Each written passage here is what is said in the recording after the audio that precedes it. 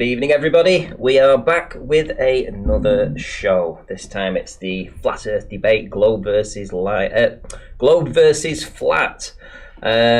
Just give me 1 second, guys. Okay, so right, I've got your comments up so I can see what everybody's saying. So we've got a few people in. I'm going to shout some people out. The first person that was here was Right the Hand, and he asks, he hopes that he's on Team Flat, and indeed he is. He will be here very shortly. Amanda Young, nice to see you in. Flat Tarn, nice to see you in as well. Jimbo, asking about the wrenches. To be fair, you know, I mean, I got an email before from somebody asking why it seemed that 3/4 of the Globers that would normally be talking in the chat seem to have been banned. I hadn't authorised that or even seen that they had been banned, so I went and duly checked and saw that close to around about 50 people that would normally be commenting in the chat from the Globe side were indeed banned. How that's come about and how it's happened, I really don't know, but what I've decided to do is thin the wrenches down a little bit. If you've lost a wrench, it doesn't mean that I don't trust you at all. It just means that I need to control how many wrenches I have. I just don't have the time to look at every single person that I wrench. So I've thinned it down a bit. I think there's maybe 20 now. I've tried to even it up a little bit with a few from the Globe side too. And I hope that the moderators that I do have right now will be able to just keep control, keep things civil. You know, don't be banning anybody. If they need to be timed out, sure, time out, etc. But I will be looking back at the stream and I'll see how everyone's behaving. I want to try and keep this rolling as best we can. Keep it civil. There's no need for fights or arguments. You know, try and keep it on track. You know, we're all here to try and, you know, in these times at least, have a good time. You know. Anyway, who else do we have in? We have Tim Osmond's in. The Mandoozled Effect with Brian Stavely. Willie Yum, no comment, TMF. Darwin actually smashed a super chat week before we even went live with a $3 super chat. Thank you very much. Good Servants in, Gasly, Mike Dornan, Payge 42. Emma UK does her own streaming as well. If you've not caught her streams, I highly recommend you go over and give them a look. It's pretty much done on Discord, so if you're on her Discord channel, you can join there too. So she's a new streamer. As I say, highly recommend you go over there and subscribe and listen to what she's talking about. Anthony Burrows, Brandon, nice to see you in, mate. YouTube, NZD 2020 or 20 ... Where is Riley's thesis? Indeed, the mind of God. So many people. Dragon Morningstar, wow. Who else do we have? I think I've caught up. Oh, Gently's channel. Right, there we go. Right, so some sobering news this evening. Prime Minister Boris Johnson, in case you haven't been made aware, is actually in intensive care this evening. So he's had the symptoms of the coronavirus. Now, here's another thing. I want to talk about this name, this coronavirus, and, you know, ask you, because somebody labels something a virus, does it necessarily mean it's a virus? Or just because it acts like a virus, does that make it a virus? Or you have the symptoms of a virus, does it mean it's really a virus?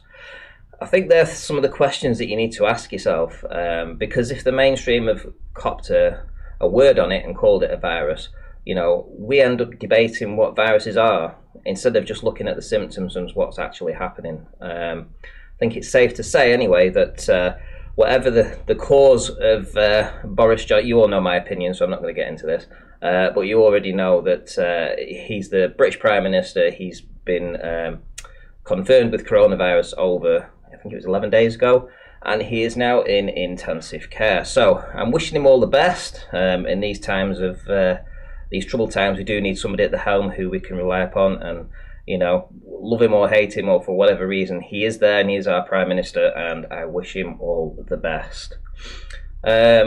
Also, one of the gentlemen that will be on this evening, let me see if I can bring up his channel. One sec. Take me off. Here we go. So, this is the name of the channel, Digital Demonic Davros. So he's one of the guys that will be debating this evening. Here's his channel. We also have Aaron Armstrong. Now those two contacted me. They want to do a dual team. These two want to get into it together. So they're going to be on the globe side. And at the moment I have right at the hand. I did have a few people that wanted to participate. And I have asked them to email me so that I can get them on Skype. There's been 3 individuals. So if you still have not got in touch with me, I recommend that you would do that so that I can bring you in. If not, I'll just have to hope that somebody else on the panel may join from the Skype group that I've got over there, Ranty's panelists. So I'm going to play a video of his anyway, so you can get an idea of who it is this evening that will be debating. So here we go. Let me just pause that on there. So this is the guy. This is Digital Davros. Is it Digital Demonic Davros. So to give you an idea of who this guy is, it's a 3-minute video. I'm going to pop him on now and hope you enjoy.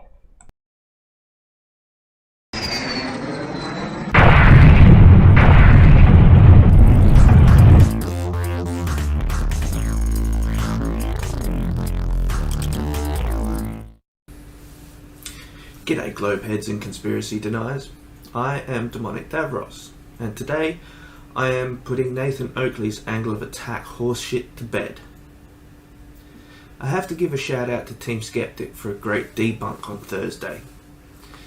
The flat earth hat wearing, no shirt, upside down, globe on his chest with a tree mountain up his butt was a great laugh. Hashtag the Bronco.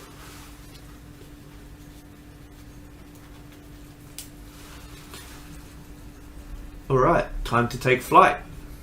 Let's get into the crux of Nathan's most stupid reference to something he has nothing to even contemplate using this stupid analogy for. Nathan uses the term angle of attack to explain the viewing of angular size.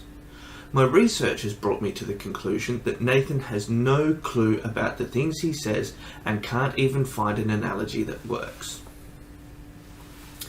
Angle of attack, or AOA, is the angle between oncoming air or relative wind to an aeroplane.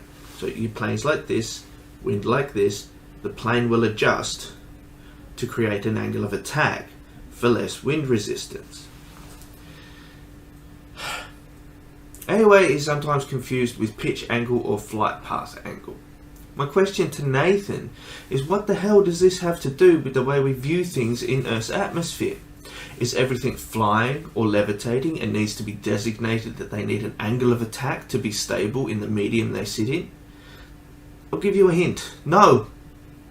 Nathan, the term you are looking for is viewing angle, the same as viewing the angle of a television or a computer monitor. The viewing angle of any object is an independent variable that can be changed by the observer by standing at a high altitude, squatting close to the ground, moving 45 degrees one side and then 45 degrees the other side will change your view. I am calling you out on this as a logical fallacy. You seem to think you are smart for using a term that has nothing to do with the human eye. This is just a short video to get the word out that Nathan Oakley is an immature, narcissistic, mute button hitting idiot that won't go on anyone else's channel to debate or have a discussion about his invalid arguments. I am putting Nathan Oakley in as a candidate for Dumb Fuck of the Year for his nonsense and complete lack of understanding of basic physics. I am Demonic Davros. Thanks for listening, and I am done.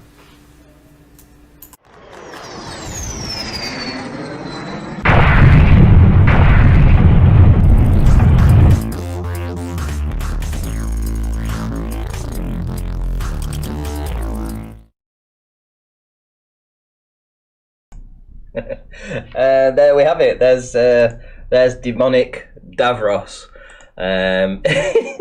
in all his glory there.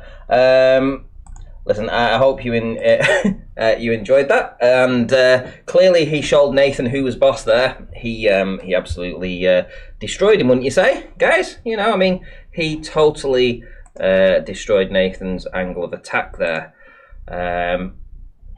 Anyway, as you can see, I've been watching quite a lot of poker videos recently, as you can tell, with all the links on there. I think with everything that's going on at the moment, I just need something else to take my mind off things. Anyway, he has 221 subscribers. So if you like his style of presentation, and if you like his content, highly recommend you go over and subscribe. You'll be able to find him, Digital Demonic Davros. Now, you already know who AranA is. AranA's been on the show before, so there's no need to really reintroduce him again. You know what he's like. And okay, so I'm just laughing at some of the of the chat comments, but there we go. Okay, right. I'm gonna give let's see. I'm gonna give Right the Hand a call right now. See if he's around. Hopefully he'll pick up and we can get something underway.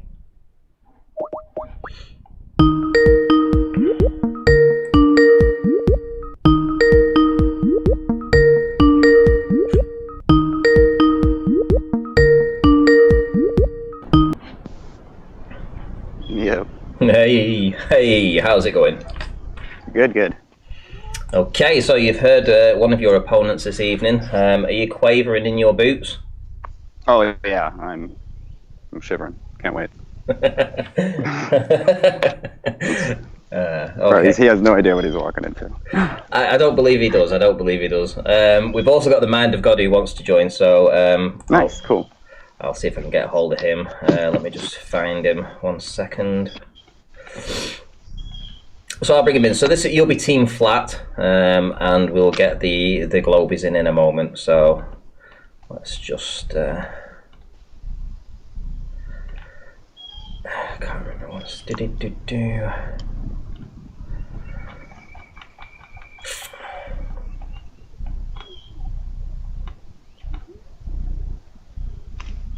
For some reason I can't find him on my Skype call. I'm not a fan of Skype, to be honest. I feel it glitches a lot. It did an update earlier, so let me see if I can. Just a minute, Mind of God. I will find you. Yeah, no worries. I mean, I might go on mute if it gets loud because of chickens or whatnot. What's But I'll be here. Do you know what his first name is again? Because I've forgotten it already. Mind of God? No, I don't even know his real name. Yeah. Okay. Mind of God, can you message me? Can you send me a message and I'll bring you in on the call? That'll be the easiest way, because for some reason you're not showing up in my contacts. Don't know why. Right, okay, so let's bring up, let's see if we can get AranA in as well. So here we go, let's see if we can get AranA in.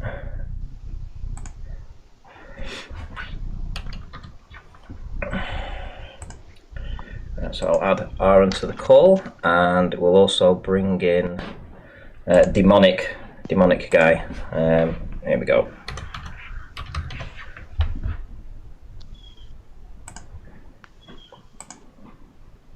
Okay, so hopefully they should join the panel anytime soon. Right, okay, so we've just got the Mind of God. So here we go. So he's being added too. So right, so apparently we're going to have two flatties ready to go. We've just been joined actually by demonic guy. David, hello.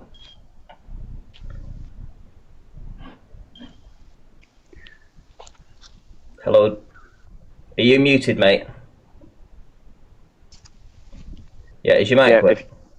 if you're on mobile, click the screen, the actual screen of the picture, and it'll bring up the. It can be a little confusing.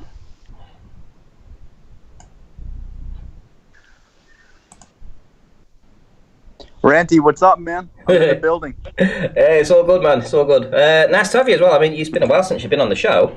What was it? 6 weeks? How's everything with you? You're hanging in there? Yeah, hanging in there, mate. I mean, the last time we were talking, I think, was it... I'd just been started talking about this Corona stuff, so... Yeah. You've seen the way that things have been going recently. How would you say that's panned out? It's a wise move. I would say our grocery stores are not, empty, but I'm seeing news of food banks getting depleted and all that. So you know, it's wise for people to be aware of the supply chain of food for sure.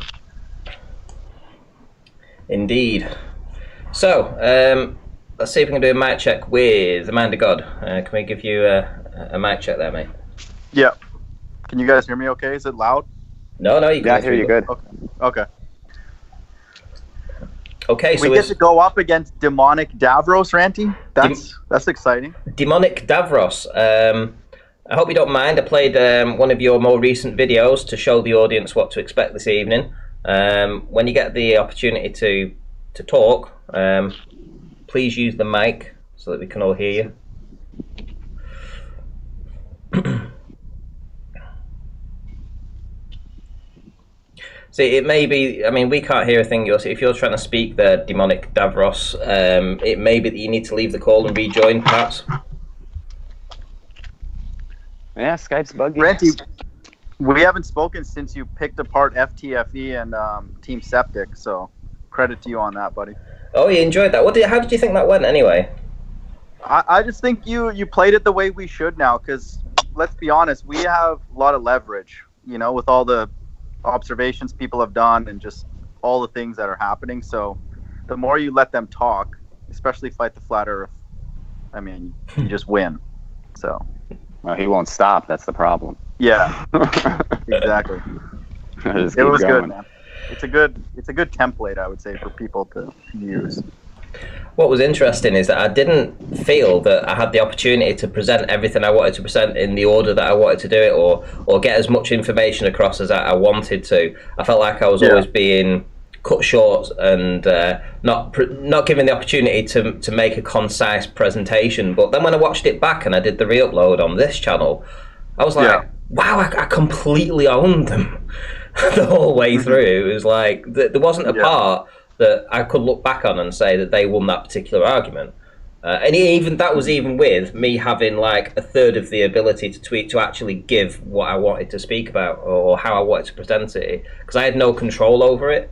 You know, everything was having to be done through I think it was a Google Hangout, so I had to present through Google Hangout, but then it went through his template, so he was able to just show what he needed to do. I can't complain. I mean, they were very nice to me over there. I mean, and they did present when needed to, but it was very slow and it wasn't as, you know, it was very cumbersome, the whole setup. I mean, normally I just like to go boom, boom, boom, evidence, and then say, right, okay, what are you doing? And it was kind of stop-start, but yeah, it was just awesome. So I listened to it back and I thought, yeah, I really did well, so I was pleased with that.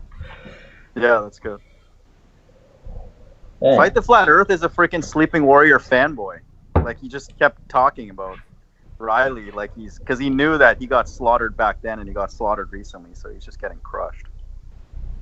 Well, he's just very new to the scene, isn't he? I mean, he only joined, I think, because he had another channel. He had another channel that was doing like video games and stuff, and I think he wanted to be a YouTuber. But that was they were putting a lot of content out and putting a lot of work into the content, him and his missus. But it just seemed that they weren't getting any traction. I think they only had a couple of thousand subscribers, and then he hit on this, Fight the Flat Earth, and he's like, he's got everything he wants really from a business standpoint, because from all accounts I don't think he can work, because he has an injury from being in the Navy or something. So just taking snapshots. I was one of his first debates about a year and a half ago, and like, it was funny at the end. He's like, has anything I said, convinced you that we're on a ball? And I'm like, no. And then like, he just said nothing throughout the whole debate. It was mad funny. So we go way back. I remember I debated him. He misused the genetic fallacy. I would be like, yo, show me that orbits are possible. And he's like, genetic fallacy. And like, at the time, I was like, what the fuck is he talking about? It would be like if you're talking to somebody, right? And you're like, yo, what's your favorite color? And he's like, 5. And you're like, 5, that's not a response to what I just said. So I went, like, the debate ended, I went and I looked up the genetic fallacy, right? And it was like, when you attack the source and not the claim. And I was like, I was attacking the claim. The source is NASA. I never mentioned NASA. I mentioned the orbits, which is the claim. So he totally misused the fallacy so that he never had to prove anything. It was good though, Ranty, overall, man. I give you credit for that. Cheers, man. Demonic Davros, have you managed to figure out your mic issues? Not sure. Can you hear me? Yes, woohoo! Yes, you're coming through. Oh, great. there we go. Yeah, sometimes a restart helps everything. Yeah, for sure. So you're actually joined to this evening with. I'm just going to essentially moderate if I need to. I'm going to let you guys get into this. So you're joined by the Mind of God. I'm sure you've seen him talking in the chat before, and you're also joined by Right the Hand. So these two will be both you and Aaron's opponents this evening. So you wanted a couple of people to debate. So you emailed me asking for it, and I've put it on. Yeah, well, so more of a discussion than a debate, really. Do you know what I mean? Okay. Well, Yeah, sounds good. sure. Ranty, just to clarify, this is not Aaron Moorfield, right? This is another Aaron we're dealing with? Yeah, Aaron Armstrong. So he's. Okay, got it. I think he's another Aussie. I think you're an Aussie too, are you, Demonic? Of course I am. There we go. So you're walking upside down relative to us, right, in Houston? So that's Well, cool. well, don't get started on the frames of reference yet.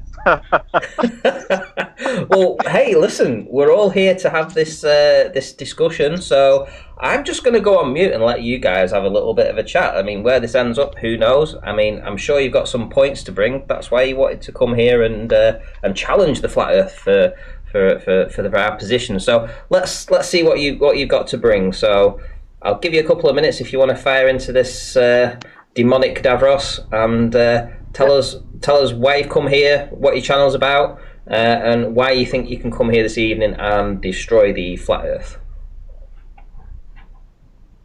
All right. So this isn't about the destruction of anything. This is about the reasoning of the Flat Earth and how it is that you know we always have this fight between the globers and the flat earthers about show me your spinning ball, show me your orbits, and then we have us globe defending Nazi bastards turning around and going, well, show us a full picture of the flat Earth. And it's like, hang on, we're sometimes going a little bit overboard with what we are able to show and what we can't show. You know, it's also what evidence or proof is accepted by the flat earthers compared to what the globers expect. And that's something I need to get clarification of before we go any further. All right, how about I address that? So when you say evidence, because I have this, if you ask me, and if you disagree, please feel free to articulate why. I think there's only two things you can do in this world. You can observe reality directly through your senses, okay? That's the direct observation of reality. Then you can describe that observation with words. So you can only do two things. You can look at something, and then you can talk about it. Do you agree or disagree? Yes, I do agree. Okay, so when you say we have tests, we have evidence, we have experiments, we have all those words, test, experiment, all of them, scientific evidence, they all get encompassed into the greater scope of the direct observation of an event or phenomenon. Do you agree?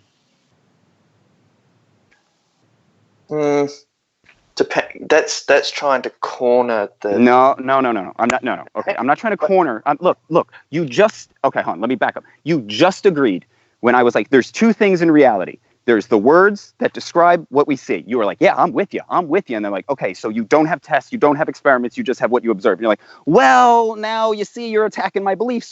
So let's back it up. Do we have the observation in reality as the only thing of empirical evidence?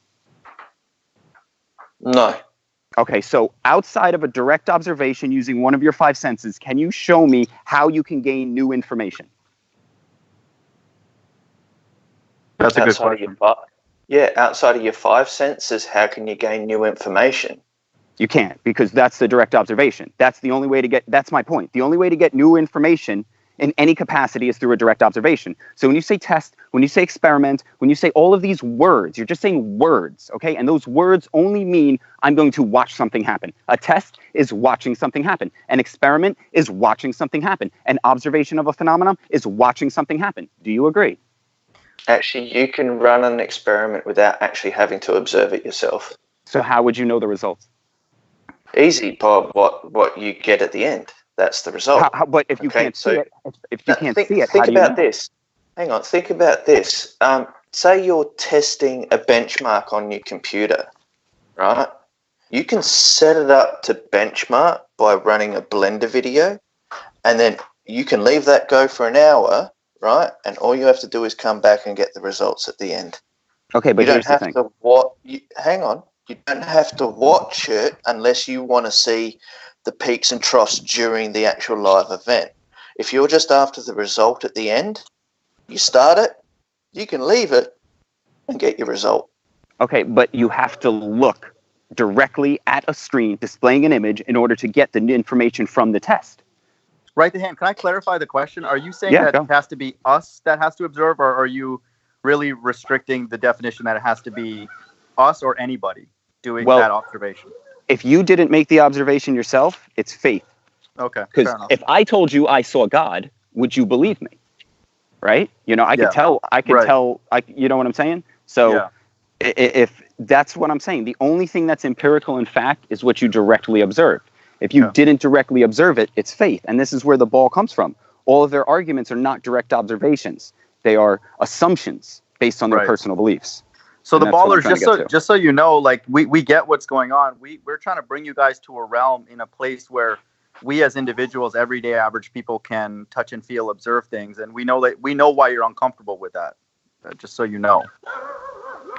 Well, it's the fact that the simplest thing to do, and this is not having a dig at you guys or promoting what we can do, is pretty much doing a survey of an area that you believe to be flat within 3 to 4 miles square, and checking the diagonals on that and seeing whether it comports to flat or curved.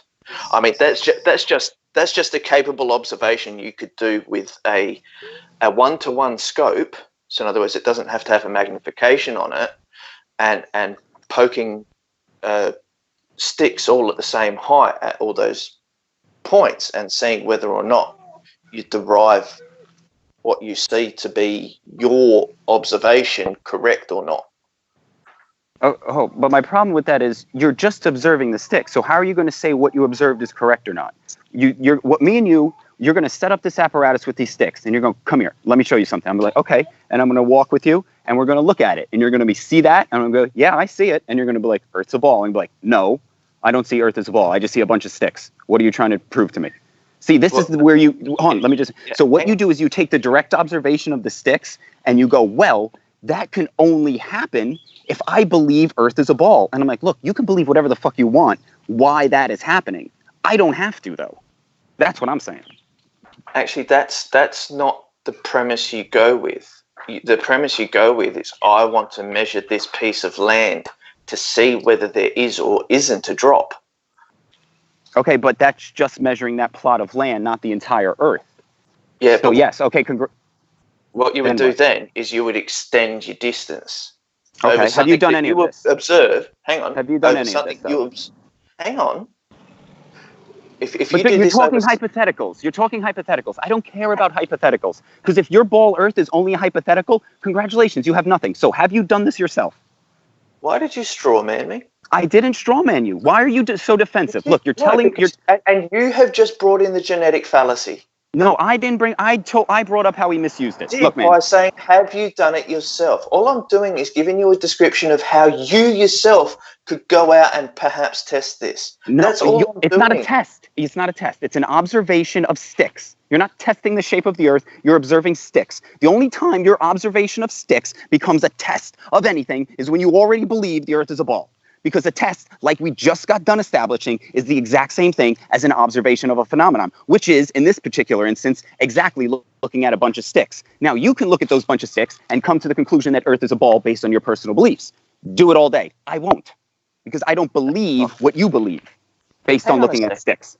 Where did I make the presupposition of the globe? When you said the only reason that the stick thing can happen is because of ball. No, in what I explained, did I say ball or globe in my description of what I just said to you? You're trying to establish the shape of the Earth by looking at sticks in the ground. No.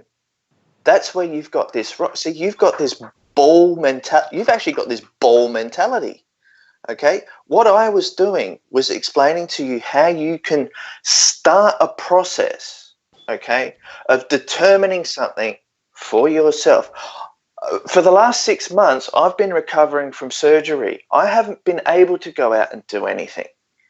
Okay? I don't have that opportunity at the moment because I'm still in recovery from surgery to my foot. I can't just grab a whole bunch of surveying stuff and throw some sticks in a piece of ground that's 3 miles by 3 miles and start doing these tests yet. I'm not allowed to do that. Okay? But if I get the opportunity, and when I do, I will go and find somewhere where I can do this stuff. But until that time, trying to force me into the position of have you done this yourself, that's actually irrelevant in this conversation. Okay, well, No, it's fine. It's fine to reference other tests and all that kind of stuff. I think what Right the Hand is getting at is that we're at a point now where we're not going to believe any kind of like secondary, tertiary sort of stories. This person did this using equipment that we can't afford and it's way out there, and just take my word for it. Do you appreciate that vibration that we're giving off right now? Just going to give a shout out to Darwin for the $2 super chat, money for YouTube's wrench. I was, to be honest, that wasn't the reason I gave him a wrench. I actually gave him a wrench because I realised taking it away was a bad mistake. He's a pretty cool guy. And Amanda Young, $5 super chat. Ranty, pour me a drink and email it to me. Send me your email address. I'll try my best. Thanks, Amanda. Cheers. Empirically, it's not a ball of the size. Whatever, we can give you still the ball. It's not the size. You'll just like, it's loomed up. Because this is the point I'm trying to make. You have a belief. The Earth is a ball. You know it, right? It's a belief, but you know it. So no matter what happens, you're going to explain it away, right? I got a drone. I send it 400 feet up. Why does everything look flat? Well, because the ball is so big. Okay, there you go. That's just you telling me a story. 400 feet is only like 120 but there you meters. go. Okay, yeah, but here you go. There you go. You're telling me why a ball looks flat. That's all you're doing. You're telling me your beliefs. Yes, but this has nothing to do with a belief. I have never stated that it's a belief system for me. But it and is. You're pushing. Hang on. You're pushing that it's a belief upon me. Because it is. That's what. No, let him finish a sentence, right, Dan. Let him finish what he's about to say. Go for it. It's not a belief. Yeah. Why? Okay, from my understanding and all the things I've done through looking through my own telescope, looking through binoculars, seeing the Great Australian Bight of Australia and seeing how vast that is and how flat it looks, yet it's not. I made an observation from an observation point in the Great Australian Bight in Western Australia where you could see probably 25 kilometres maximum from the height you were at, right? But the horizon was well in front of what distance you could see. What are you talking about, man? What the hell did you just say? Hang on, think about this, right? If you're at an elevated height above a body of water, say 100 feet above the water, right? Just think of this. You're 100 feet above the water, and you guys all know that we ascribe to the higher you go, the further your horizon is, right? But on a clear day, the distance you can see is further than the horizon will be, okay?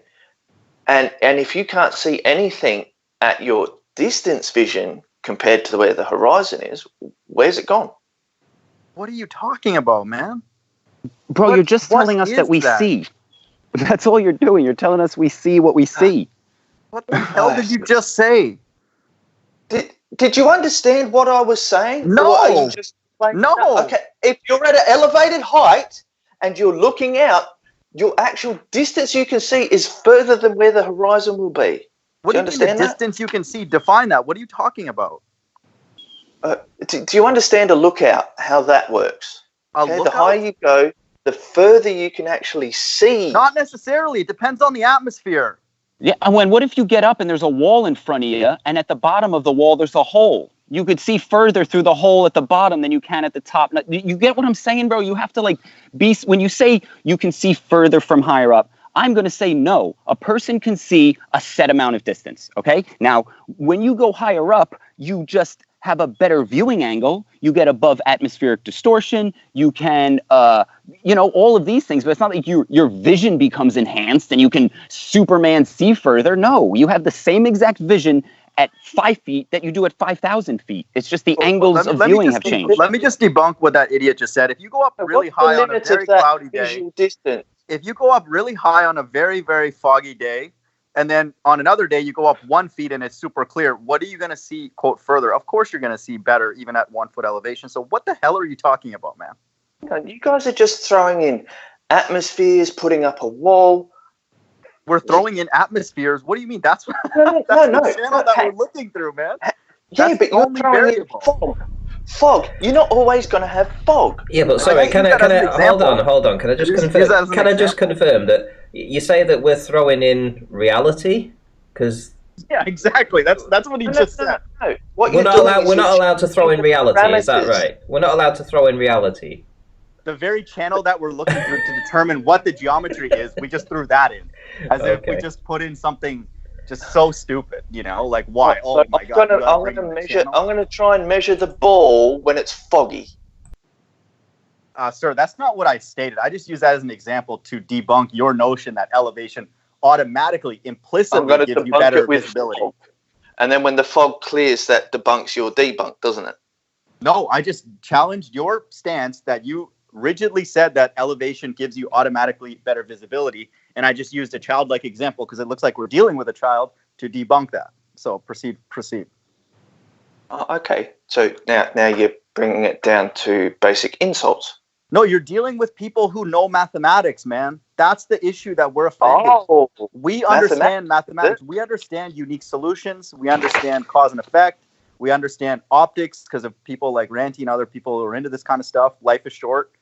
We know these things, man. So don't come with this freaking voodoo, man. This is like a year ago.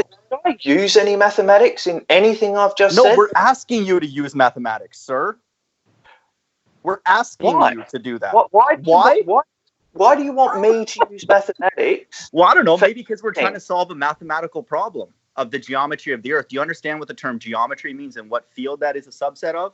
Mathematics, right? Curvature. Okay. So do you want to use some spherical geometry? Why don't you prove the Earth is a ball first? I hope you're going to start using some geometry. Hang on. Mind of God was questioning me about starting to use some mathematics, okay? And the amount of times I've heard mathematics proves nothing, mathematics proves lots of things. Mathematics is designed to prove things. That's the whole objective of it. No one uses mathematics and then presents a PhD thesis and says, yeah, you know what, I've kind of proved most of the cases, but all these other cases that I didn't explore, they might kill people that use this mathematics when they design things, but good enough, right? No person does that. I don't know if you've ever been educated in any kind of school. That's not what math is for. Math is indeed the foundation of it, built on axioms, proofs, rigor, exclusivity of solutions. I trust you're aware of these things. Okay, so I do have an engineering background of structural engineering. Well, good. Start using that terminology, please, because you're dealing with other engineers. Okay. Go for it. Thank you. Sorry about that. I learnt a long time ago about structures and heights and particular things that happen at height. Higher you go, faster you fall. Right? Depending on your height will depend on the severity of your injury. Harder you hit something, the more it hurts. Hit it too hard, you might not survive, right? You fall from 4 feet, doesn't hurt so much. Fall from 10 feet, hurts a hell of a lot more. Fall from 100 feet, you're likely to not be around anymore. I mean, how do you explain that? Bro, come on, man. You're telling me that because if I fall off a building and die, the Earth is a ball? Is that what the hell? Is that your fucking argument, man? Come on, man. Hang on. I just... No, are you trolling us, or do you seriously want to talk about the shape of the Earth? No, could you address what I you wanted me to talk about an engineering standpoint. This is my standpoint, okay? No, that's if an engineer came to me and asked that, I'd fire him. No, listen, sure. Take that example of that thought I'm experiment bringing and this down convert to that. things about safety scaffolding and working at heights, okay? At a particular level, they don't use those sort of safety measures. As you get higher, those safety parameters have to increase to protect you. But okay, so I'll sort of play along with this nonsense.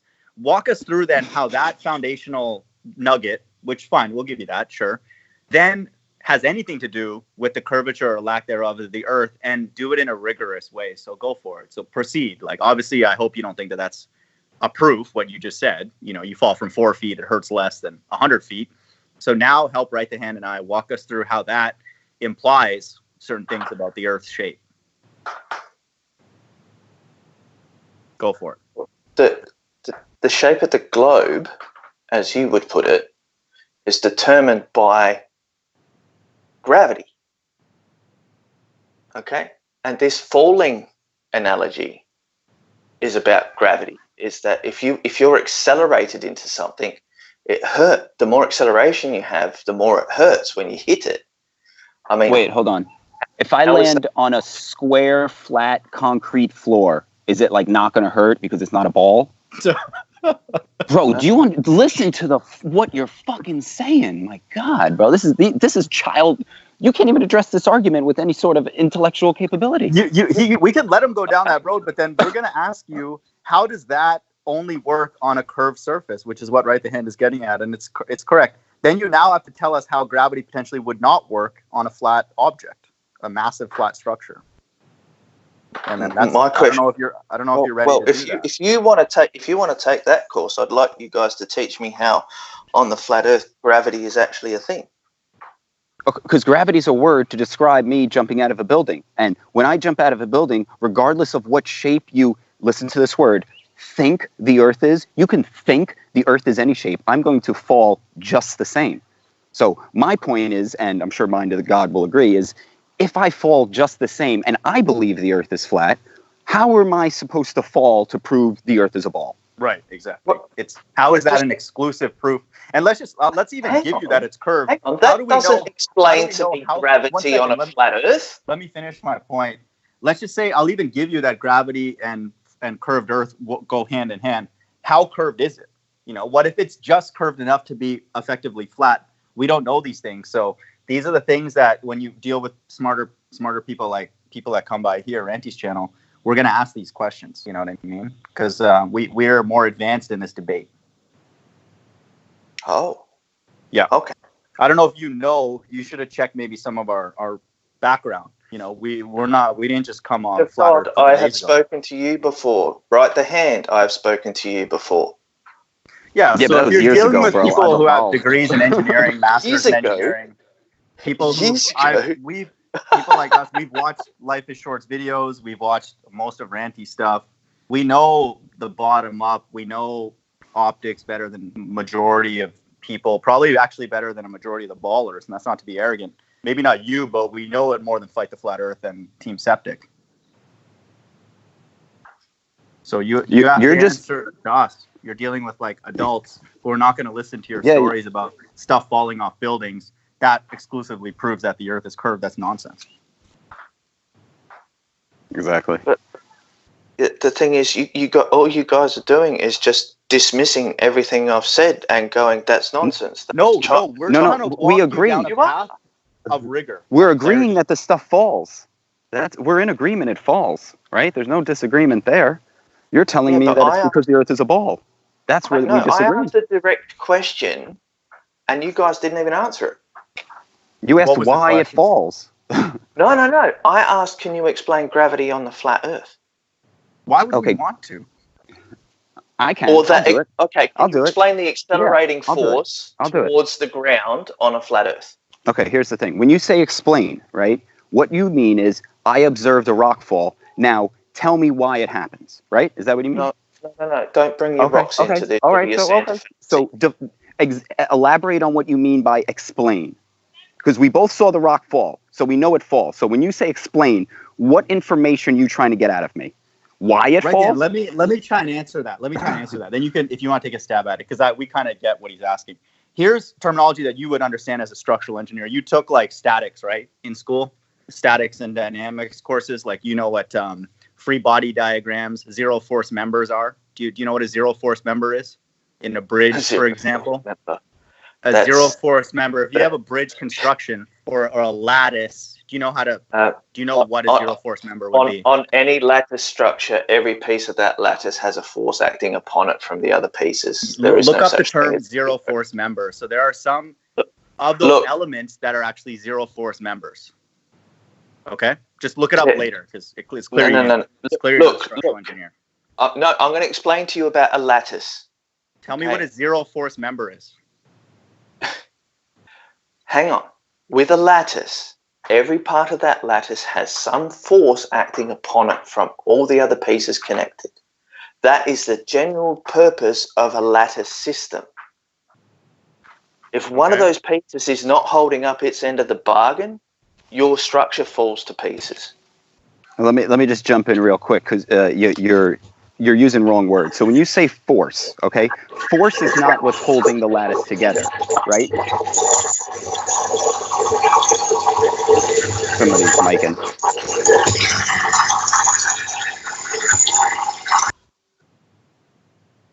All right, so when you say there's a force acting on the lattice, there's not a force acting on it, right? We don't live in Star Wars, okay? What you mean is that there are... The weight of each object works in the objects, conjunction. Exactly. So the weight objects... is what's causing what's known as a force, which means... okay, we'll call it a pressure.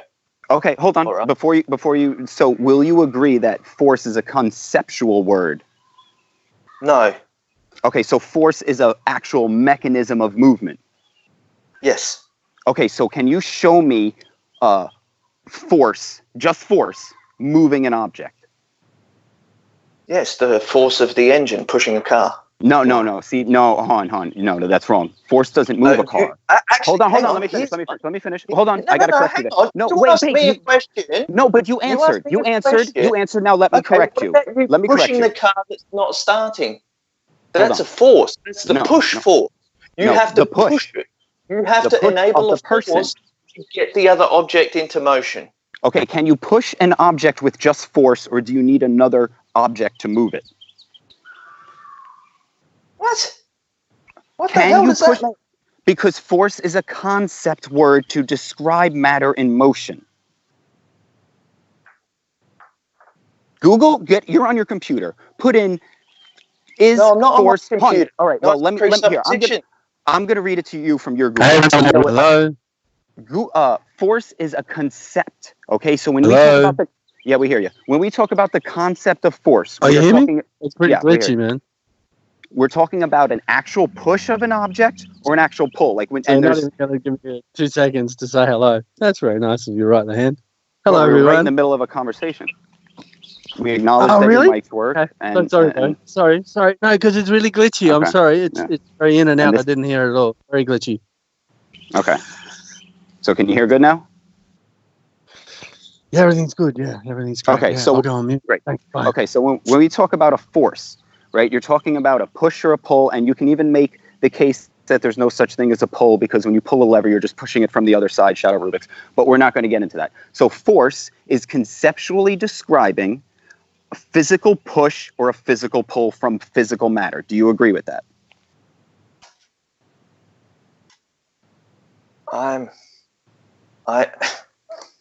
It's okay to say yes. You can agree with the flat earther. It's okay. We have the truth. It's okay. Is force a conceptual word? You can agree. Okay. So it's you okay. have the truth, do you? No. I'm just asking you. It's okay. I said if I do, it's okay to agree. You're deflecting. Come back. Don't leave. Is force a concept? You're trying to wiggle out. I'm not going to let you. Is force a concept, or is force a physical mechanism? Force is observable. No, okay, so show me where I observe only force, like Luke Skywalker pulled his lightsaber to him using the force. That's false dichotomy. So show me that. So then what you're saying is force is a conceptual word to describe something else. It's one or the other. You can't have it both ways. It's an important distinction. Yes, very important. Because you're going to try and make a concept real. Yeah. So now, what I need you to do, you're a smart boy, right? You know you're very smart. Now, there's two things in this world. This is why I got back to you. You have the observation of the event, which is the car moving by, you say, force, which is actually the gasoline and the air mixing into a pressurized container. But we won't get into that. So those are the things that you would directly observe. Now, the words we use to describe them, the words like concept, apple. Apple is a word to describe the actual thing that comes off a tree. Now, you're trying to make force, which is one of the words we use to describe reality. What you're trying to do is make it reality. And I'm not going to let you do that. So I really need you to agree with me. Is force a conceptual word that is used to describe tangible physical objects moving? Yes. Okay, so force, so gravity, when you say it's a force or there's a force acting on a ball that is falling, that cannot be, because a concept cannot be the cause of a rock falling. Do you agree? No. Okay, so a concept, which you just agreed is just a word we use to describe physical reality, can somehow physically influence physical reality. Is that what you're telling me? I want to know which... No. Answer the question. Well, I'm not allowed to get a clarification on something. Well, you're saying a concept can affect physical reality. I'm going to need to know how that happens. I've got a question. In which description of force do you want to use? I don't care which description, as long as force is... Do you want physics? Do you want military force? Okay, do you want horticultural forces? That's contextual. That's the context of the word force, okay? You don't change the definition of a word when you're in a different field. You only change the definition of a word when it's in a different context. So don't tell me military, because that's not a context. If you're talking about force, it's always going to be a word to describe physical reality. Do you agree? So we're talking physics then? Is that what you want to do? No. You didn't listen. There is not. You don't. Hang on. You just said you want to talk about physical reality. No. That's what physics is. No. Listen. That's what physics is. Wait, My God. Listen.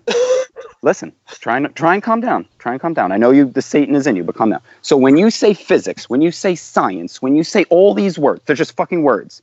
All of those words are describing. Well, then why do you continue to use words then? No, why do you keep talking? Right the hand. Did you just say the Satan is within you? Right the hand. Bro, okay. So when we're talking about did you words, just bro? No. Nobody Right the hand. Oh, come on! You're trying to derail the conversation. I'm not. No. I'm just trying to work out where you're coming from. No. Right. Okay. Yeah. So yes, he did.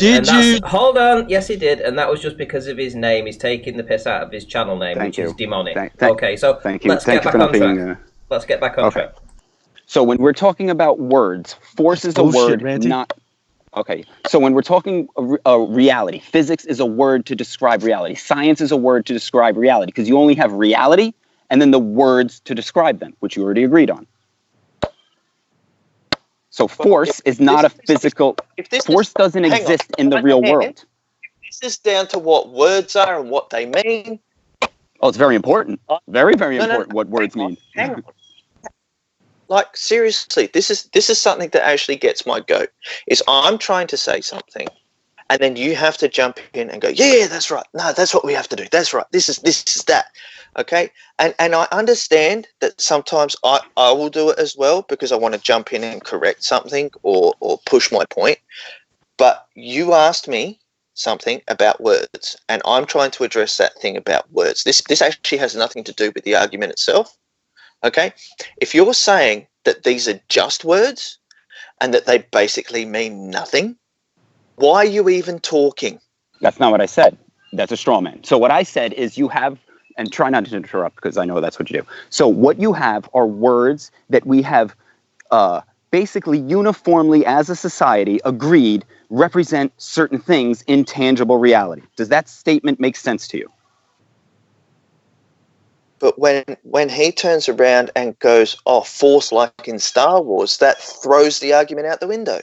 Okay, because when Luke Skywalker said, I'm going to move this object with just force, he didn't use his hand, he didn't use a piece of string, he didn't use movie magic. In the movie, he used what they believe is some magical force, and that's how he got the The force alone was the mechanism of travel and propulsion of the lightsaber from where it was resting to Luke's hand. Just the force. Now, in reality, where we live, not Star Wars, which is science fiction with space and everything, you cannot just move an object with just force to you or away from you.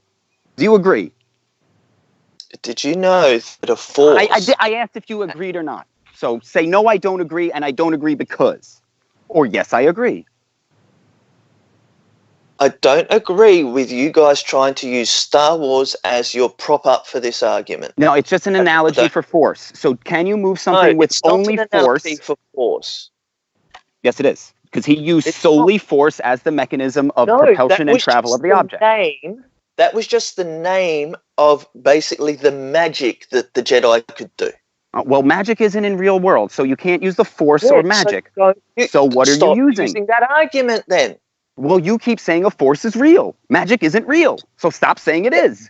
If you change the direction of which something is moving, there was a force involved to do it. No, there is not. If you change the direction of an object, you have to use another physical object to change its direction. Because magical forces... Hold on. Between the two things is the force. No, it's the interaction between the two things. Force is a conceptual word you use to describe that interaction. You can say I'm right. It's okay. He's just trying to get you to not overload the term. This is the problem. This is why it's the force. This is why debate is useless, because they'll never admit they're wrong, even when it's presented to them in the most simplistic and easy to understand. If you think a force can be, hold on. Let's give him a bit of a break. Let's give him a bit of a break and get. All he's trying to get you to is use language, not trying to change your worldview necessarily. He wants you to use language that is physical and tangible, not overload the word force with many, many different understandings of what it is. Like, oh, well, it's in an equation, so it's right. Or if it's in F equals MA, then that's correct. You see what I mean? Like, he's trying to get everything down. All of us are to things that are physical, tangible. You know, use language like that. I touch this, I move this, I push that kind of stuff. Well, I just ran a quick poll, and I think it's quite safe to say that the majority of the audience believe that flat's absolutely storming ahead right now. So, Globe, you've got to up your game. Aaron, we're joined by you. Is there anything you want to bring to this argument? Answer the question. I think I missed most of what was going on, but your boy was getting wrecked. Oh, really? Sorry, boy. How funny. Let's answer the question about an object falling onto flat How Earth, funny. Who have we got on the panel? We got Right the Hand, and who's the other guy? Mind to God. Oh, wow. 2 fuckwits. Sweet. Okay. Good argument. So if 2 fuckwits are beating you up, what are you? Right? Imagine. Losing to 2 idiots. Oh, you guys are hilarious. So what are we talking? We're talking about gravity, right? We're talking about gravity? No, we're talking about force. We're talking about gravity. Yeah, let's go back to that. So when apple, you said it was, you gave some stupid definition for what an apple is? Weird thing about something that was produced. An apple is a fruit. It belongs from a tree. So I'm not sure what you kind of were talking about, but there's no force used by anyone when an apple falls from a tree to the ground except the force of gravity. No, force is a concept word. We just got done discussing that. No, it's not, man. It's not. Show me. So, mind of God, do you want to use the same argument on this guy? An apple falling from a tree. It's what he was trying to get you to use more granular language. You're just jumping to the conclusion, and you don't get what he's trying to get. Yeah, because what you're doing, you're not okay. Explain if you guys are you're the same guy. Your voice is identical. Are you twins? Oh my God! That's all they have. It's all they have. Does that have to do with the shape? All they do, yeah, I know. It's all they have. Let them. No. I'm just trying to get used to who I'm talking to. That's all. Okay, so can you explain to me the physical mechanism in which the Earth uses to pull that rock to the ground, or that apple to the ground? Like, how is it doing it? No, because I'm not a physicist. I'm not an expert in that field. I have a very general understanding of what gravity is, but it's mass attracting mass. You guys know that. We know that. We're going to stand by what we say. You guys can use all the little lemon bird, floridly kind of word salad things that you want. You're obviously quite intelligent and you can string some words together quite well. But it's mass attracting mass. So Okay, do you know you how explain mass why attracts the apple mass? falls down to the. You explain why an apple falls from a tree to the ground, I was Because about branch to. to the ground. Okay, because God designed a system in which There's no mass- God, man. Can you Hold on. prove Okay, God? hold on. Prove God. Hold on. No. Prove God. You asked for an explanation. Okay, so an Yeah, you said explanation is. God. Let me finish. Don't interrupt. I know No. God I triggers don't you. have to let you finish because you didn't Randy, let Digital come on, finish. bro. All right, so Oh, when come you on, bro.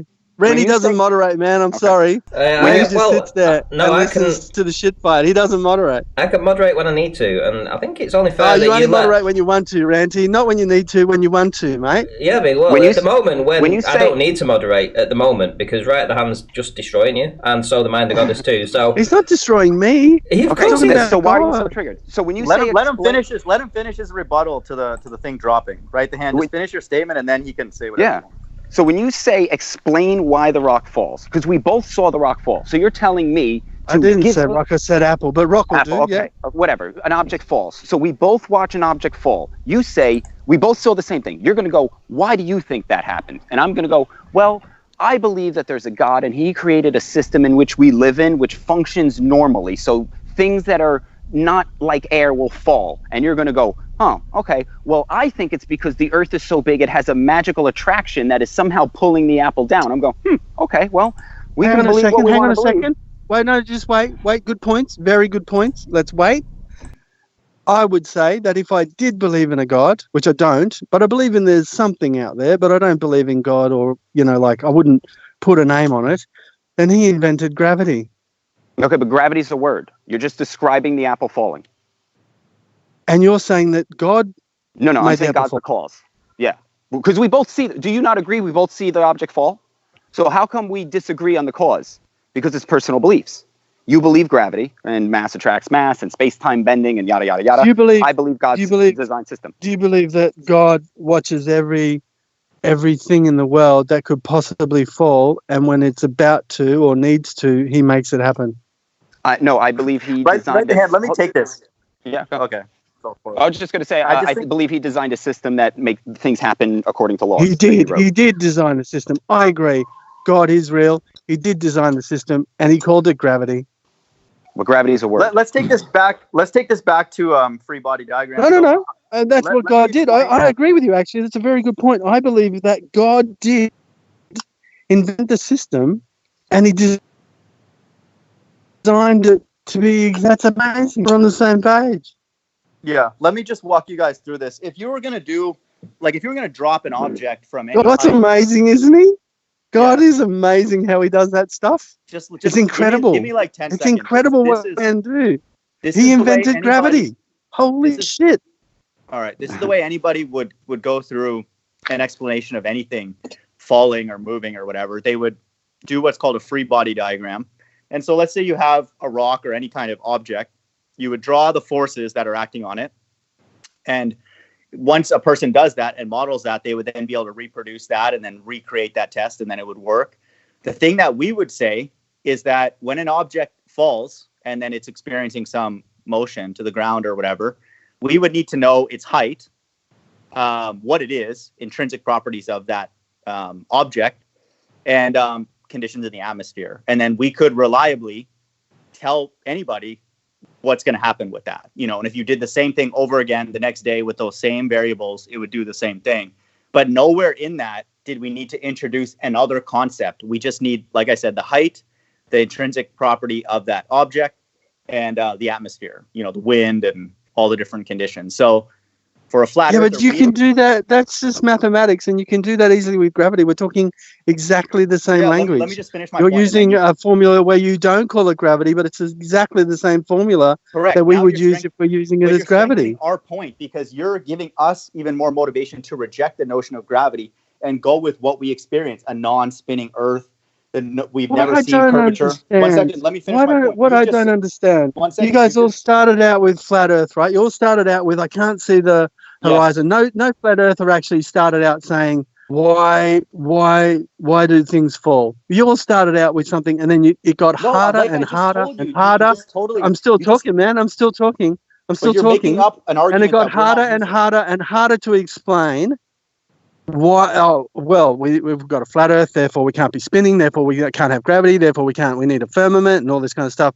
And it just gets harder and harder and harder for you to explain. Well, we can explain very clearly. So why don't you? Why can't you have gravity? Why can't you have gravity? Your questions, and your statements are so bizarre and so off topic that you could easily, at one point, someone could have said, "Hang on a second.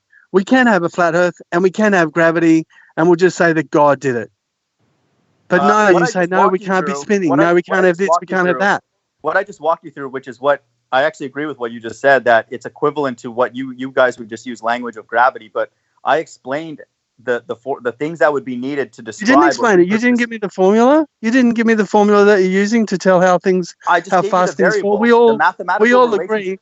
We all agree that the acceleration speed to terminal velocity is exactly the same. Sure. So we all agree that things fall at a certain distance. Sure. You've used our formula because you can't say it's wrong. All right. Because you can measure things and how fast they fall. So you've made up your own set of things to say, oh, actually, all of this density, all of this kind of bullshit. And then you've said, okay, but at this point, we'll agree with them because we can't deny that things fall at that speed. No. Listen to this. I described the variables that would be needed to decide the speed and the acceleration and all that. And those are dependent on whatever units that you use. So that's somewhat cosmetic. Go take 5 minutes, work out how fast a piece of wood would fall on a day when there's no wind, and we'll work out some parameters. You go work it out, and then we'll come back and we'll do it for something exactly the opposite, a lead or, a very windy day, different heights, and we'll work it out. I bet you come up with the same number that we do. What is that? Yeah, because we're all absorbing the same Earth. Why wouldn't we? We're all watching gravity. And nowhere in that have we, not nowhere, the cause. Nowhere in that is there a curved Earth. That's our point. You haven't proven anything about the curvature of the Earth. You've used objects. Do you want to get into curvature? Heights. Do you want to get into curvature? Before we get into curvature. Let's get into curvature. No, hold on. We're talking gravity. Do you know how gravity works?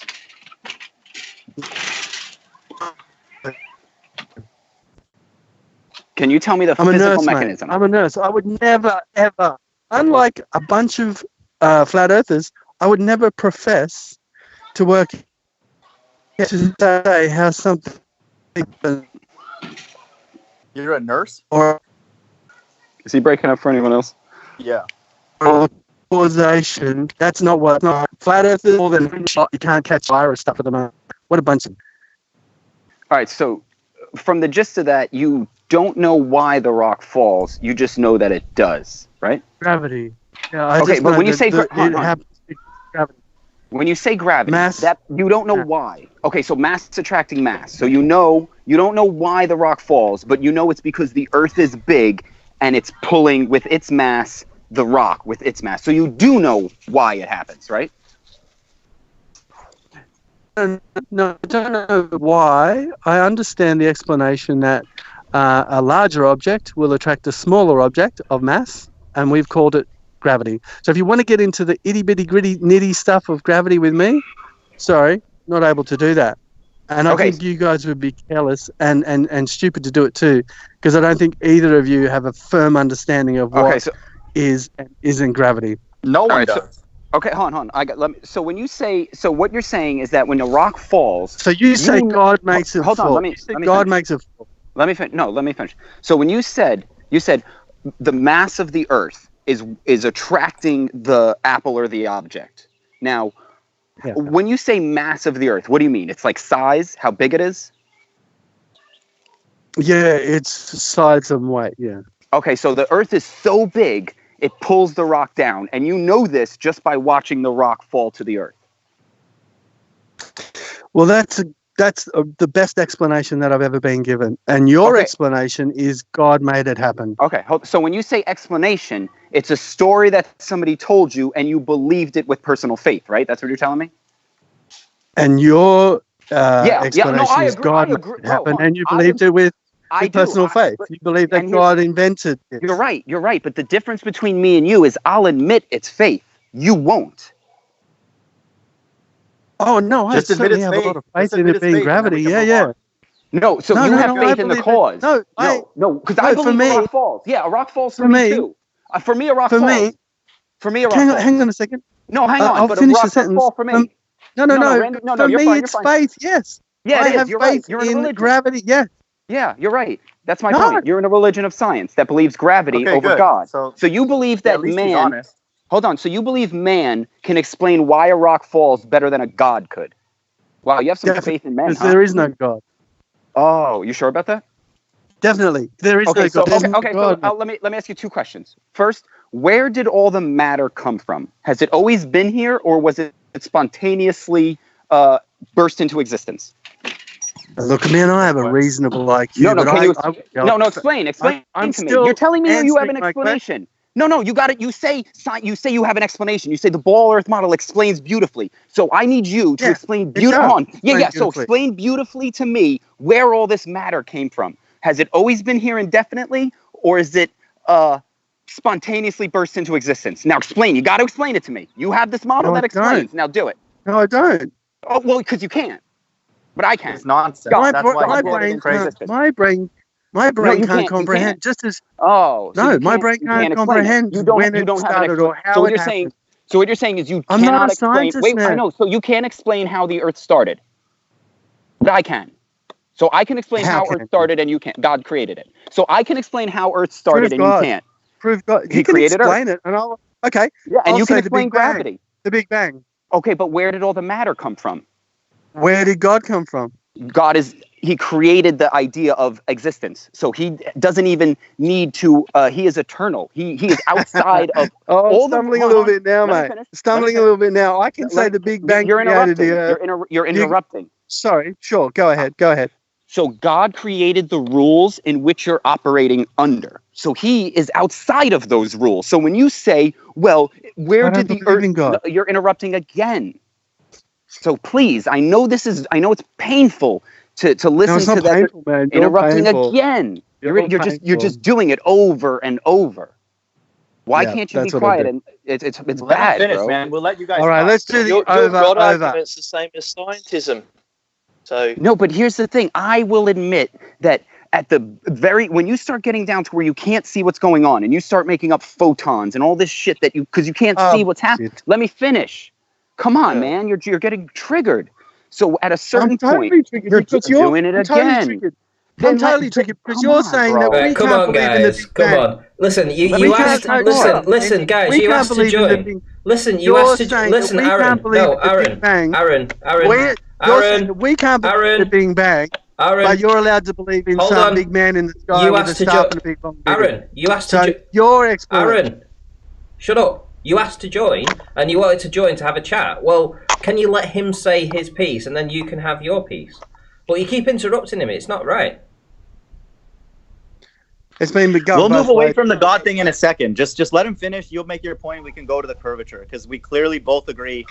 Our relative density is a faith thing, and your gravity is a faith thing. We made some progress. We can move on to the curvature after. But yeah, I mean, I'll move to the curvature with the same point. Is we are both observing the same thing, and at a certain point, we can't observe what is happening. You know what I mean? We can only observe the effect. And it's at that point when you can't see what's happening, because I don't need to explain what I can see. It's self-explanatory. So the only thing that needs explanations or stories that you make up are what you can't see or when you weren't there. This is what's faith. Like when you start talking about the Big Bang has no empirical evidence. It's no better explanation than God. And if you ask me, it's a worse explanation than God. Just like the size of the Earth having some magical pulling force is a worse explanation than a God-designed system, because it comes down to what you personally believe. Do you personally believe men can figure out the Earth and everything and how it works and how this light in the sky just moves? If you think men can figure that all out,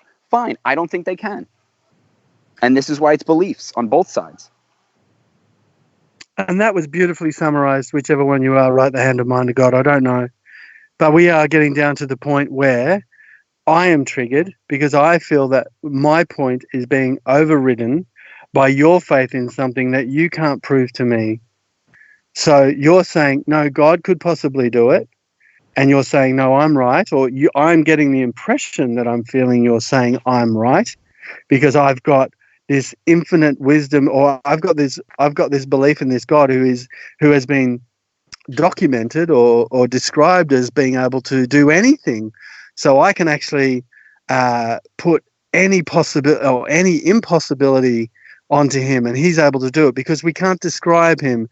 And he's this amazing, or she or whoever is this amazing omniscient person that can do this. When I say no, I have my faith in science, and I'm believing the people that have been probably created by God and putting 2 and 2 together and coming up with that, then that means less to you because I can't describe it as well. But you don't have to describe God to me.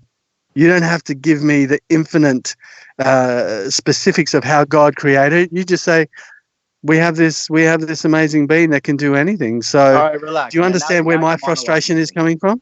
Now you're monologuing because we also give you guys the concession and say you don't have to explain gravity fully. So why are you getting all hypocritical? Yeah, why do we got to explain God in again, you'll sit there, and this is the double standard. You'll sit there and be like, well, I don't really understand gravity, but I know its effects. I can see them.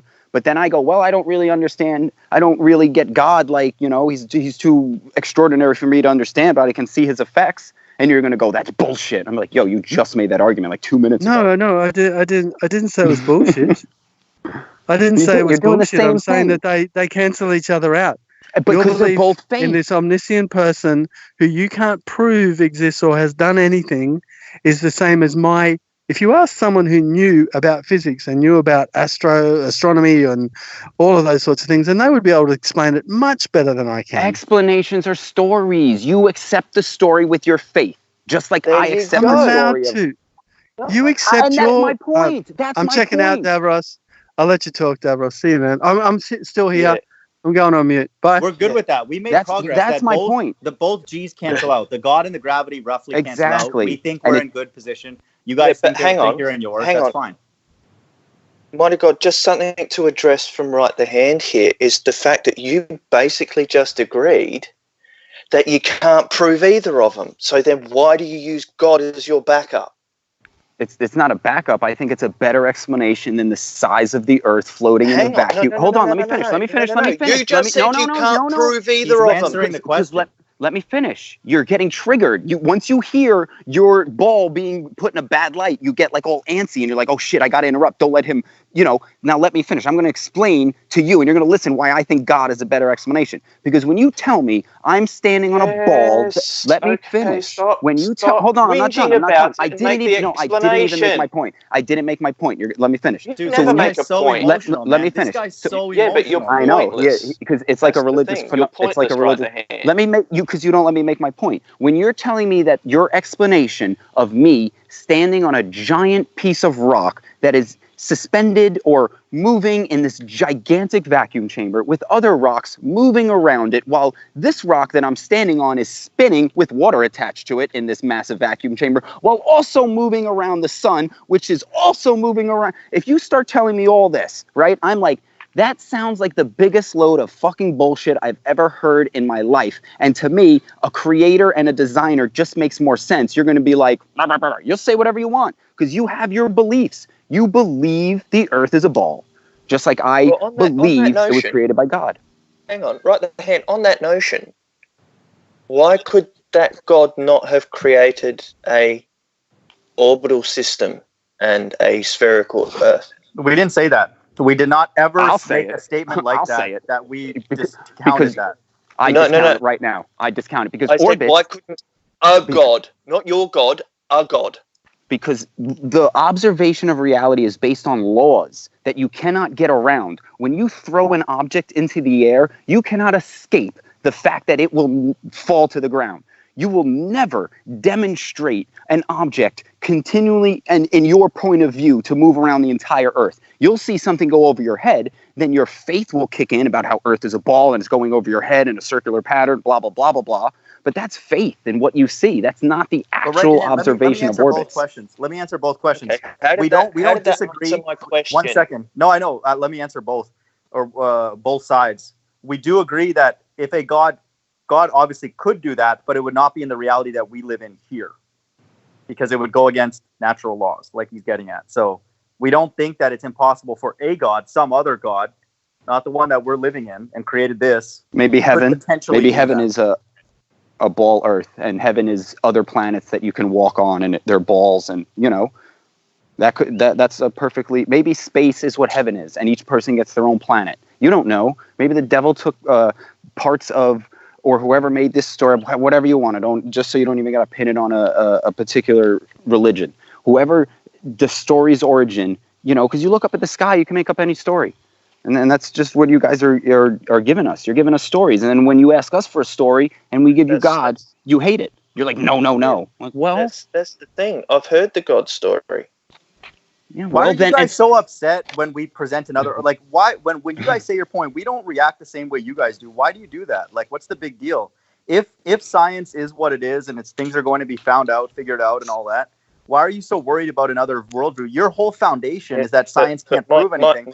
One second. I'm not even done my point. Your whole foundation is that science can't rigorously prove things with 100%. So why are you worried about other people who are bringing data points along that are false?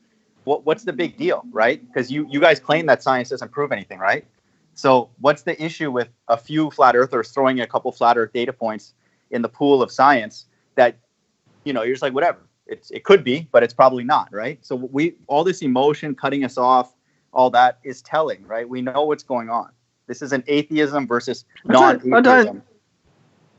I don't think we are. I don't think we are worried. We're just like, you're cutting us off every time we try and make a point against your. No. You guys, you do it as much as well. And look, I apologize if I cut people off. Definitely, I'm sorry. I don't want to ever cut anyone short. My ex-wife used to do that to me all the time, and it almost gave me a nervous breakdown. So my apologies. Okay. But we're not threatened by your belief system at all. We are very, very certain in what's going on, but we're kind of, I suppose, a little bit fascinated. And there's some really weird and strong personalities in both groups. And I think we're a bunch of really bored people who have an interest in trying to convince someone of something.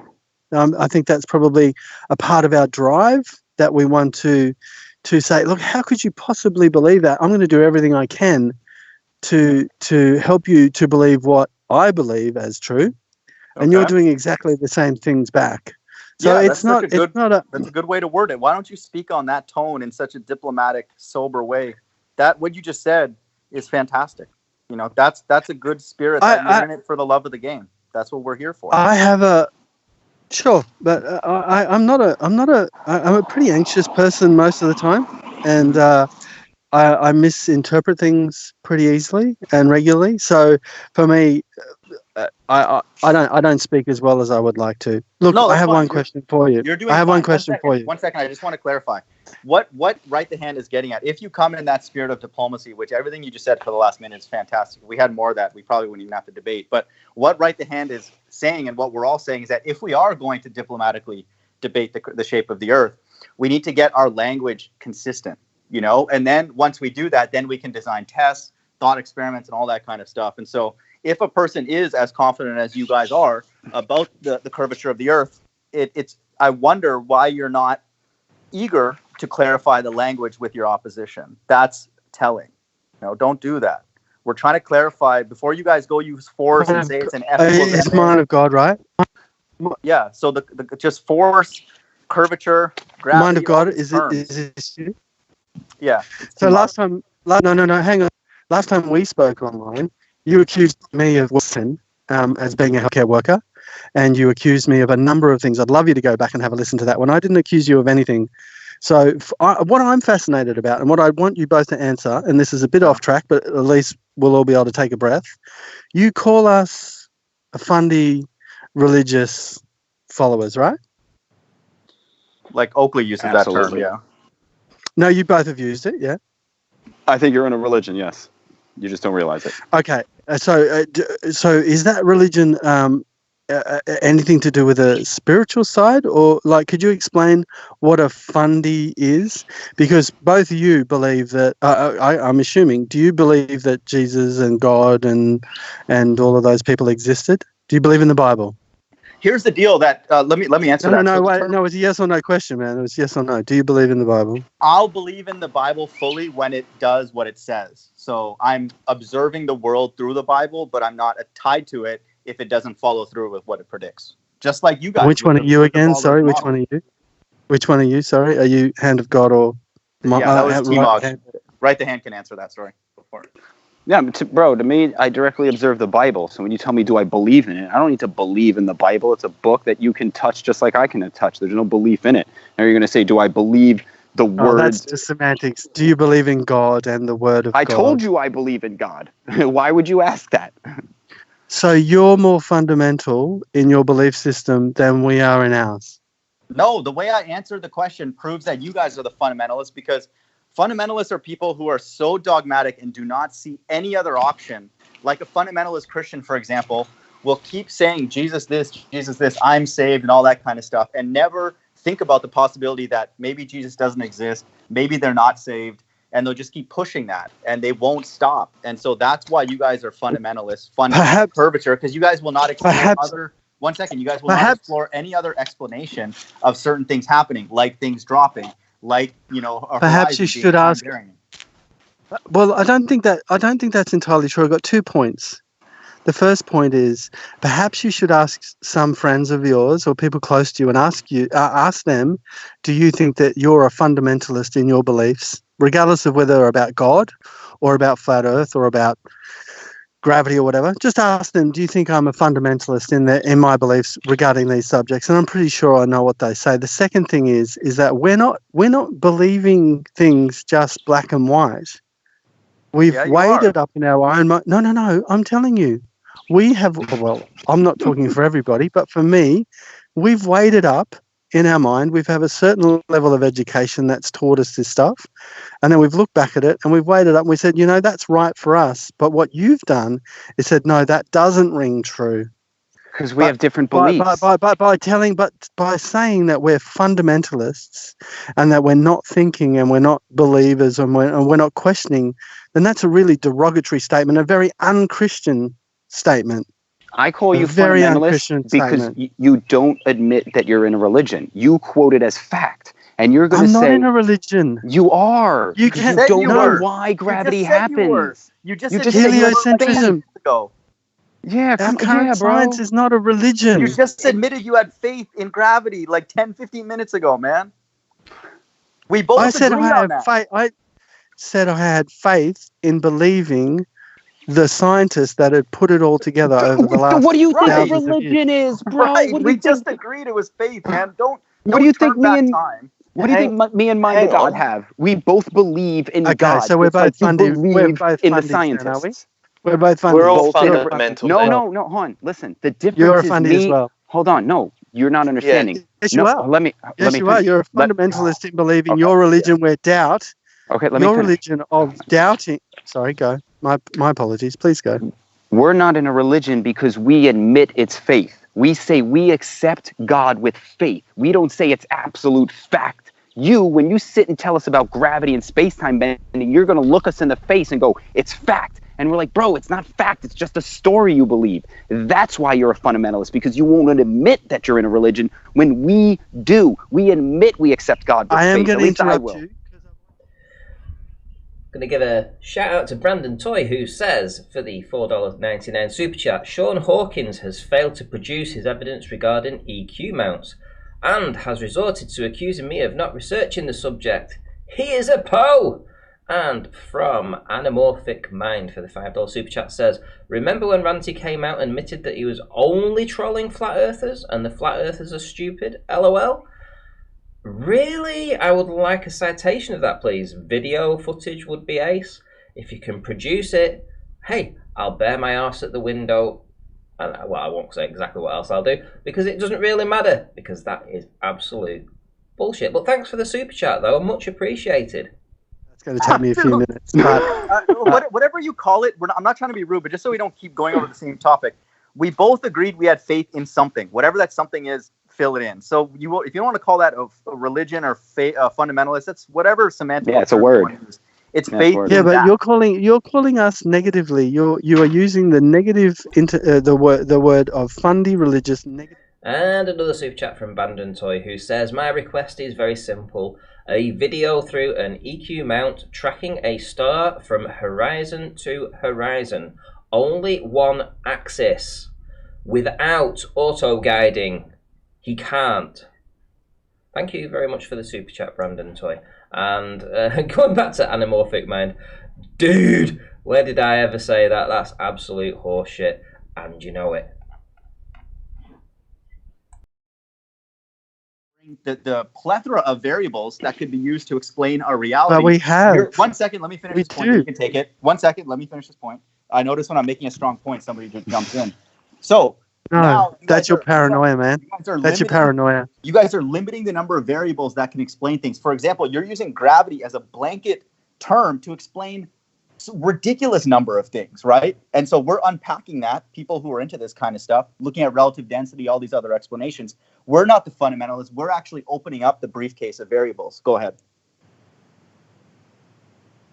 Oh, look, we're going to have to just agree to disagree, because you guys will just always say that gravity doesn't exist, the Earth's not spinning.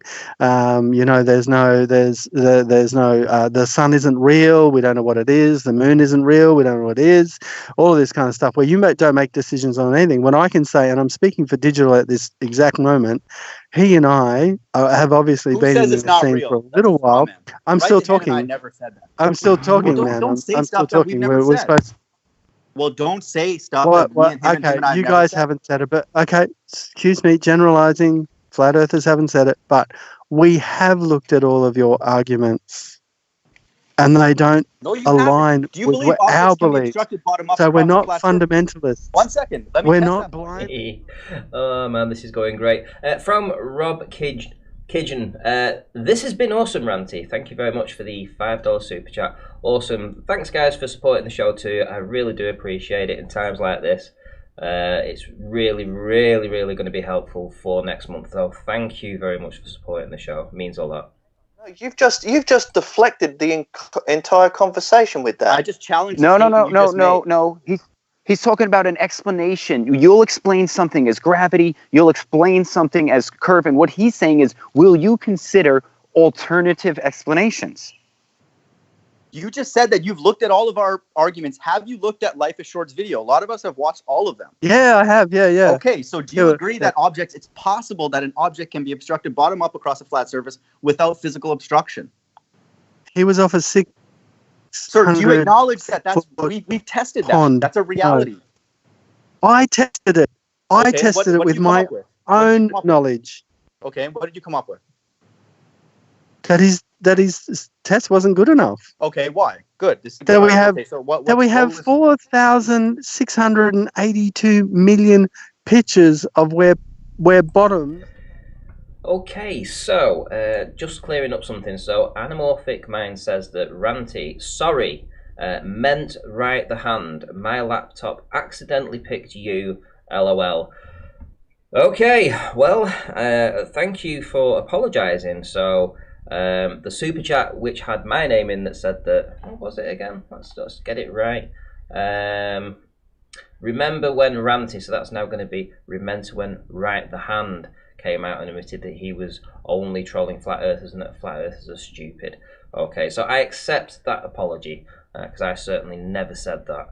And from Colin Dresser, who says, thank you for all your hard work, Ranty, and it's an excellent show. Well, thank you, Colin. Thank you. Appreciate the $9.99 super chat. Absolutely awesome. Cheers, mate. Ta. Now on curvature? No. Well, because you both agreed that G's were faith. We're moving on, right? Let's make progress. Yeah, you sorry, I missed that. We both agreed what were faith? Mind of God was talking about Life is Short's video where he made something disappear bottom up, right? Now, you were saying, I disregard that because when I go outside and I go to the beach and I can see thousands of things bottom up disappeared on the globe, right? Yeah. That's what you said. Yeah. Okay. Yeah. Do you understand? Does that sound weird to you? No, it sounds like the law of averages. Okay, so It's here, the law of let me explain why I think I'll explain why I think it's weird. So, I think it's weird because if life is short, demonstrated that you can have bottom-up obstruction on a flat surface, right? Then you go outside and see bottom-up obstruction. Why is it not reasonable to think that it's because of a large flat surface? Because you didn't prove it. Or at least possible. That's all. You jump right to the globe. You're like, oh, well, when I'm seeing this bottom-up obstruction, it's because of a globe. But I'm like, yeah, but that's not the only explanation. My faith is in the globe. Yes, exactly. As your faith is in a god. Exactly. So my faith is in a globe. I'm going to trust. Don't come I'm going to trust. Wait, man. No, seriously. I'm going to trust all of the scientists, all the hundreds and thousands of scientists before me who have said we live on a globe. I'm going to trust them before I believe some guy who has no education in perspective, no education in physics, no education in mathematics. Probably some like guy who's put on the internet. No, he has a background in science. Seriously, if you guys were onto something, why would you be on YouTube? What do you mean? Isn't NASA on YouTube? Yeah, dude. What are you talking about, man? Is that your answer? Isn't NASA on YouTube? Is that your answer?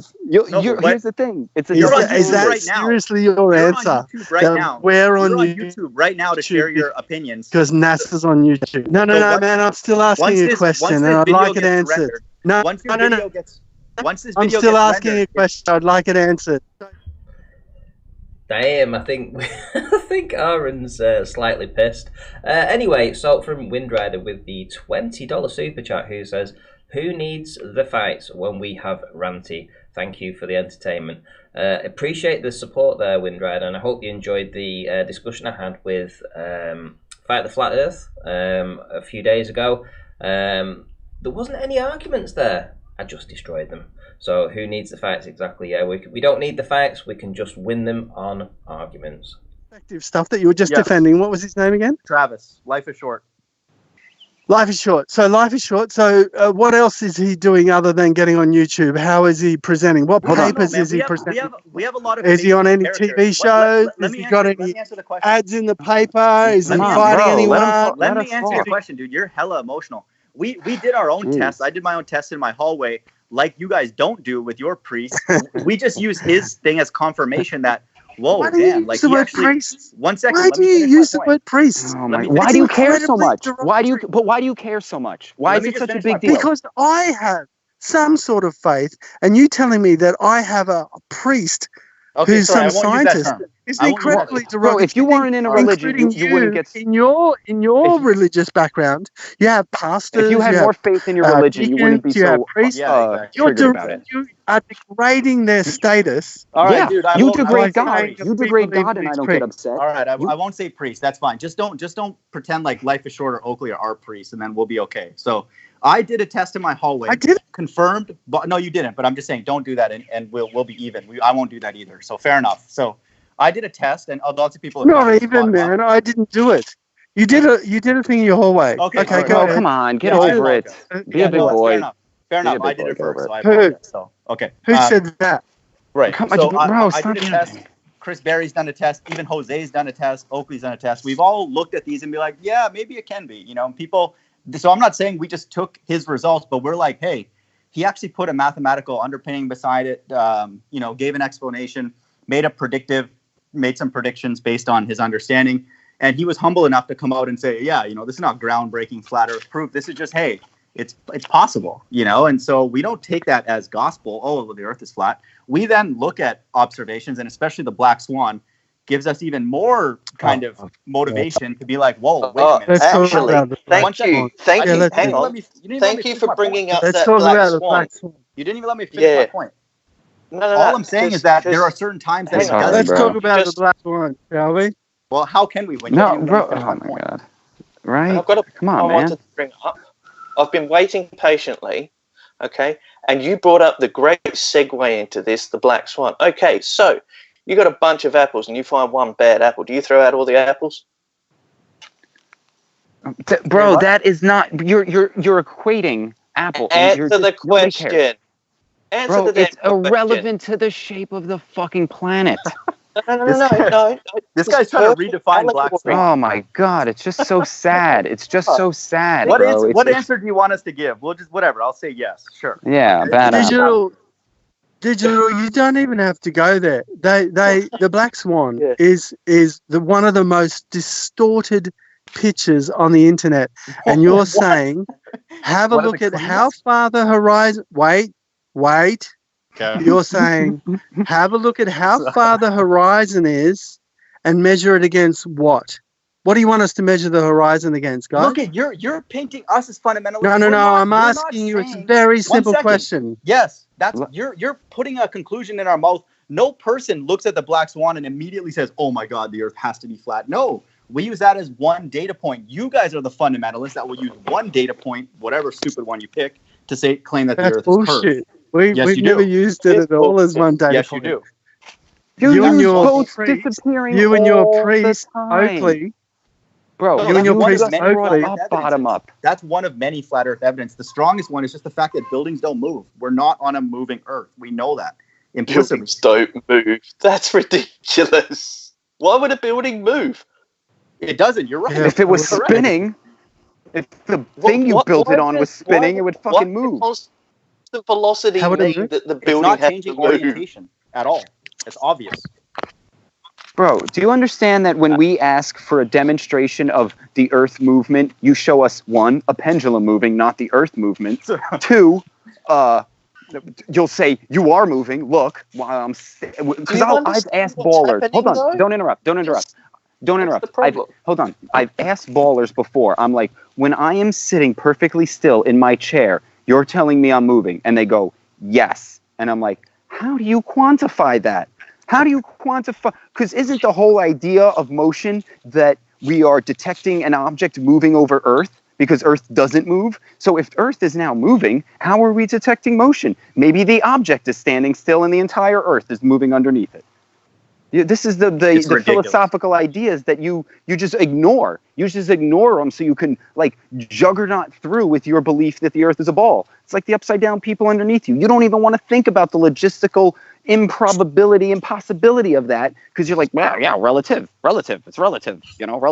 Relative. Which one of you is talking now? It doesn't matter. It doesn't matter. Right. It is. No, which one? Right the hand? That was right the hand, yeah. Man, you have just taken us back 15 years, dude, with that comment.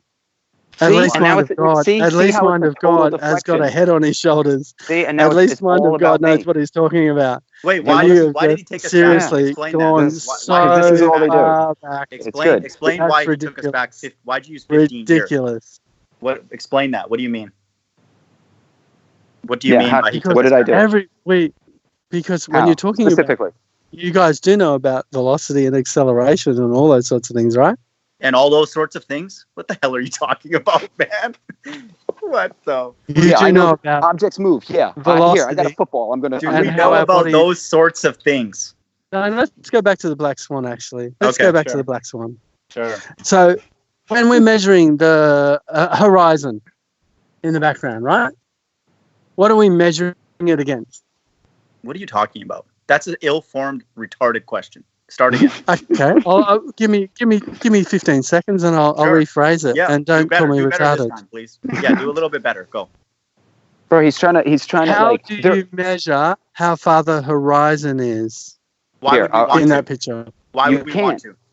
You can't. There is no horizon. There's sky and then there's land or water, okay? Now, when you take a picture, you're not taking a picture of three things. If you're looking out at the ocean, you see 2 motherfucking things, maybe a cloud, but we're going to keep this very simple because you... Okay. How many Christians swear like you? Bro, that's what I want to know. Can you not interrupt? How many Christians swear like... Come on. We're the renegade. We're the renegade. Yeah. Let him get it out. Let him get it out.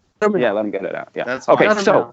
Okay, so when we're standing at the beach, right, and we're looking out, we see water, right? Water. Then we see sky. Now, we don't see a horizon. That is a word. It's not something that you can see because the only thing that's out there is sky and water. Do you agree? So why is the black swan important? Bro, it's not to me. It's not. I don't need a picture. Can I answer that? You can if you want, because to me, it's just another picture. Important because it's very, very important because the bottom-up obstruction was almost always cited as physical obstruction or occlusion, as Dean would say. However, that proved that you cannot always cite the geometric horizon for bottom-up obstruction. So now what it becomes, in a rigorous and a complete sense, is a ray tracing exercise, or the atmosphere moving light rays over it. And so that's a more fair level playing field. And the cool thing is what Right the Hand now puts us in the lead, because he's given a mathematical treatise on how that's possible on a flat Earth. You guys need to prove how that's possible on a curved Earth, which I haven't seen from anybody. So, how is bottom-up obstruction possible? The geometric horizon is there. It's mathematical. Sorry, go. Okay, yeah, just let me. I think you understood my point. And so you guys cannot, in that black swan, in the very least in that image, cite geometric horizon as bottom-up blockage. So, do you agree? Well, there's nothing to bottom-up blockage against, is there? There isn't. No. Right. So it has to be the rays. Is there anything for us to measure against? Yeah, it has to be the rays attenuating that are close to the surface of the Earth, right, to produce any kind of obstruction. So you're saying we can't measure the geometric horizon. Why? What are we measuring it against? No, you cannot cite it for any kind of bottom-up obstruction. You can't. Why? Why can't we? What are we measuring that bottom-up against? Right. The only thing that dictates on the ball and flat Earth is light rays moving through an atmosphere. You agree with that? Why it has to be. Can't we? No, I'm going to ask you again. Okay. Why can't we measure the geometric horizon? What are we measuring that geometric horizon against? There has to be something in the water for us, and this has been said very unclearly by all ball earthers. Mm-hmm. I don't know what you're asking. Like, what do you mean? Is mathematics. So why is the black swan so important to you? Why is it? Okay, let me try and explain it a different way. So in the black swan, the geometric horizon is not visible, first off, but you can say that it's there. That's fine. But the horizon is so far in the distance that the only explanation for that are rays moving from a very, very far distance away, tight to the surface, to the observer, along the surface. How are you measuring the apparent horizon? How are you measuring it? We don't know the distance exactly. What are you measuring it against? What do you mean? You like the distance away? Yeah. How do you know how far away it is? What are you measuring it against? We don't know. We just know that it's further than the furthest oil platform. But we know it's not where the geometric horizon should be. Furthest what? We know you're it's not measuring against the rigs at all. Yeah, we know it's beyond. You're not measuring it against the rigs. No. Don't say yes. Okay. Repeat my question. Sorry, can you say it again? You are not measuring it against the... Yes or no? It's cutting out. Say that once more.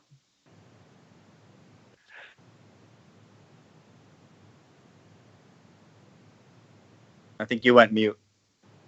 I'll answer the question, whatever it is. Our apparent horizon or the horizon against the rigs.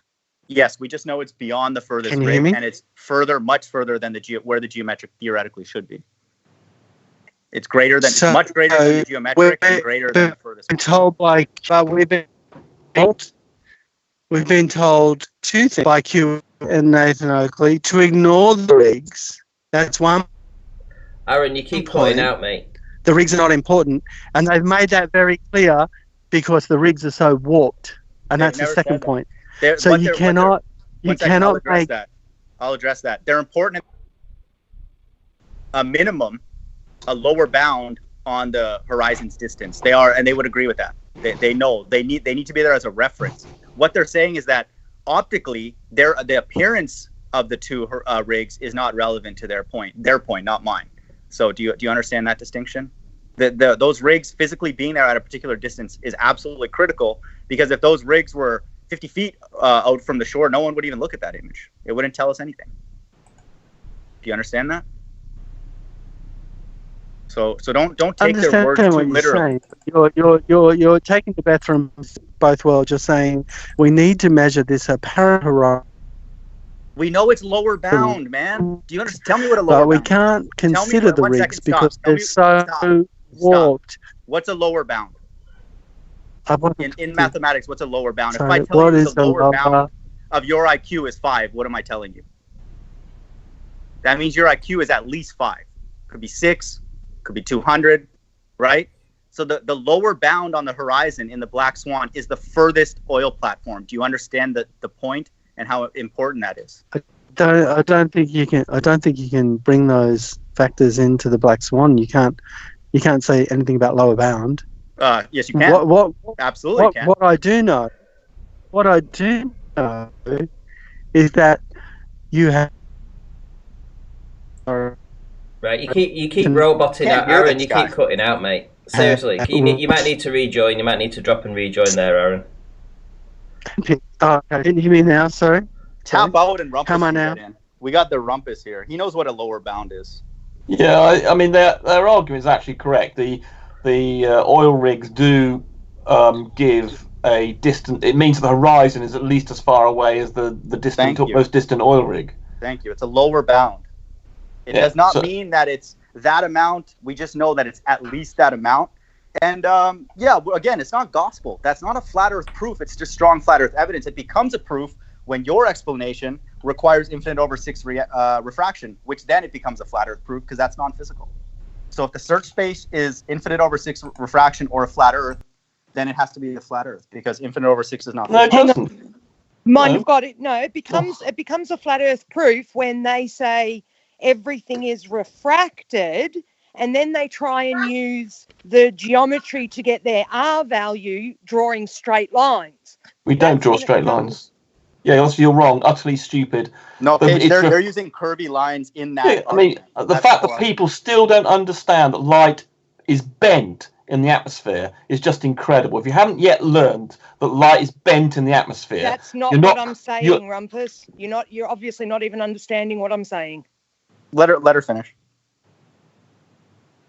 When you draw your tangent to say how far away the geometric horizon is, and you derive your R value from that. But what's the geometric horizon got to do with this? Rumpus! The geometric horizon got absolutely nothing to do with this. Oh my God.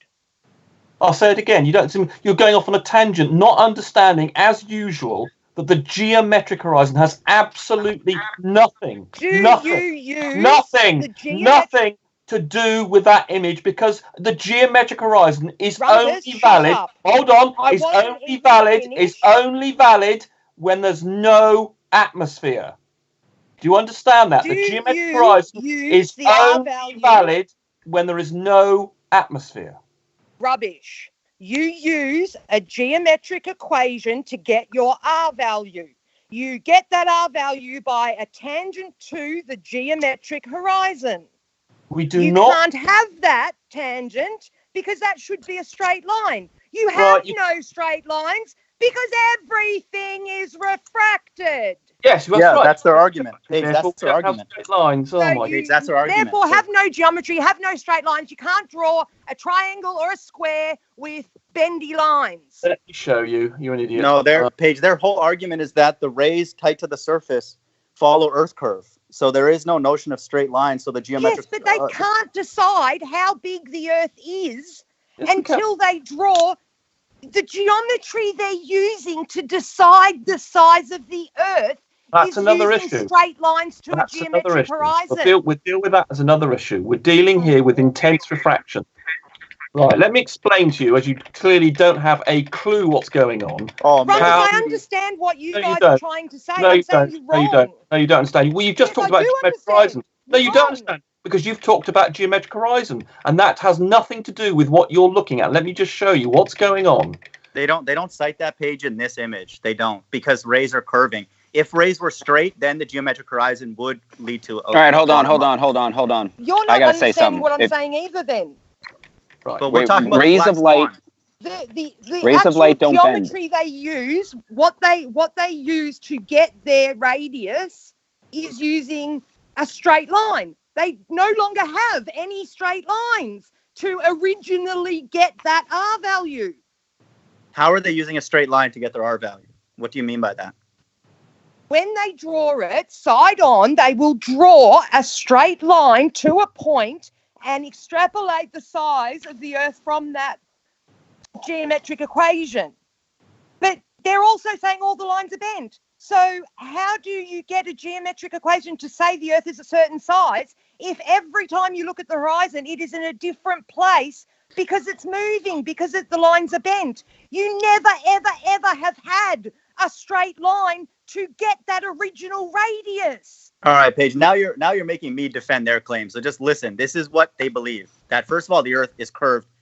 It is factually. They believe the atmosphere curves are like uniformly over that surface. And then their argument now is that the rays going through that medium in the black swan. I understand that. Okay, are so there's bent. Right. Yes. Okay. Can I explain? I've got a diagram here to explain this to idiots who still talk about the geometric horizon. Right. So here we have if you can, hopefully you can see this. Can you see this, Mind of God? This yes, diagram? I can. Yeah, Right. I've copied this one a lot. Okay. So here we go. Donkey dick geometry. So here we go. Here is an observer, and here is a straight line going out to where it touches the Earth. You don't have any straight lines. I'm talking about the case with an atmosphere. No atmosphere. But you don't have that. That's not a thing. Hold on. So don't Just use let it. me bloody finish. No, we've Right. heard this 1,000 times. Shut up. I haven't finished. I haven't even started. He's going to go on for 20 minutes. He's going to go on for 20 minutes. Be quick. Now, if you shut up, it'll be quick.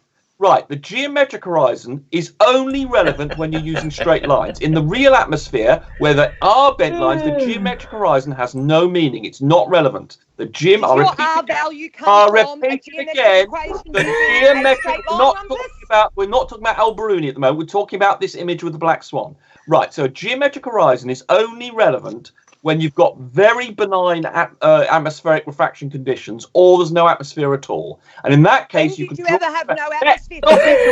No, you don't. I know I'm exposing you, Edison, and you don't like it, but I'm going to finish this.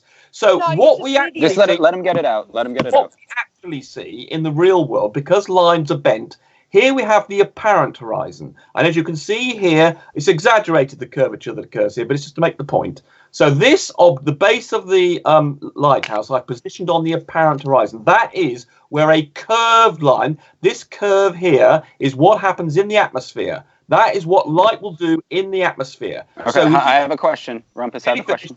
How do you know how much they there.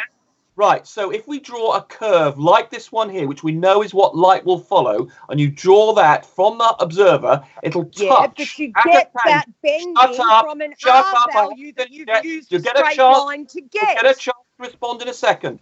So where this curve touches at a tangent here is the apparent horizon. In other words, the observer can see as far as this because it follows that line. The line, the ray of light from the base of the lighthouse at the apparent will go to the observer, and the geometric horizon doesn't feature. I mean, you can see it. You have to look at it. Literally arguing our argument for us. Yes, the horizon is always refracted. Right. So what? That's why you can't have an R value. Payge, you can now make a point. Go ahead.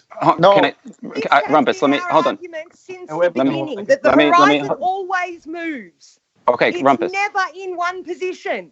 Yours must be. All right, Page. Okay. No, just go on mute. Page, go on mute for a second. I don't think you understand the point. Okay, hold on. Let me ask Rumpus one question. Rumpus. No idea what you said. Okay, anyway, Rumpus. Okay. Rumpus. Do we see side on like your diagram? No, we don't, because I've got Okay. Hold on. Don't monologue, please. Okay, so we don't see like that. So when you say we see in a curved path, where did you get that information from? Because we see light behaves in the atmosphere. Okay, how did you show me light behaving like that in the atmosphere? Well, I can. Well, you do understand that I. No. Stop. No. Don't tell me. No. I don't. No. I'm about to explain. No. I don't. No. Don't want it. No. I'm going to respond. No. I don't want an explanation. I want you to show me. No. I'm going to shut up. I want you to. I'm going to explain to you why your question. I don't want an explanation. I don't want an explanation. I want you to show me that. No. You're telling. No, Rumpus, you're saying no. You're saying light bends. Show me it. No. What happened to letting other people? Okay, hold on. Let him answer. Hold on. He can't. I don't want an explanation. You're not going to censor me. Hold on. Stop trying to censor me. So we're not censoring you. Right. Yes, so he's got you okay, the listen. answer. Okay, let me just say. I think there is a point that's saying show light bending. And I'm about to explain why that's a stupid question. No, I don't want it a stupid question. Show me it's bending or it doesn't. I'm going to give you the answer answer it doesn't you bend. need. So it doesn't bend. No, I don't need the answer. I need the demonstration of it bending. I don't you care have two what options. you want. No, Rumpus, I'm you have not two having options. you censor me. Shut up. I'm going to give Nobody's the answer. censoring it. Nobody's censoring you. No, I don't want I don't want your non-answer. I'm going to answer the way I don't want your non-answer. I don't want your non-answer. I'm going to give you a refutation of your point, and I'm going to explain it the way I wish to. Right, in this diagram, it got to the observer because I'm going to draw the light from the object to the observer. Now, what I think the hand wants me to do. We can't hear you, Rumpus. Keep dropping out. Really? Just boot him. He's fucking worthless. Who's doing that? We're not even hearing you, Rumpus.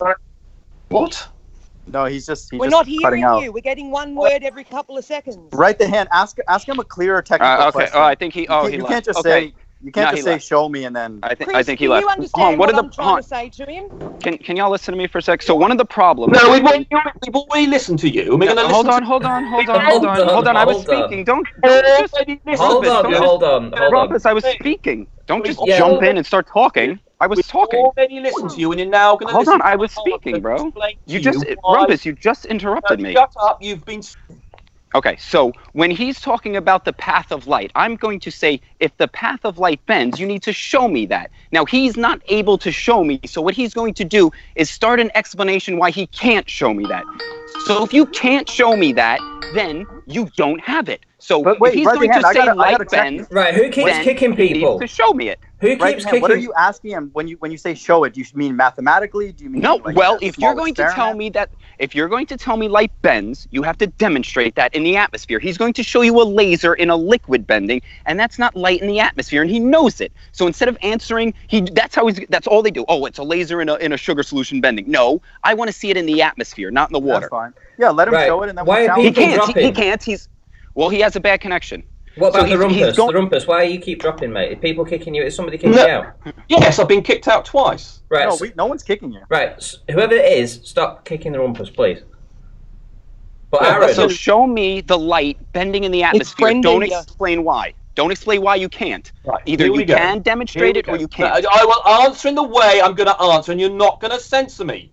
Yeah, right. Just go on mute and let him answer. Right, because... Now, okay, perhaps consider this flat Earth. I want you to consider how you would draw a diagram that would show the ray of light going from the object to the observer. This is the only way to do it. Now, what you really seem to want to do is for me to construct what the observer sees. But consider again my question. How would you draw the ray of light from the object to the observer? That's what I'm drawing. Okay, I will answer that. So I'm saying you don't see in a path of ray of light. You see in the line of sight that is unobstructed through matter. Now you're going to tell me this fairy tale about how you see in the bent path of light. Now I'm going to say, show me this bent path of light in the atmosphere, not your laser in a sugar solution. Yeah, right. Let's hear what he has to say. Yeah, because that's very difficult to do, to show you a whole line of light that goes over 60 miles, a laser beam. In fact, I've been trying to get actually a side-on view of a beam, a laser beam bending with George Hacknett. We've actually got one. Okay. That bends. Hold on, but the point is, this diagram. If I were to ask you again, think about it. You totally deflected from my question. Hold on. You didn't answer. You went back to your diagram. You just ignored everything I said to go back to your diagram. Stop trying to censor me. No, we're talking. No, I'm not censoring you. You're ignoring what I said. Shut up. No, I'm not. Look how good the conversation was before he showed up, Ranty. Before he just letting you know. Consider how you would draw light going from the object to the observer, and this diagram represents that perfectly. Okay, so let me respond to that. Let me respond. Now, I don't want a diagram because I can draw. Don't speak. I can draw a diagram that has the exact same thing happening on a flat Earth. I'll just draw different straight lines. Now, that's not reality. Now, in reality, we don't see in these lines, okay? You don't see a line coming out of my eyeball, and that's how I see. Look, you just let me finish. Don't censor me. Don't censor me. Rumpus, let me finish. Look, so Rumpus, let him finish. Let him finish. Down here. No, okay, I'm not done. That's only fair. I'm not done. That's only fair. That doesn't mean you go ahead and talk. That's only fair. He was talking. Let me finish speaking. Rumpus, you interrupted me. Draw what the observer sees as a result of those curved rays. Hang on, wait a minute. This is the flat Earth response, which he's getting to now. So just hold your horses there, the Rumpus. Okay. So when you draw this diagram that has these curving lines, and you're saying we see in these curvy lines, and I'm going, no, your diagram is fucking useless because we don't see in lines, okay? We see with our eyes, and we see through the atmosphere, which is mostly clear through direct line of sight. If I put my hand in front of my eyes, I can't see. Let me finish. Stop talking. Stop talking. So I wish you'd do the same when I'm talking. I do. So now what you're going to tell me is that... interrupting? How do you like me interrupting you? Okay. So what you're going to... interrupting you like really? Yeah, but he was censoring me, and now I'm having him a little toast of his own medicine. Right, okay, so now you've had your little... you're so adult, okay, so we don't see in these straight lines, okay? We see in just direct line of sight. Now, he's going to say you see in the path of this line. Now, he needs to back that claim up, and he'll show you a laser beam. But we don't see in laser beams. We see in line of sight with our eyes, not laser beams. So don't show me a laser beam to demonstrate how I see, because I don't see in bent curves of laser beams. But right but hand, if the biggest violation of that laser beam... They don't have their geometry. We're arguing about whether we see, in curved light, what light does. That's not the point. They need straight lines for their geometry to get their R value. They shoot themselves in the foot as soon as they say, we see everything in bent lines. Well, yeah, we do, because the horizon keeps moving. It's apparent. But Paige, that's not their argument. You need they a straight line to derive your R value. You don't understand their argument. They get to cherry pick both scenarios. They believe when the lines are straight, then it's curvy, looking curvy. When it's curved, then it looks flat. That's their argument. Do you get that? It doesn't make any difference to what I'm saying. But the fact that they say the lines you, are bent. Can you draw a triangle with bent lines? They have access to the full spectrum of light movement. Can you draw a triangle and get a radius value with bent lines? No. So, boom. It's over. But I just told you they have bent and straight lines. They have the whole search space. It doesn't matter what they have. Doesn't matter what they think they can have. Don't you understand that? We're arguing about... It's like arguing about whether the ISS is in space or not. It's like, hang on, we don't even need to argue with them about that. But they have a mathematical reason to motivate both. That's what I don't agree with it, but that's what they have. So we can show that the light is refracted in this way. We can demonstrate this. Yes, I agree with you that light refracts and that the horizon moves. That's apparent. It's an apparent horizon. So why are you talking about straight lines then? So why are you talking about straight lines? So why, if you understand that light is curved in the manner I'm describing in this diagram, why do you keep on talking about straight lines which are not relevant? What diagram? Because to get your R value, value for the size of the Earth, you draw a straight line to your geometric horizon. And the geometric horizon is irrelevant. Oh my God, it's not, because look in this diagram. What diagram? You're not sharing anything. One.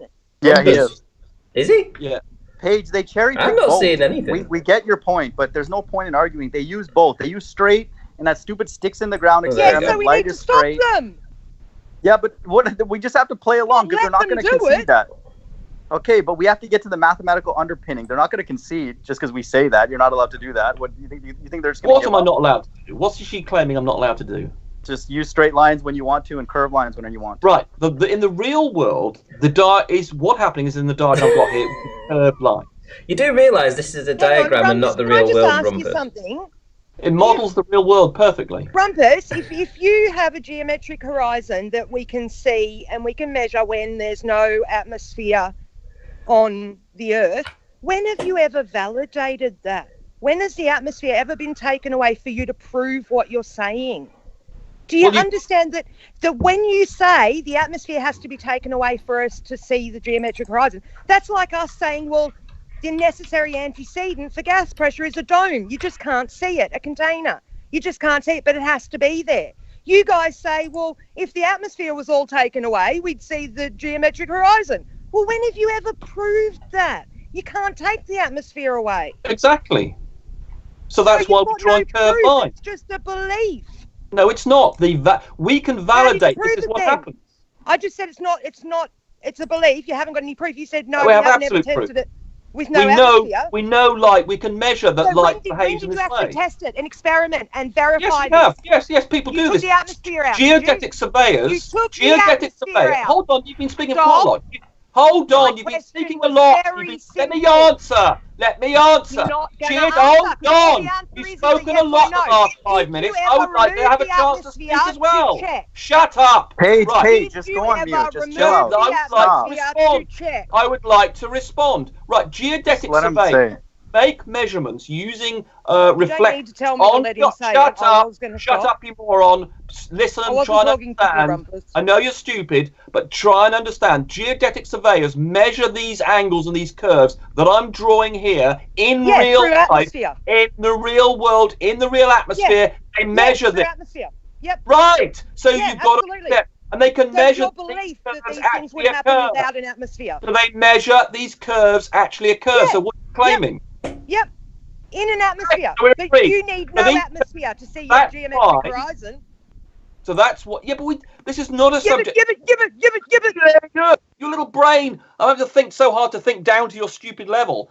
Right, so here we go. The geometric horizon is not something where the sky meets the water. It's where the apparent horizon is. The visible line where, oh my God, Rumpus, pull up the definition. No, we've got this. Pull up the definition. No. This the apparent horizon. Don't you dare start spewing definitions to the audience that are your words. The apparent horizon is where the sky meets the water, and that's where the base of this lighthouse is. The geometric horizon is only where the sky would meet the water with no atmosphere. So how have you verified that? Because we can verify, well, we know the geometry for a start, and we know How did you get that geometry? Well, if you want, the Ordnance Survey, for instance. Did you draw a straight line to it? No, if you can let me finish, I know you don't want me exposing you.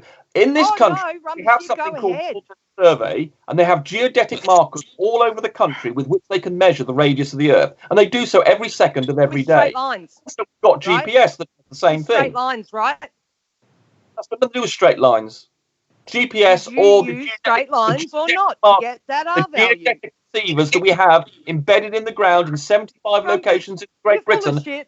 So it's just not like accepting fact. I appreciate you want your reality denier, but the fact is we have geodetic receivers all over this country which you're literally the reality denier, saying that you would see something if you suck the atmosphere out, but we've never been able to suck the atmosphere out, yet I believe that's what happens. I'm afraid you're just denying reality. You're denying institutions that specialise in doing this every second of every day. And you yourself can get an approximation, if you like, using the Al-Biruni technique. An approximation, huh? Because it moves. You personally. Yeah, you yourself could go away, and if you made the Al-Biruni observation of the horizon, the dip angle to it. How do you make that? How do you make that observation when the horizon is continuously moving?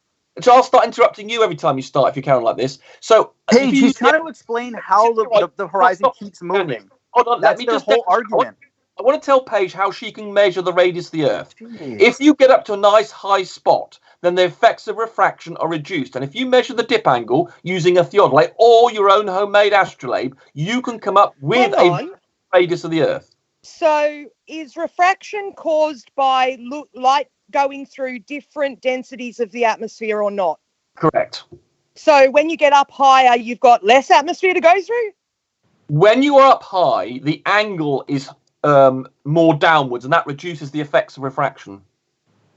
Just like when the horizon is way out, and you're looking almost straight at it. Hold on. How is that looking down? Just like if you wanted a spear of fish If you got directly above the fish and tried to spear it, it would be where it appears to be. Whereas if you look at a steep, an acute angle. Basically, hold on, stop interrupting me So you've said exactly I'm going what to interrupt you every single time. Exactly my point. You've never taken the atmosphere away. You've never got a straight line to something. You don't know where its real position ever is. Like an adult, like a fish in water.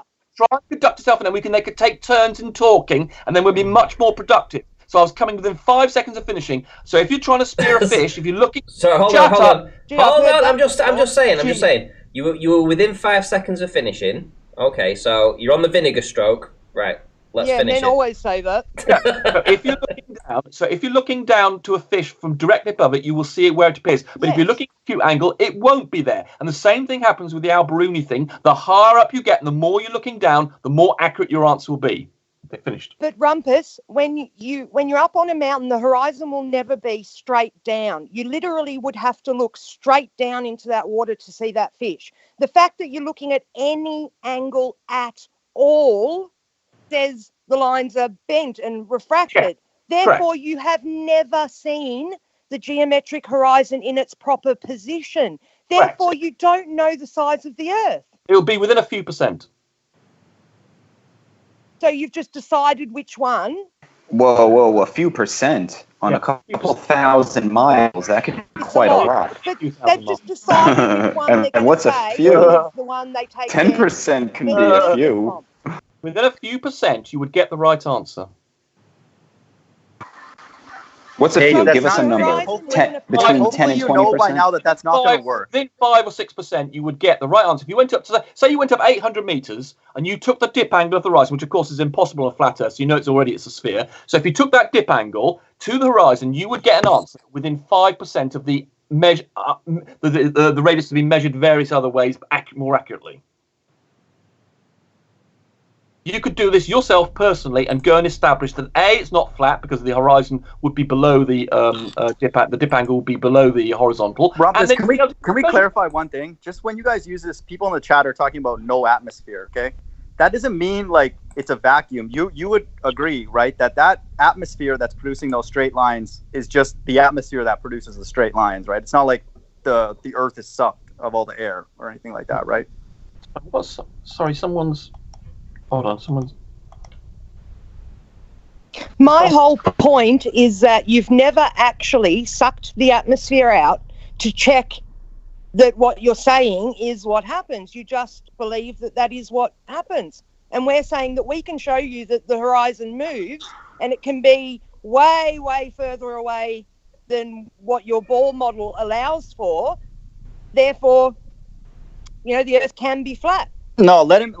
Mine was more clear. Rumpus, what is the atmosphere that produces those straight rays?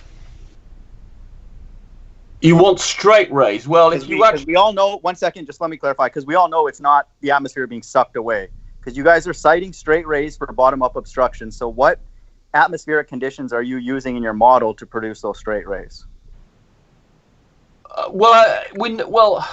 In the atmosphere, we know that it's always going to be refracted and it's going to have the bending that I'm showing in my diagram. Okay, so now we're asking for the case for those straight rays, which you even said, and I have a video of it on my channel, that the straight lines produce the bottom-up obstruction, which happens regularly. So what is the atmospheric... One second, let me finish my question. What is the atmospheric conditions that produce those straight rays? You don't need straight rays to have bottom-up being removed. That's the only case that the geometric horizon becomes tangible to block, right? Even No, hold on. We don't need geometric. Here, hold on. Here we have what we remember. The term geometric horizon is where you're using straight lines. Here with this we're not talking about Black Swan. We're talking about straight rays. I'm not talking about Black Swan either. But this is an apparent horizon in which there are two things that cause obstruction: the geometry of the Earth and refractions. There are two factors, and I know this is difficult for flatties to understand. But you never see the geometric horizon. How can it cause obstruction if you never see it? It doesn't. In this case, in the example here, you did. Oh no, I didn't. You didn't listen. You see, you didn't listen, did you? The geometric horizon is a very specific phrase. You're not listening. You see, you're not listening to what I'm saying. You're not listening, and then you're going to straw man. You didn't listen to what I said about 10 seconds ago. Hey, give me a couple of minutes. Hold on, I've got to correct us. You didn't listen because you're stupid. The geometric horizon is a very special thing where you just use straight lines. You can still have horizons, as we've got here. This apparent horizon is caused by curved lines. This horizon is caused by curved lines. You can have horizons from curved rays. They don't have. We agree with that, Rumpus. We're asking you to prove your straight line horizon. Yes, let me summarize. Not the curved one. We've been arguing for the curved line. The curved. Yeah, let me summarize the point. Hold on. Let me summarize the point. Mind of God, hold just a second. Mind of God just said you need straight lines to have obstruction by the Earth's geometry. No, you don't. You can have curved lines. You've said that. No, Sir, I have a video of you on my channel saying that, man. What do you mean? He's just a liar. That hangout with you and Al K and all those other dummies. Do not require right. You can have obstruction by the Earth's geometry with curved rays. No, sir. We want to see your straight ones, Rumpus. One second, Rumpus. Let me summarize. Rumpus, let me summarize your argument. Let me summarize your argument. To just talk about the straight line case, in other words, to simplify. No, we want to see the geometry. One second. To prove it. I think that's fair. To be fair, let me summarize, Rumpus, your argument, because you maybe don't remember. In this Black Swan, the apparent horizon is not where the quote geometric horizon is, because you have curvy light rays going over a long distance, right? Fine, we'll give you that. And when you have bottom up obstruction, argument for 5 years. Payge, I let me just finish my point. Just go on mute. So that's the one. You've interrupted me every time I've been speaking. No, I don't. I'm trying to ask him a direct question. You cannot you can't take turns, can you? Right. Let me ask him a direct question. So, curvy rays plus a far horizon that's beyond the geometric horizon, that's your explanation. Fair enough. And that's the diagram in front of me. Right. And then if you have bottom up obstruction, that is straight light rays interacting with the geometric horizon, correct? No.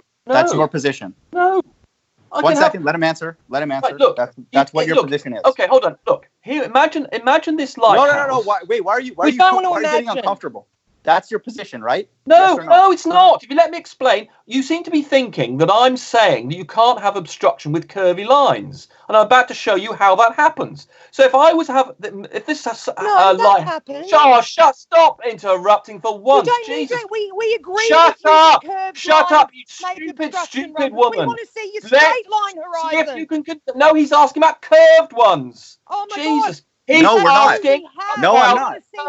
No, I agree with Payge. I'm asking about the straight ray case with the geometric horizon. You just said to me that when you have curved lines, that you cannot have obscuring objects obscured by the. You just said we want to see your straight line. Right, you are saying that. I'm trying to explain to you why that's wrong, but I'm not being given a chance. Right. So here we have the lighthouse, and if this lighthouse was bloody hell, this lighthouse was further round, then it would as this is where the apparent horizon is, all this portion of it would disappear with curvy lines. Now you might be talking about the specific case where the line is curved that exactly matches the radius of the Earth, and in that case you're correct. If this ray is curved such that it tracks exactly the surface of the Earth, then yes, you wouldn't have any obstruction. How did you get the maths for that line to track exactly with the Earth?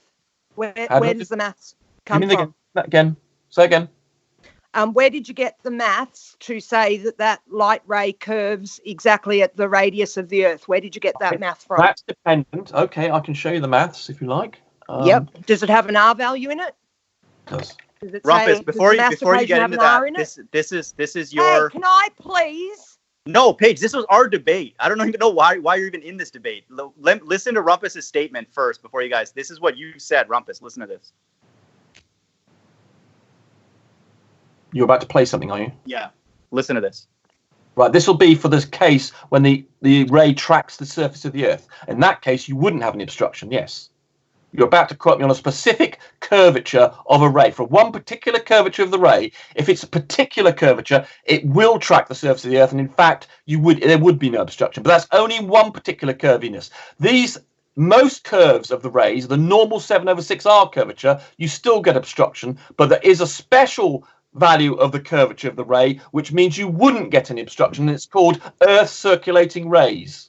So you're, oh my God. Dude. So you've gone back on what you've said in the past. Listen, you do understand that these curves that I'm drawing, they can all be of different curvature. I've drawn a particular one here. If I made it, I could make it less curvy or more curvy. There is one particular value of curviness, which means it would track the surface of the Earth exactly, and you wouldn't get an obstruction. But most of the time, that doesn't happen. Normally, the curvature of the ray is greater than the radius of the Earth, and then you do get obstruction. So why and is it mind of God, Rumpus joined at the same time I did, so it wasn't his debate either. Yet you don't mind him being here. So you're because I'm asking him specific questions. I'm asking him specific questions. Well, she actually did ask me a specific question. Actually, she did actually ask a specific question. Yeah, I did. Right, but you've said in the past in that video that I have on my channel that straight lines interacting with the geometric horizon is what's producing bottom-up obstruction. Do you not take that point now, that position? Well, as we have an atmosphere, always the light is bent. So that's not a real world thing. But in principle, if I'm trying to make perhaps I was demonstrating as a principle, if you had no atmosphere, I may have said, then you could just use straight lines. But given that the atmosphere causes light to bend, you've got to consider the bendy line case, the bendy ray case. Okay, so your position is that because there's an atmosphere, rays will always curve in some fashion, and then bottom-up obstruction. Fashion, that's right, correct. Okay, and then so bottom-up obstruction is those rays tight to the surface attenuating and not making it. Correct. Okay. So in other words, if this ray, I might be able to draw it here. So if this ray, let me just see, right. So that statement you made on Alk's Hangout was vague. I don't know why you would say something like that. Well, do you agree? I'm going to. You can't say that. You can't say straight lines interacting with the geometric horizon produce bottom-up obstruction, and then say now that, oh no, that was just for academic purposes that I said that. Well, you'll have to quote me what I actually said. I've no doubt I got it correct. Well, I would play the video, but I think I'll get you're just misquoting me.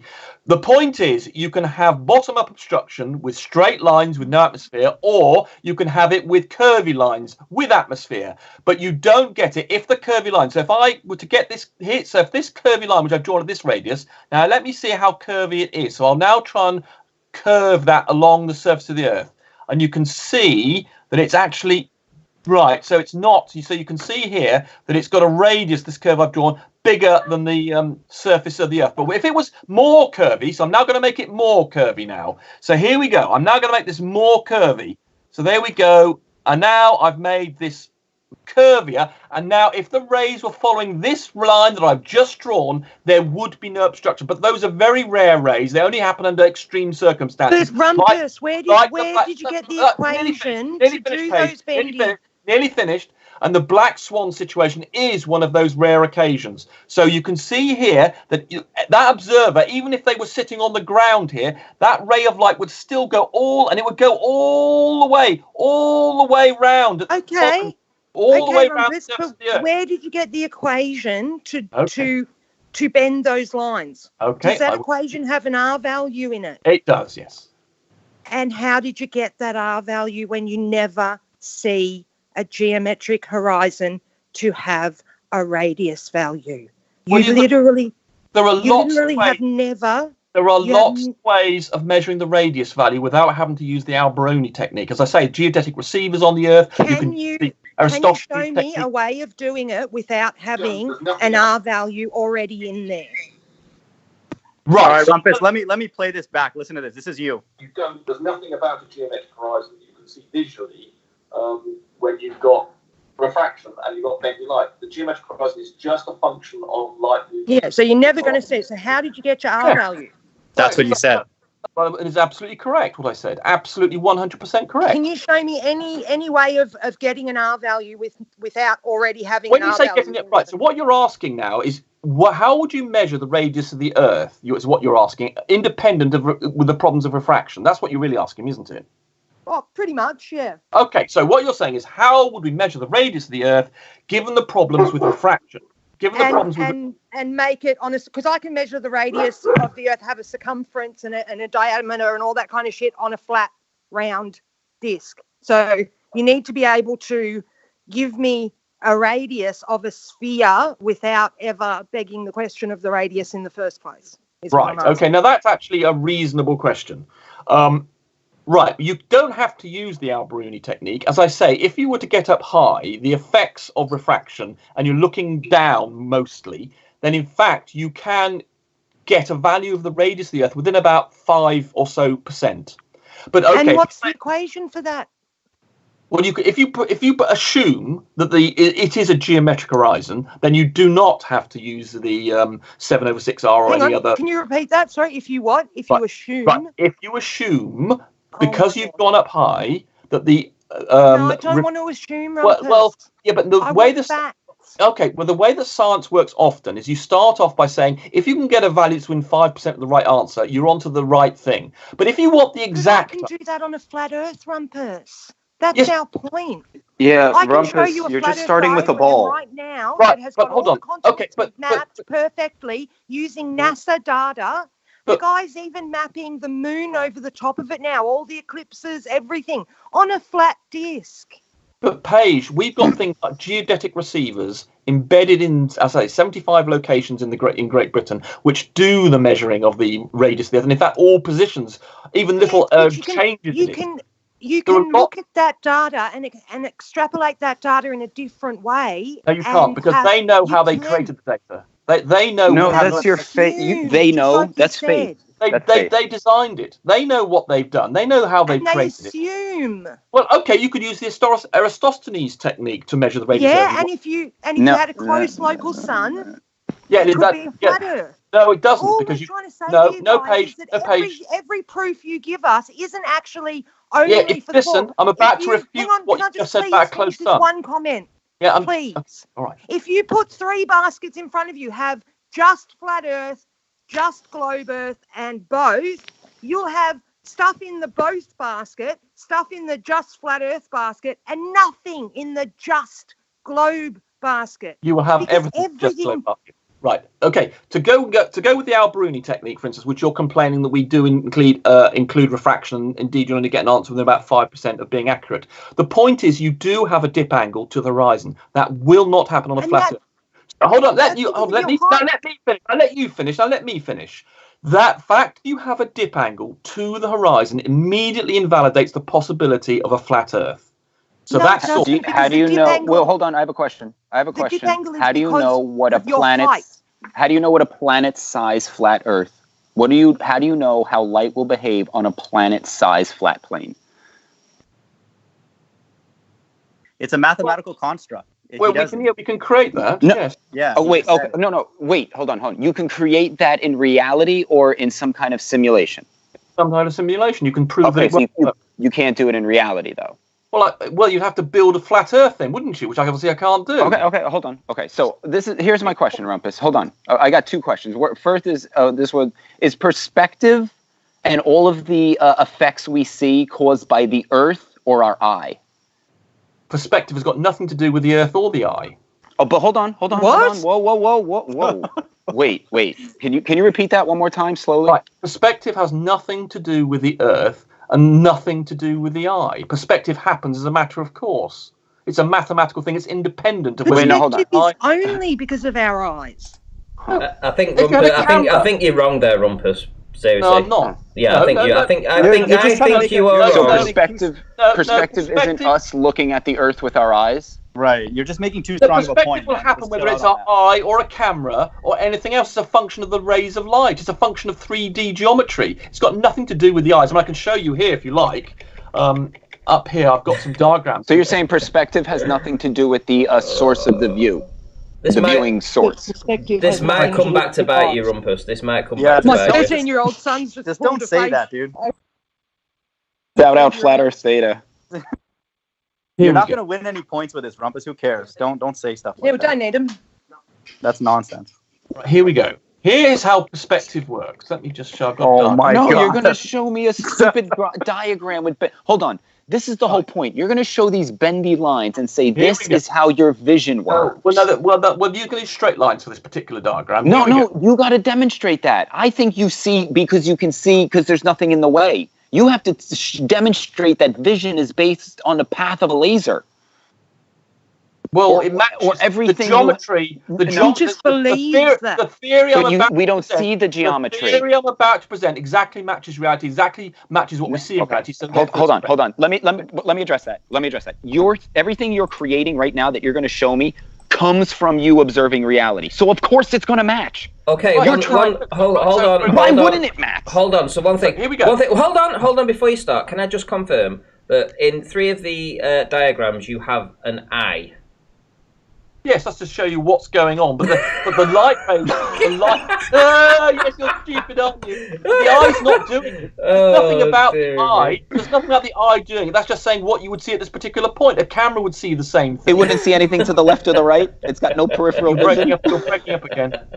So this is what causes. So how camera works, for instance, you have here's an object, and here you consider something that's an observer, and how would the light rays go from the object to the observer, passing through a plane? Now, this plane could be a camera's focal plane, or let's stick with a camera. So this is the effect those lines would have coming through this focal, this viewing plane, is actually its proper name.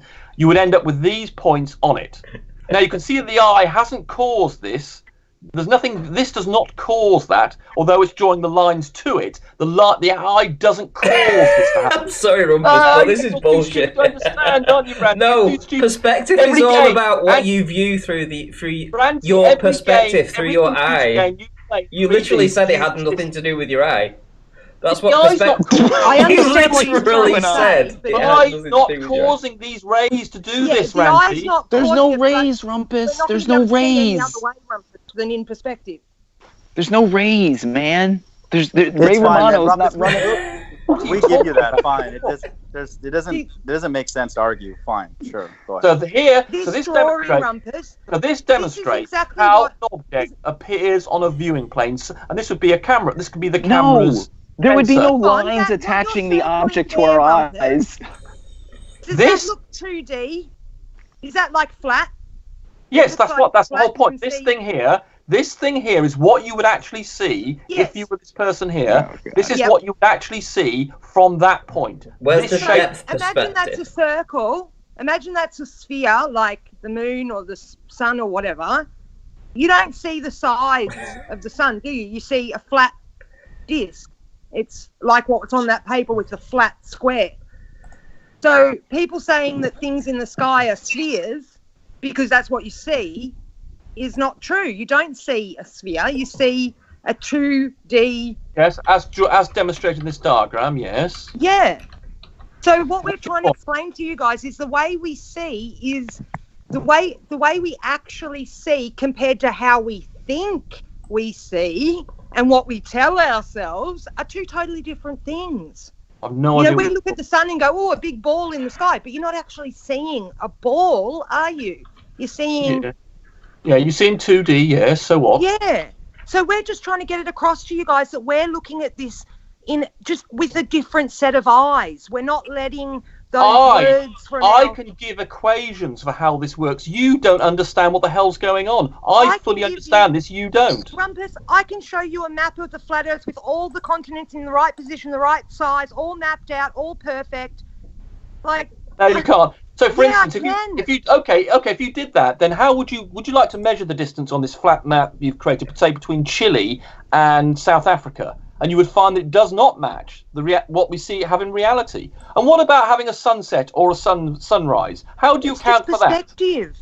What do you mean? The sun disappears below. The sun disappears below the edge of the It's Earth. the same No, bottom up darling, argument. no, Rumpus, Rumpus, it's the it same doesn't. bottom up And if argument. it goes below that, and all the angular size of the sun is a constant throughout its entire travel in the No, sky. it's not. You've even Yes, proved, shown you even that told us it that it's changes not. size. It You even even gets told no, us I- that it's not. No, I didn't. Yeah, you did. You Yeah, you did. got You confused. said somebody You- posted an example where there was and let me quote you properly, 1 pixel difference, so it's not the same. You've even Yes, it said is that. the same. That's just within a margin of error of the Say definition. pixel again. Rumpus, for our have you audience. ever seen the sun over the water at sunset where it looks really, really huge and you go, oh, wow, look at that. The sun looks massive. Because of all the water in the air, it's actually magnifying, making it bigger. If you're So talking, it does. Okay, No, it listen, doesn't. hold on, guys. Can you look at the... It does, I'm Rumpus. sharing screens. So, Rumpus, I want you to read out what it says when we say, what is an example of perspective? You've presented your examples of perspective with your drawings, etc. And this backs you up in many ways. It says about distance and depth of an object on a paper, etc. So, could you please just read out what it says on screen? Perspective is the way that one looks at something. Yeah, that's the bit you're going to try and get. Yes, I know, but that's not actually doesn't cause perspective. Right, this is exactly what perspective is, mate. It doesn't cause perspective. We're not looking for the cause of perspective. We're asking what is perspective, not the cause of it. There's a difference between the cause of something and what is. Perspective is the 2D rendering of a 3D image. But what? That's what. What is an example of? You just said that it doesn't need your eye to have perspective. Do you remember what I said? I said the eye doesn't cause it. No. That's what I said. You didn't say that. Perspective you didn't say that. Rewind the tape. I did make it more. Okay, I was talking slightly broad. I did say the eye has nothing to do with it. Yeah, there we go. But that does not cause. And I did say it might come back to haunt you. That actual phrase. Not a problem. Your statement was just too strong. Your statement was just too strong. There you go. That's fine. Not cause the perspective effect. But it does, because the 2D, because everything would stay in 3D if there was no eye to see it. No. So it's just rays coming out from the object and then demonstrating as the object gets further away. For instance, the rays are closer together. It becomes smaller. But they wouldn't do that if there was no eye for them to go into. They would just be heading straight out. They wouldn't converge into a picture because there's no eye for you to see. The rays of light would do exactly the same thing. No, they wouldn't. Page, he's kind of right. He's kind of right on this. The rays do not change their behaviour because the eye is present. Going into the eyeball, those rays wouldn't be doing that if there was no eyeball there. If you took the eye away, the rays of light from the object would still do exactly the same thing. No, they wouldn't because there's no eye there. Yeah, they would, Paige. They would. Oh, God. He's right on this. Just leave it alone. No mind of God. That's like when somebody asks you if a tree falls in the forest and there's no one there to hear it. Here's an analogy. Here's an analogy, not to be rude, but let's say you weigh 100 pounds. When you stand on a scale, it tells you you're 100 pounds. Just because you're off the scale doesn't mean you don't weigh 100 pounds anymore, right? All he's saying is that lens is registering the perspective, is honoring it, representing it. But those lines 1 second, let me finish my point. Let me finish my point. Different quality of lenses will still have perspective, just a different amount. Sorry, go ahead. Yeah, the rays of light. Have a lens there rays of light coming to there is nothing for those lines to be going to. The rays of light it's encoded in the rays. It's encoded in the rays, Paige. The rays itself. But without an eye there. The rays going the to that point. The rays are the perspective, and he's right. It's true. It's just accepted. It's just let's move on. Who cares? You're right about that. That's just I don't agree with you. I'm not going to accept it. No, right. I'm sorry, but I don't agree. Paige, if the light coming into the eye would still come into the same spot if I removed the eye, there'd be no difference in what the rays of light did. But they wouldn't all be converging to that. Yes, they would. The same rays of light would be going to the same places, whether or not the eye's there or not. Correct. And they would have the perspective encoded in them, embedded in them. It's what it is. No, it's what it is. Oh my God. It's true. Because they've still gone through the same channel no matter what, whether the eye is there or not. Those rays have experienced that same channel, which the way they work, it will have the appearance of perspective. The optical device that's rendering you can't have perspective without an eye to visualize. The eye just tells you the amount of perspective that's there. It's like a measuring device, like a weight scale. Those rays are still going to honor the eye, perspective. Don't you? What's that? You still need the eye. if you want to observe the perspective, yeah. Yeah.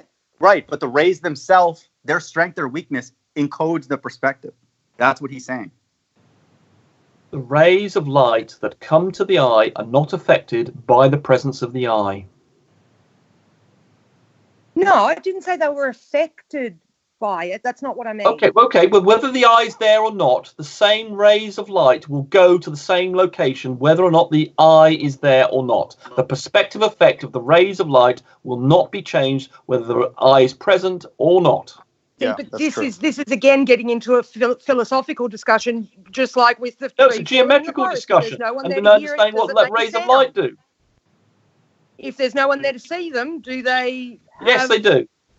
Well, see, yes, they do. That's the point. But you can't ever prove that because you can't ever show that there's no one there to see it because you can't ever show it without somebody being there. Do you know what I mean? No, you can because you could put the camera there and then remove it. But then there's a camera there. It's a lens. Just like a taping a tree falling, you're still taping the sound. It's literally something you can never do. Is your argument that when you put that eyeball there and then remove it, that the rays change? No, of course not. No.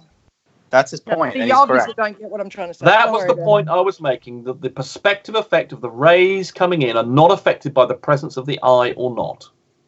The same rays of light are still doing their thing. If I were to remove this eye, they would still do the same thing. Obviously, there are lots of other rays going into other directions as well.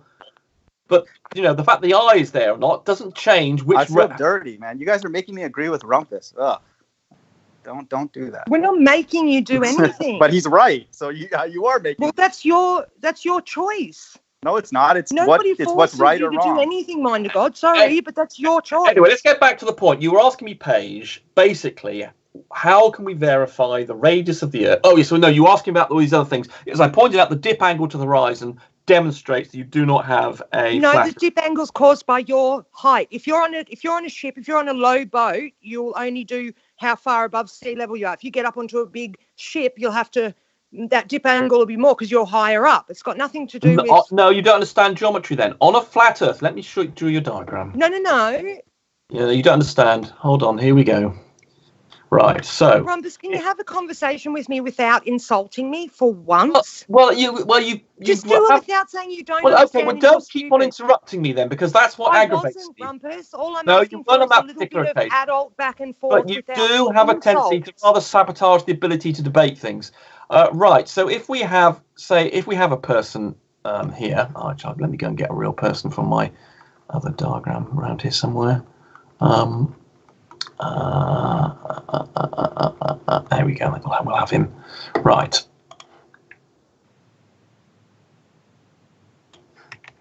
Right. Okay. So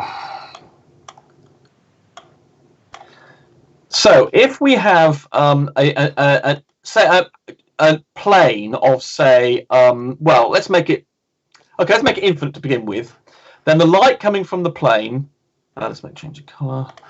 So the light from here to here, this angle here. Hold on, you're not sharing anything.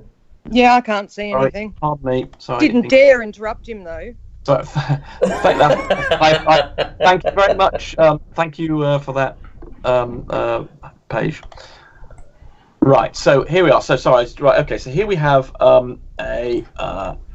here we have the infinite plane, the flat plane here, and here we have the angle. The dip angle would be from here. So let's draw in the. So this angle here would be the dip angle. Can I just ask, why do you never present real images? Why is it always diagrams?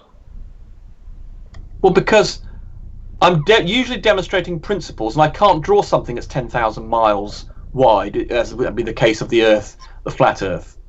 So I'm demonstrating principles, and that's what it's like having a blackboard. That's what scientists and teachers do. Right. So. Okay. So wait a minute. So this is 10,000 miles across. Yeah. Okay. So where's the atmosphere?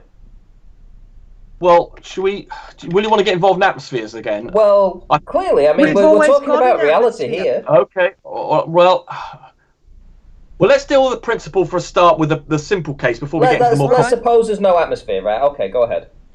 Let him beg the question for a minute. We'll deal with the. We'll deal with reality afterwards. Yeah. Yeah, exactly. That's the way science works. What you do is you have an approximation, then you improve your approximation until you get it to be accurate. You demonstrate, and I'm trying to get through a principle to you as well. Rumpus, darling, if I can give you a foundation is wrong, then the building is going to be wonky. Well, I can then add in that refraction for you as well.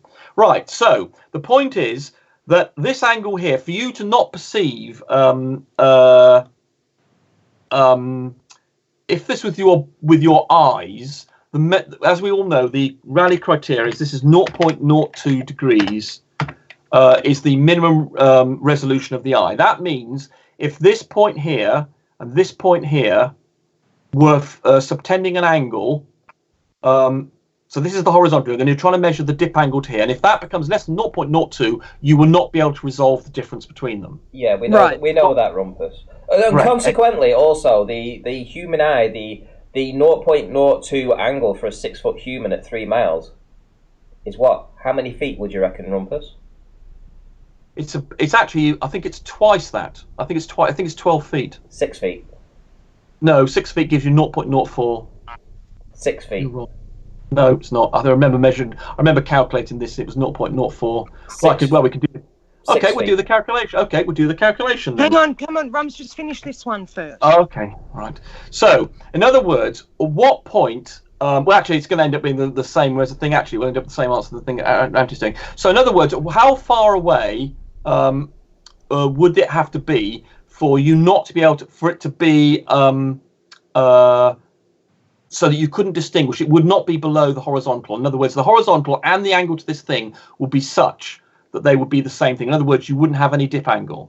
And for 6 foot, I suppose though you might, yes, and then we might have to do a calculation about how high you would have to be. But let's do it for 6 foot. Let's do it. So let's make this 2 meters. This chap, and so that means that this is also 2 meters here, and so the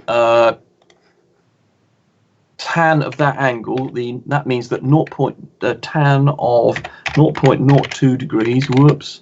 0.2 degrees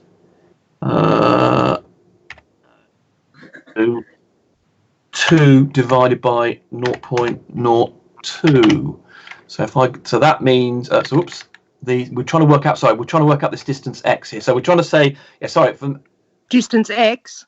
Yeah, okay. I'm trying to remember what I'm trying to work out. I could tell you, actually, this is going to give the answer. Let's do the one for Ranty. So in other words, what angle, how far would it have to be away? This isn't actually answering the question I was actually trying to start off with, is how with the fact you don't get a dip angle, however high you are. Actually, so I'm actually answering a different question. I'm actually answering the question that Ranty's asking. It's all right, Rumpus. It's okay. So you'll forgive me. Thank you very much. Right. So in other words, that would be x over. That would be 2 meters. That's using the tan relationship. So 2 over x. Got that around the wrong way. Bloody hell. 2 over x is equal to tan theta. So this is in fact giving the answer to Ranty's thing. So if we want to find out what x is equal to 2 divided by tan 0. In fact, this is how, if you're a 6 foot person, this is how far away you would be able to see the furthest distance you could see. So let's go and do that. Let me go and do this calculation. Excuse me, give me 2 seconds to fire up my thingy. You won't be able to see this, but I'm busy booting up a little calculator thingy. So I'm not quite booted up yet. Come on, you little devil. Come on. Right, here we go. Right. Okay, so I'm going to put that calculation, copy that calculation in here. Whoops. Copy that into the thingy. Degrees, not radians. And it's 5,000. The answer to that is 5,000 and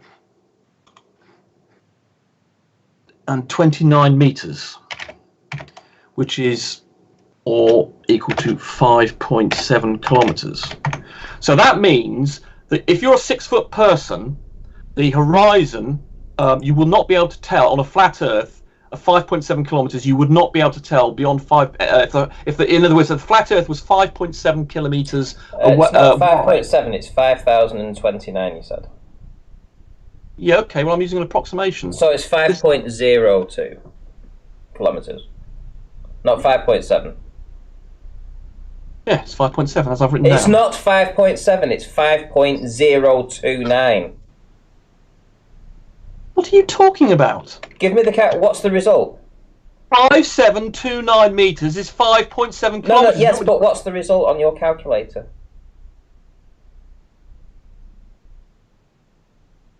5729.58. So it's not 50. What the heck are you talking about? What's the result? The exact answer is that. Okay. Right, okay, that's fair enough, because you did actually say 5029, not 7. You did. Oh, okay. Okay, sorry if I did. I thought that's what you... Okay, if that's what I said, I apologise. Okay, so can you work that out in miles then? So how many miles is that? Oh, God.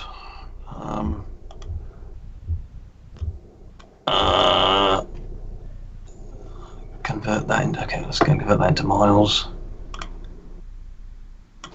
Hold on. Give me 2 seconds, nearly there.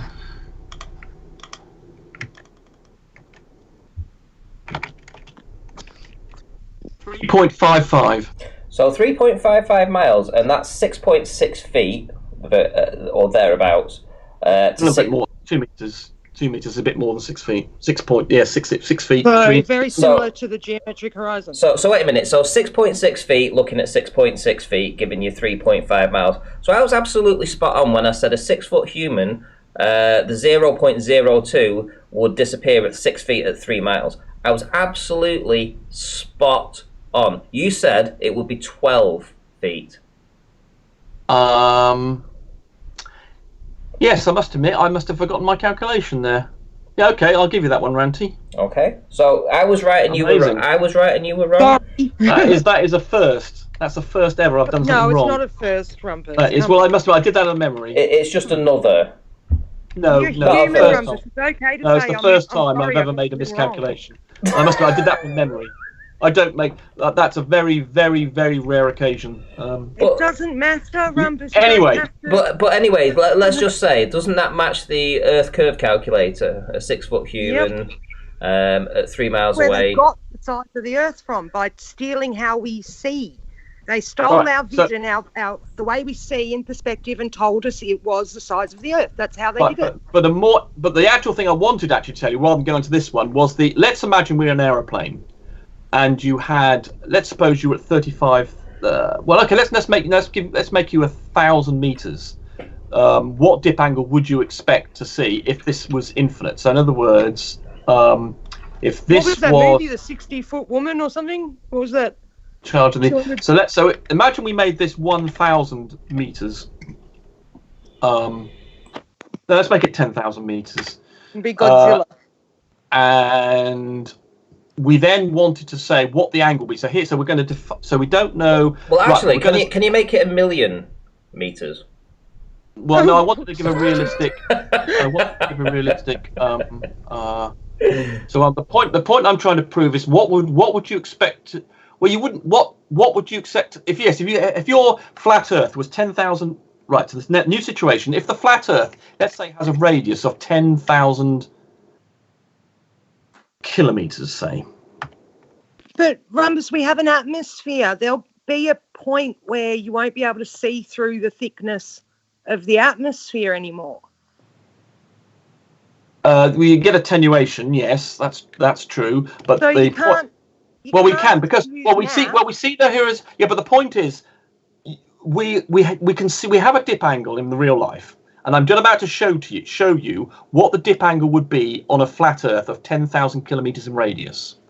So here we go. You're not adding in the atmosphere. Yeah, well, okay, well, let's do that. We can add that in later. Let's get we can get a ballpark figure. But this is why ballers think you should be able to see forever on a flat Earth, and it's disingenuous because no, they accept attenuation, but some of them don't. I've had ballers still to this day saying to me, why can't you see from one end of the flat Earth to the other if it's flat? You know, they don't. And when people like you put these things on a show, people will only watch the first little bit and they'll think, oh, yeah, see, we should be able to see forever. See, Rumpus did the angle. And it's like, hang on, no. Almost all globers accept that there's attenuation of light in the atmosphere. The point we can see, I mean, you can, for instance, we can see. People that aren't in this argument don't Rumpus. Right, okay. For instance, on a flat Earth, if there was no obstruction, we should be able to see, say, from the top of Nelson's Column in London, you should be able to see the Eiffel Tower if it was a flat. Because you can see 200 miles. I mean, that's I think the distance to the Eiffel Tower probably is about 150. Something like that. You can see 200 miles through the atmosphere. We've got pictures. Up in a plane, we can see 1,800 miles. There you go. Well, there you go. So the point is, infrared, so you can see through. No. We've got pictures of normal pictures of. We can So I've got someone pointing out that we can see. Yeah, like on a really clear day. Yeah, that's right. On a clear day, you can see. We've got pictures looking along the line of the Earth over 200 miles, photographs. Yeah. In fact, we even have at ground level or at high altitude. At high altitude, looking along. Why not at ground level? Well, obviously things get in the way. The topography of the land. But in what theory, about if you're looking over water? well, then you should be able to see several hundred miles. If Well, why don't you? Because the Earth's curved. No, why don't you? No. Yes, that's why No.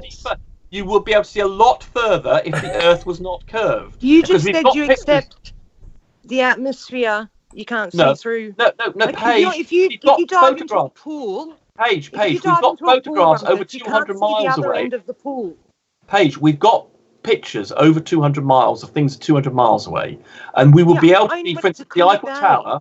We'll be able to see the Eiffel Tower from the Tower of London, or the Nelson's Column in London, or some other, say the London Eye, which is taller than most, or the Shard in London, which is above the rest of the city. You will be able to see the Eiffel Tower on a clear day from there, but you can't because it's way below. And what we're saying is it's never clear enough to see that far. What we're saying It is because we've got pictures. But Paige, we've got pictures of you being able to see over 200 miles. So you can see through the atmosphere over 200 miles. We've got pictures of this. So that's not the issue. And how do you know there's a clear line of sight between those two things? There would be on a flat Earth.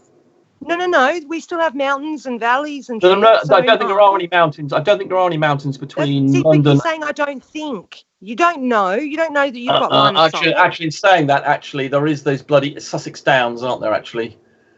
Is that a mountain or something? It's a range of hills that's south of London, but between that and the coast. So that might be okay. There might actually be some obstruction. But the point is, what's happened to my machine? You need to have line of sight to be able to see. And by you saying that we have photos where you can see 200 miles, well then, yeah, because it's flat, and if you've got line of sight and it's a clear day, you can just see for ages. Well, the point is, the things that, like, for instance, Ranty's observed, the things that Ranty's observed, ships and things, have been obscured in exactly the correct way for the curvature of the Earth. So you cherry pick them and say that's Earth curvature, but it's not, Rumpus. Well, they disappear from the bottom up. That wouldn't happen on a flat Earth. Yes, it does. No, it wouldn't. It would not happen. No, there's no explanation for things disappearing from the flat Earth. Is. No, there isn't. There's no explanation whatsoever. Yes, there is. Your eyesight, the bottom half of your eyesight. Oh my God! The eyes do not distinguish between up, down, left, or right. That's absolutely ridiculous. Can I please finish? Okay. The top half of your eyesight has the whole sky open to it. The bottom half is up against the ground. You've got something in the way. The deck makes no difference. It does. We've done experiments showing on a level floor, all the way down, a big warehouse floor or whatever, that things will obscure bottom first because the angle in the bottom half of your vision gets tighter before the angle in the top. That's utter gibberish. Rumpus. No, look at this diagram here. No, what you're talking about is people who've done things on a wobbly surface, like, for instance, Nathan did his book dropping thing when he had, I don't know if this is an example you're thinking of, for instance, when he actually had two rooms, one of which had a drop, a little step in which he did it. Or you're thinking of Mind of God's example, where he did it in his hallway. I'm actually thinking of the Mall Angel, but anyway. Okay, I'm not familiar with that one. Okay. So you don't know everything, Rumpus. You may not have just not seen. No, because I know geometrically what you're saying makes no sense whatsoever. So, for instance, I've got a diagram here. Are you honestly going to sit there and say that? Yes, I am. Really? Look at this diagram here. The fact that there's a floor. Wow. Right. So, for instance, the fact that you think there's a floor somehow near that somehow changes what you see. It does not. So, for instance, here, if I were to draw a floor in, for instance, here, in this diagram here. To draw a floor. Sorry, Rumpus, I'm just going to butt in for a second. Sorry, Citizen 9, I shouldn't have said experiments. I should have said observations. You're correct. Yeah. Sorry, go ahead. So if I draw a floor in here, let me make it a bit thicker. Oh, no, yes, I'll make it a bit thicker. So if I have a floor, bloody thing. I have a floor here. Rumpus will never divorce the ball Earth, ever. Ever. No, he won't. No. Well, because of I'm afraid I'm addicted to reality, yeah. Right, so there is nothing in this. I mean, this is the confusion that, for instance, Mind of God had about setting sun. He thought that somehow... no, I'm not confused, man. Rumpus, chill out, man. What? Don't say I'm confused. Go for it. Say whatever you want to say. You can't talk to us without insulting us. Yeah, we're not. I'm afraid, man. Well, I'm afraid you make many basic errors in what you say. Fundamental differences. We think on the the same way thing light about moves. you, Rumpus, and we don't sit here insulting you every 5 seconds. Yeah, but that's because I know I've got geometry, maths, science, and the body of human knowledge on my side, and you've got nothing but your opinions. And the fact you saw a YouTube video. You don't have geometry on your side. You've got bendy lines. Geometry has straight lines. No, it doesn't. Now, there's another thing you picked up. Geometry doesn't it? Oh, geometry includes curves. Where on earth are you picked this up from? Your Nathan? Tangent to your geometric horizon isn't a curved line; it's a straight line. That's to the geometric horizon. It is. Oh, this bloody thing's saving. You don't have geometry on your side, Rumpus. I have exactly those light rays that you showed us curving in that tank have flat strata. So you're using our code atmosphere to prove that light rays curve. So how do you think that that's a strength to your argument? Right, let me go to that diagram. Unfortunately, my documents decide to save itself, and I bloody thing, and it takes about 2 minutes. When is this going to be published, Rumpus? So we can scrutinize this. Well, I've been a bit poorly over the last 4 weeks, unfortunately. I will get back to it shortly. Not very good, Rumpus. You'll be healthier if you don't lie as much and if you aren't as mean to people. No, I tell people how it is, and if they talk bollocks, then I'm afraid I'm going to correct them. Okay. It's okay to correct people. It's just not okay to always say, you're stupid, you're a moron, you don't understand. You just sound so pompous and arrogant. Just going to give a shout out to Darwin, who's given a super chat, to a lot of super chat, who says, Clear is correct, the super chat is not working. Well, thank you for the not working super chat, much appreciated. Not understanding things. Normally, I mean, you don't need to be friends to be civil. Okay, well, you're a human being. Right, but I mean, I have to say I'm afraid of an example of someone who's not. And 2 more, Darwin. That's okay. Cleary is ace. Thank you for the $5 super chat, and Cleary indeed for the $2, which is Rumpus. How much curve at 200 miles? Thank you for both of you smashing the super chat and having a bit of fun this evening. You've never even spoken to me before, and you called me a moron. So no, I wouldn't have said that. No, I don't come out straight away and call people morons. Oh my goodness, you did.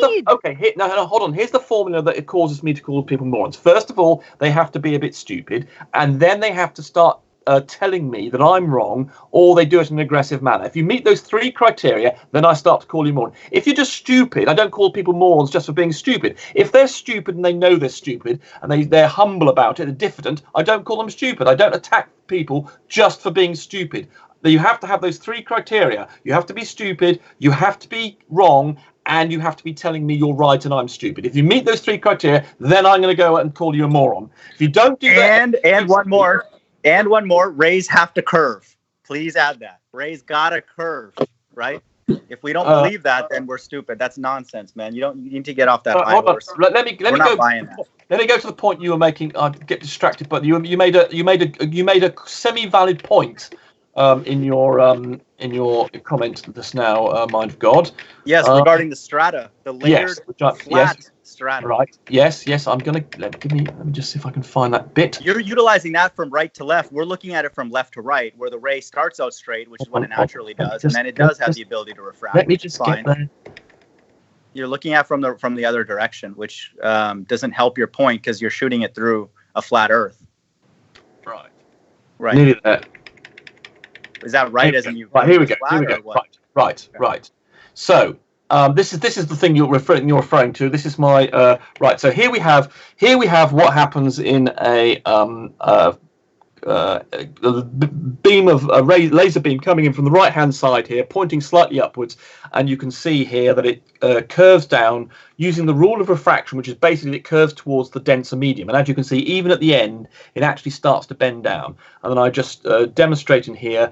This is in sugar water. Sorry, with the water at the base of this tank is denser than the water up here because it's got a sugar solution which changes in concentration, which means that the sugar solution down here is denser than the sugar solution. But if you sample that left to right, it would be constant, right? The density gradient? Correct. And that's what this diagram here is drawing. So it is layered strata, flat strata. So here we go. Here's the layered strata I think you were referring to, which this I'm trying to draw in here the density gradient strata so that this is less dense. We don't argue that.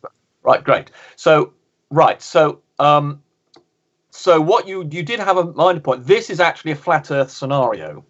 So we have horizontal gradients, and we get the bending of light even in this scenario of a flat Earth. But if you were to have, which I haven't finished drawing the diagram here. One second, Rumpus. Can I make a comment? If you go back up to that one, that also works bi-directionally, right? Left to right as well as right to left. Because light rays can be reversed. Right. So left to right is actually a fairly good kind of visual for what happens on a flat Earth, where you have light rays that start out straight and then they just start maybe potentially attenuating or dipping down towards the surface. So I'm glad you agree it works both ways. I mean, the left to right case is more flat. Light rays are reversible. I mean, you can take...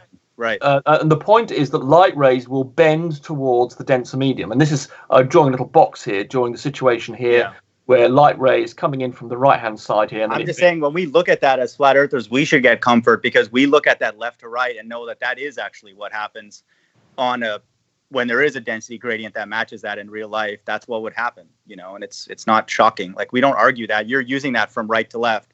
Again, you're using that in a medium that only exists on a flat Earth, but keep going. No, it doesn't exist just on a flat Earth. This exists on a show me the curvature. Show me the curvature of that density gradient. Right. Okay. Exactly. I've then superimposed a curved one over it. But yes, in this particular tank example, you can't create one. That's why you and George would have trouble ever proving to us that light rays do whatever you claim that they do. Because how are you first off going to make that fish tank curve? Well, it becomes the Snell's law will mean that if I was to curve the strata, as you call it, then the effect would be greater. And that's the part where that we're not buying that, man. That's a cheap well, the point trick. is this follows. We can model this and then say this is, as we're doing here with Snell's law, we can say this is what happens. But if we change the angle of these gradients and continue to use Snell's law for these strata effects, you will find that the bending of the angle will be greater. No, that's what Right to Hand wants to see, and it's a fair request. No, you can't just say, hey, guess what? If you keep doing this, it's going to keep looking and mentally extrapolate. That's not the way it would work. Well, hold on. This laser thing agrees with refraction theory. Okay. But Rumpus, when it flattens out at the top, it has no motivation to start curving back down. Yes, it does. Down, yeah. Yes, it does. No, it's found its seam now, and then it has no density gradient anymore. It does. I'm comfortable above and below. There's no gradient anymore to cause that turning. But it does. Look. It does. It gets to a peak and then it comes down again. It does exactly the opposite of what you're saying. Go to the flat part, where the second red box is. Okay, hold on, guys. It's not going back hold down. on. So, is this performed in a tank that's flat? Yes. Are all the gradients inside of the tank in flat levels? Because I'm seeing these lines across the screen and they're all different colours. They look to me as if they are flat. They are. So the light is changing through the gradients in a non-homogeneous non-homogeneous plane. Yeah, I mean there's a gradient. He's demonstrating flat Earth.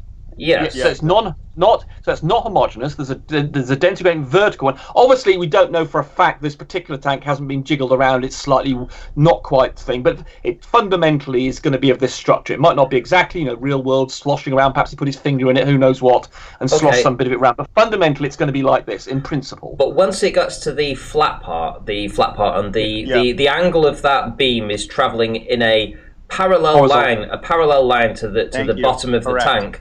It then starts to angle downwards, and you would imagine that would only gradiate quicker over a shorter distance and get more curvy than what we're seeing there at the very end. It would actually hit the floor at some point. Yes. If it was longer, if this tank, if I extend this tank to the left, it would eventually come down and hit the bottom of the tank. So there you go. Right. That's all I wanted to do. I'm going to step out and let you guys carry on.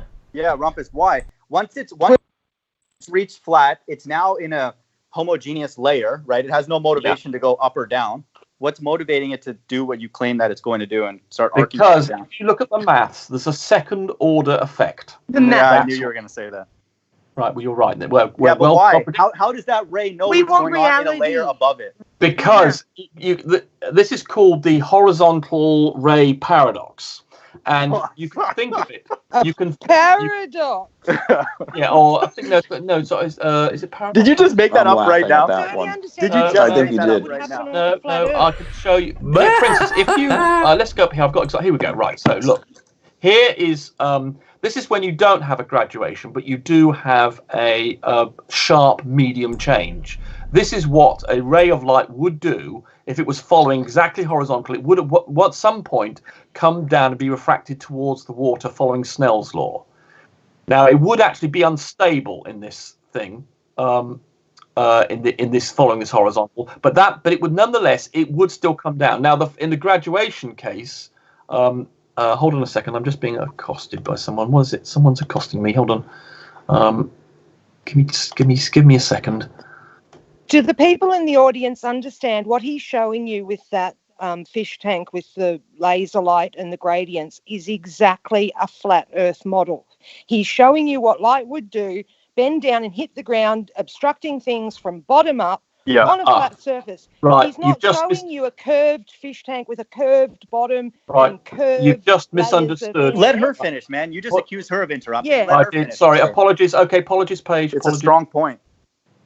Sorry. Yeah, he's not showing you a curved bottomed fish tank with curved layers of gradient with the light going through, from one side to the other on everything curved like it would be on the Earth.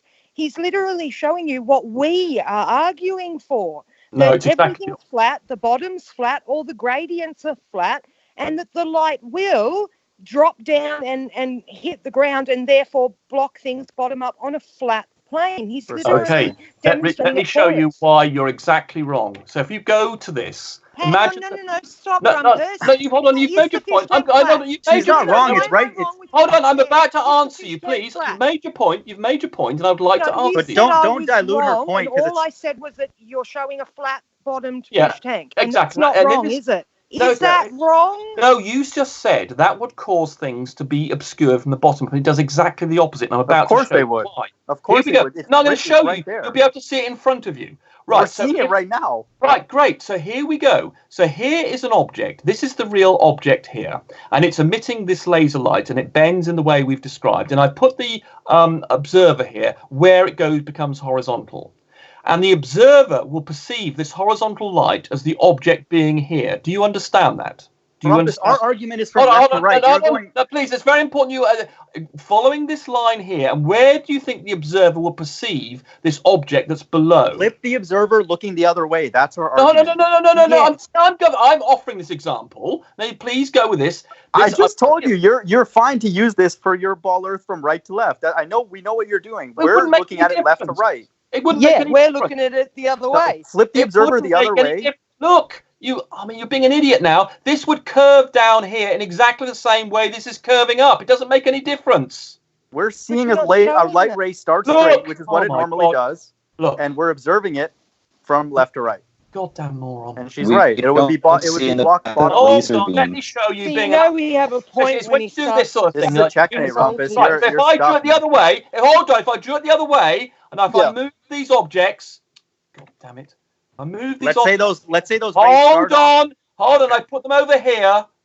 It will be exactly the same as them coming from this direction. No, the rays are coming. Oh my God, it's symmetrical, you stupid bastard. It bends this way that much, and it bends that way that much. You have the light coming from there. So in other words, if I have the arrow coming this way here, it would. Dude, just relax the light a bit, man. Would but when you say something, and therefore.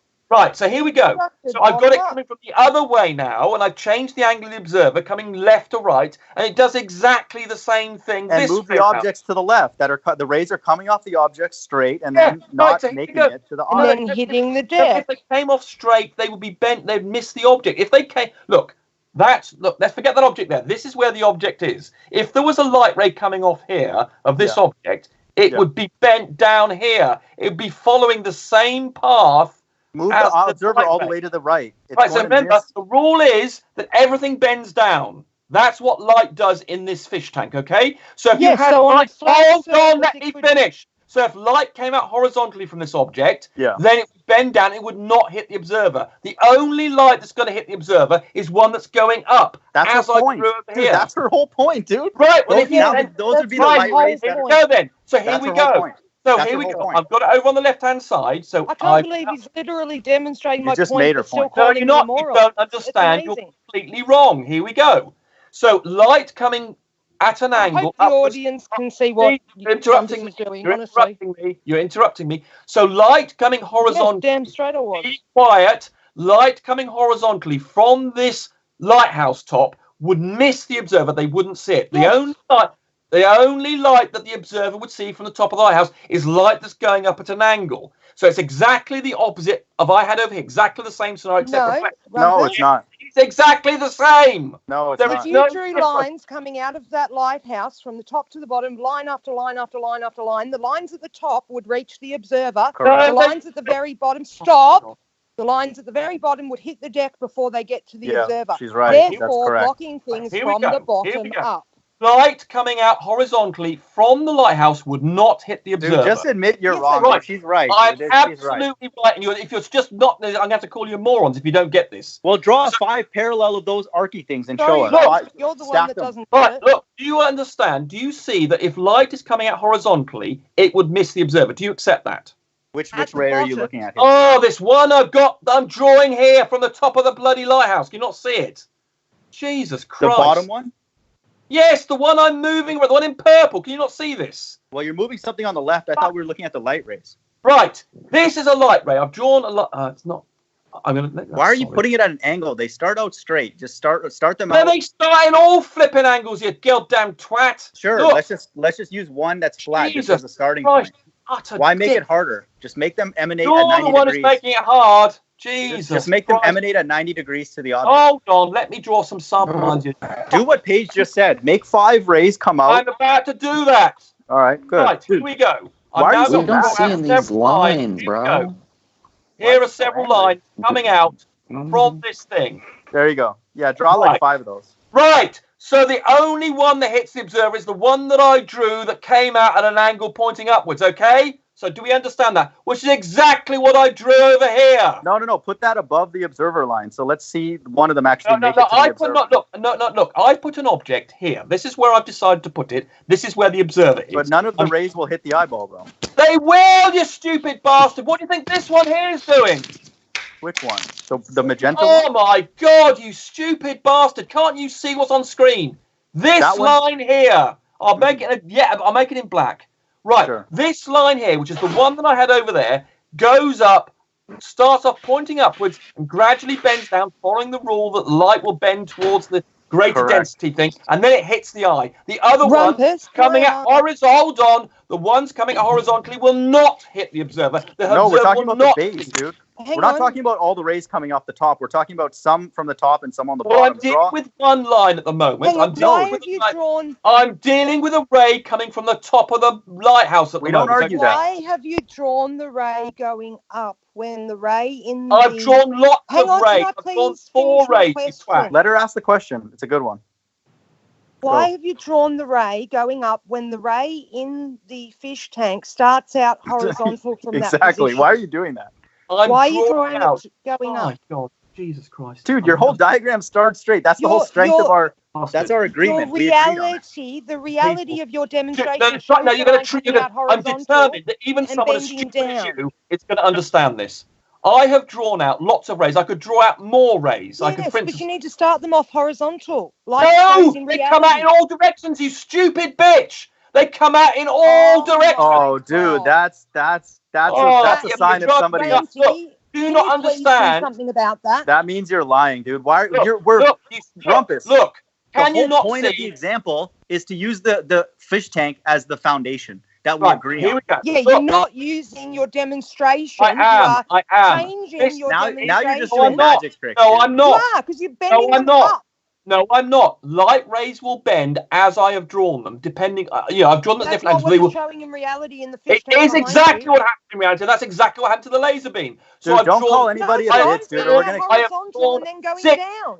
I have drawn 6 or 7 lines from one point as an example. If you want me to draw more, Yeah, I and your will. drawing That's doesn't not our match argument, reality. genius. That's What don't you also a understand liquid, that? not air. Just so We're you talking know. about bottom-up obstruction. You're showing drawing us rays what from the top. happens. So it's Look, You- what You're don't you showing us what understand? happens to a laser. Hold on, let me finish.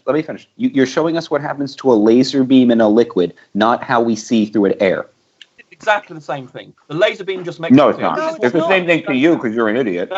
No, here we go. So look, I have drawn a selection of light rays, and I could draw thousands of them. In fact, so all coming out. Yeah, and but obviously, in reality, the fish tank's showing you coming out horizontal and going Right. down, never ever going up first. look, and also, I'll do it again. There's another. reality, Here we go. Rumpus, Here's Rumpus, another just admit that you're lying. Just admit that you're lying, and we'll move on. You're fucking stupid. Jesus How can we be Christ. fucking stupid when we're seeing your demonstration on Oh my screen? God. I mean, this is just. Wow, Don't call Rumpus, people a this bitch. is really We'll bad. kick you immediately. Don't Oh, say stuff like that. Now, when you start being absolutely, when you're trying to willfully misunderstand. Like I said, don't call anybody a bitch on this channel. We'll kick you immediately. Demonstration is showing something different from your drawing. No, it's not. It's showing Yes, exactly it the is. same. And the fact No, you it's don't not. It's not. understand it, That- the fact you That don't light ray understand it comes is out demonstrating. horizontal and is going down. There We is can all one see ray it. that's coming out. Do you not see that I have drawn this ray here? Yeah, This not one. what we're seeing in the demonstration. You're drawing it. Yes, it is. No, it's not. It's coming out horizontal and going down. It's not going up first. We can see it. It's literally on screen, Rumpus. You're drawing a Everyone can stupid see it. spray can. That's No what I one- drew. Look, over here, I had a ray that was going up in much the same way that I have drawn a ray going up here. And you can see in the real world what it does. the chat It starts think those going up. rays are coming Let me out finish. horizontal It or starts going going up? up, and it's drawn. It's Press bent 1 for towards. coming out It's horizontal, bent 2 for going towards up the first. denser medium. And I've drawn an identical ray over here that goes up and then hits the eye. And I've also drawn, for your benefit, one that comes out horizontally. This one here is coming out horizontally, and it's But in bent down reality- and just arrive at the observer. In reality, your demonstration only shows it coming out horizontally and then deviating down. Listen, what do you think this demonstration is? The light's coming from it. It's Yeah, not and coming we horizontal. wanted you to use that. We wanted to use that as the template because that's the way the ray is going to act in that gradient. And then draw 3 of those. One at the top of the got lighthouse. a ray 1 second. Let me going finish up my point. here that's Let me not finish my point. Draw 3 movements of that laser beam that we agree on, and put one at the top of the object, the middle, and the bottom. Why do you have like 1,800 freaking lines popping out of that, dude? Just because you delete don't, all those. I don't understand what you don't understand, and I thought you were Okay, complaining. Oh, we delete all those understand lines. what you're trying to say, Rumpus. We just don't agree that's what's happening because in reality, we can see the fish tank demonstration doesn't do the same thing that your cartoon It does exactly the same thing. My Well, God! You're blind. You're Delete blind. all those Jesus lines. Christ, Let's start from stupid, scratch. Stupid morons. The ray that I have It's drawn coming out here in horizontal black, and going down. the ray I've drawn here in black is doing exactly the same as this ray over here. Delete all Down those to the lines and other let's side. start again, man. Let's start. We forgive you for calling people names. I mean, you're stupid. I mean, Jesus, how Maybe can you weren't loved as a How child. can Whatever. you- Can the I- reason can I is. say You're one thing? delusional, Rumpus. Can That's I- all there is to Can it. I You're say one absolutely thing? delusional. It's How amazing. can you get Okay. something this stupid? Listen. Hold on. Let me just say this. So brainwashed. A laser, Wow. a laser will bounce around a corner. Okay, that doesn't mean you can see around a corner. So when you show me a laser, you're showing me a laser beam. You're Hold not on. showing me vision. You're showing me a telling me- laser beam, and So then you're telling me you've never. So if you are behind the wall, not being able to see the sun, you're saying you can't see the light that's bouncing off. oh no, you're on the other no, side. that's not what I said. That's not Let me what he say it meant. again. So you. Utter That's not what I nonsense. said. Here we Hold go. on. Here we go. Here He we go. doesn't Listen to understand what? his No, brain's no, Here we hold go. on. Yeah, and Wait, I I'm fully speaking. understood what you tried to say. Bro, Here we I'm go. in the Rumpus. I'm in the middle. I'm talking right now. Okay. I'm not saying you don't see anything. What I'm saying is when you see, it's not in the path of a laser beam. Okay. Do you understand? I'm just going to give a shout out here to Darwin, who gives the $10 super chat. I picked George's pocket as he walked out. That's George Hanetanuk, who's just told us that he has 3 homes with no mortgages. So, Darwin, thank you very much for the super chat. Much appreciated. Don't see in the path of laser beams, a laser beam, and how you see are not related at all. They are totally related, No- you utter okay, moron. okay, And I'm about to okay, hold on. demonstrate it in this Hold on, let me diagram. finish with- Let me show Hold this on, hold diagram on. how No, it's wait, exactly you're the same. going crazy. I'm You're about going to crazy. Hold on, let me demonstrate finish. how it's No, exactly the same. Rumpus, I'm you're about just to screaming. demonstrate Hold how on, it's no, exactly I'm not the done. same. I'm not. Rumpus, you need to calm down. You need to calm down, okay? Hold on. So how do you equate how I see with my eyes to a laser beam. How do you connect those? Here we go, and I'm about to do it. I've been trying to do it for the last. No, I don't want a diagram. You do. You the want diagram's a explanation. drawing. You're asking me how. No, I don't want. No. Well, I want a demonstration in I'm reality. About to do it. I'm about to do it. I'm about to demonstrate. No, you're going to show me a diagram. Go outside okay, and do your diagram. Okay, do your diagram. I'm about to show you how it works. Here we have the sun. I'm obscured from the sun by this wall here. Here's the observer. Light hits this object here, and then is reflected by diffuse reflection so that I can see this object here from the reflected light. A laser beam would behave in exactly the same way as light from the sun. Let me speak. Different. Okay. Let me speak. Now, do you see a laser beam coming out of the sun? No. Okay. Okay, hold on. Hold on. I know you're excited. Hold on. Your stupidity okay, so you don't. Hold on. Oh, bro, calm. So you don't see laser beams coming out of the sun. You agree? Right. Okay. They're not laser. Okay. Just agree. Don't give me a monologue. No, you're monologuing. Don't. No, they're only different. I'll explain why they're different. Stop censoring him, Rumpus. Hold on. You just keep talking and talk. Rumpus, you gotta stop. I'm about to explain. He has no. I'm explaining you the difference between laser beams. You can't even be human, Chris. Like, nobody acts like this in a normal conversation. Like, he's literally not even human. He's weird. Okay. So, what we he's need a to robot do? baller. He's never going to divorce he's the like baller. a robot. Fucking crazy. He can't even allow somebody. He can't even allow somebody to speak. It's really out of control. If Rumpus became a flat earther, the whole world would be flat in like 3 days. We don't 3 need... seconds. Yeah, he'd be screaming at you that you're a moron because you didn't get it. Here's the problem. Now, when you look, you don't look in the path of a laser. You're just telling me that I can see. You're not quantifying how I can see by the bouncing of a beam. I think he took a nap. Good. Whatever. He's an idiot. But he did that on purpose. He knows what's going on. That sugar water thing proves flat earth. He knows that proves bottom up on a flat earth. Yep. You're on mute, by the way, Rumpus. Just so that you know. Ranty, we can't have people yelling, calling us a bitch and stuff like that, dude. Somehow we got to make some basic rules. That's kind of... Yeah. That's kind of... That was full on. He had no reason to say that to me. I haven't been nasty to him. I haven't called him names. I haven't said anything to him. And he comes out and talks to me like that? Well, that's not on. It's right when we get to the point where he knows that his ball is sort of crumbling. Every time. I've got smushed balls on my high heels, and he's... Right, here we go. Here we go. Oh, here we go. So Here we go. He took a break to call his mom. The only difference between laser beam and the sunlight is the fact the laser has just one color and it's what's called coherent. That's the only difference.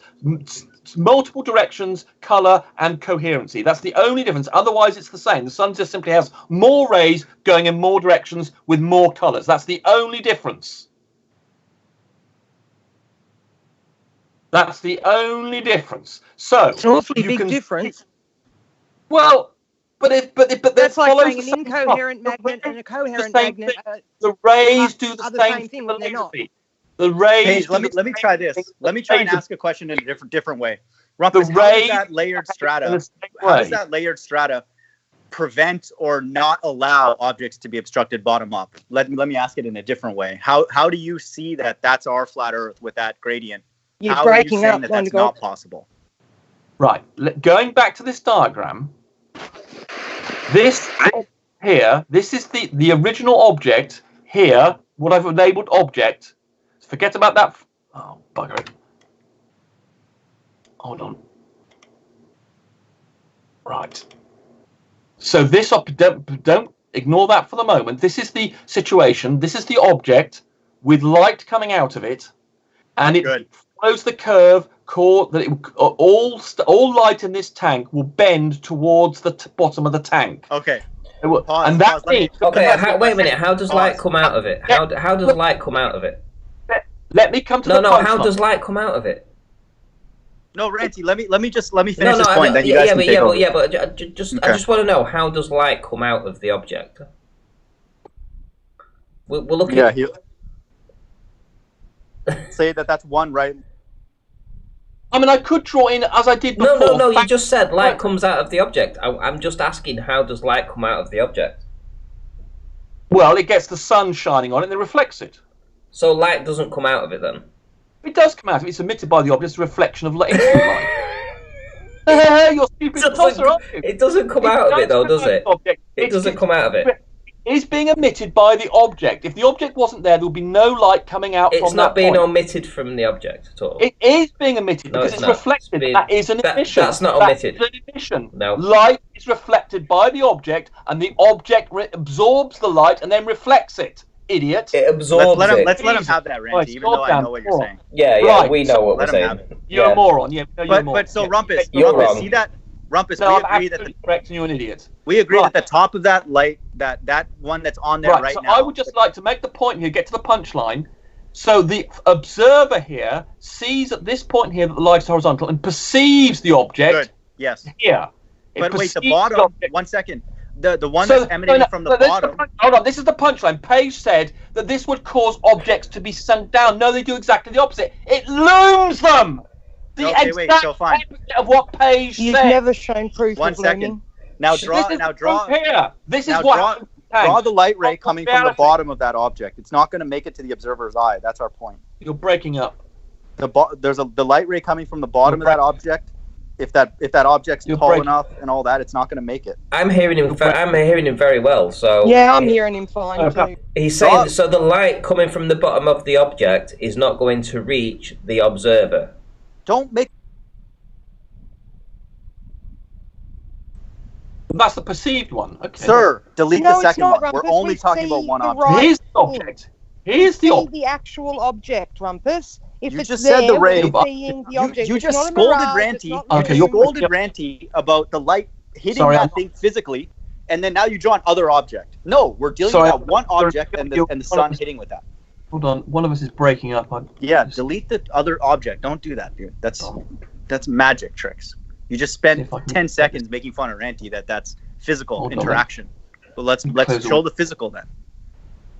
Hold on. Let me just remove some of my... Show a ray coming from the top and the bottom. That's all we're asking for. Okay, I'll do that. Okay, and then the bottom one sometimes will not make it. That's our point. Right, so here we go. And BG spot on there. Bill G, check his comment out what he's just said there. It's absolutely awesome. Coming out to the bottom. Draw one parallel lower. That's all. It's not that hard, man. Copy and paste. But that's not something so I would have to draw it in here. Fine. Just draw another one on top of the first one and then copy paste and pull it down. Right. So let me just. And the bottom one, in some cases, won't make it depending on the angle. Right. That's Page's argument, and it's correct. It's self-evident. Well, you might as well. Okay, look, if you want to go, we might as well go to the No! Don't go anywhere else. Go back to the damn image. Here we go. Right, there you go. No! I knew he was going to do that. I knew See, gotta take it from reality to a drawing. I knew. Go back to the image. This is exactly the same thing. So I'm going to No, go back to the sugar water. It's physical. The sugar water thing is actually real. It's physical. Yeah. So that's reality. My thing go, did I? Just draw two. How hard is it to draw two parallel lines? Dude, you get on Hangouts 10 times a day. Okay, here we go. Right, so that is a ray that's following a similar path to the one up there. We don't want a similar, we want an exact. Yeah, well, exact. It's got a different angle. Cutting out, Rumpus. Stop, dude. Stop, man. Give glory to your... Am I still breaking up? Can you hear me? Yeah. Right. You've been cutting in and out of reality for the last 5 years on these. Yeah, you're breaking up as well. I don't know what... Oh. Damn it. Go back to Have you got a lot of things open, Rumpus? Maybe shut some screens or something. Oh, it's because the bloody thing's doing a server. Oh. Yeah, your computer's trying to do something in the background. Oh, I've got a bloody virus checker doing its thing. That's what that's what it'll be. Dude, just, you got Corona? Switch it off. Hold on. Rumpus has Corona? I don't think that's the right server. Rumpus, you think coronavirus is real? Okay, I think hopefully that's fixed it. Can you hear me? Yeah, we could hear you the whole time. Right, okay. God. I couldn't, sorry. So put a parallel line directly the same as the original's curved line. Right. About an inch or so beneath that one. So you want me to extend that line that you've just put in now, that blue line. Extend it all the way across to the other end of the screen, and then make it curve the same as the other one. It will bend like that one does. It will do yeah, exactly. Yeah. However you think it will. Right, so it will bend like. Oh Jesus Christ! However you think in your world that you think. There we go. There we go. Okay. So now lower it. Now lower it onto the bottom of the object. Yeah. So I've drawn in this line here. Let me just get that so it's. Oh dear! It doesn't reach the observer, does it? Yeah, that's bottom up. Yeah, that's on point. Hold on. Stupid thing. Right, so this is what a line would do from the bottom of the object. Let's draw it in a bit slightly. Hang on, wait a minute. You've just changed. You've just lifted the end of the line up to the Ranty, he's gonna start making it like. He's gonna start thickening it. Exactly like the other one, Rumpus. It's got the angle. If I made it the same. Rumpus, you're so finished, man. Dude, just the gap all the way along.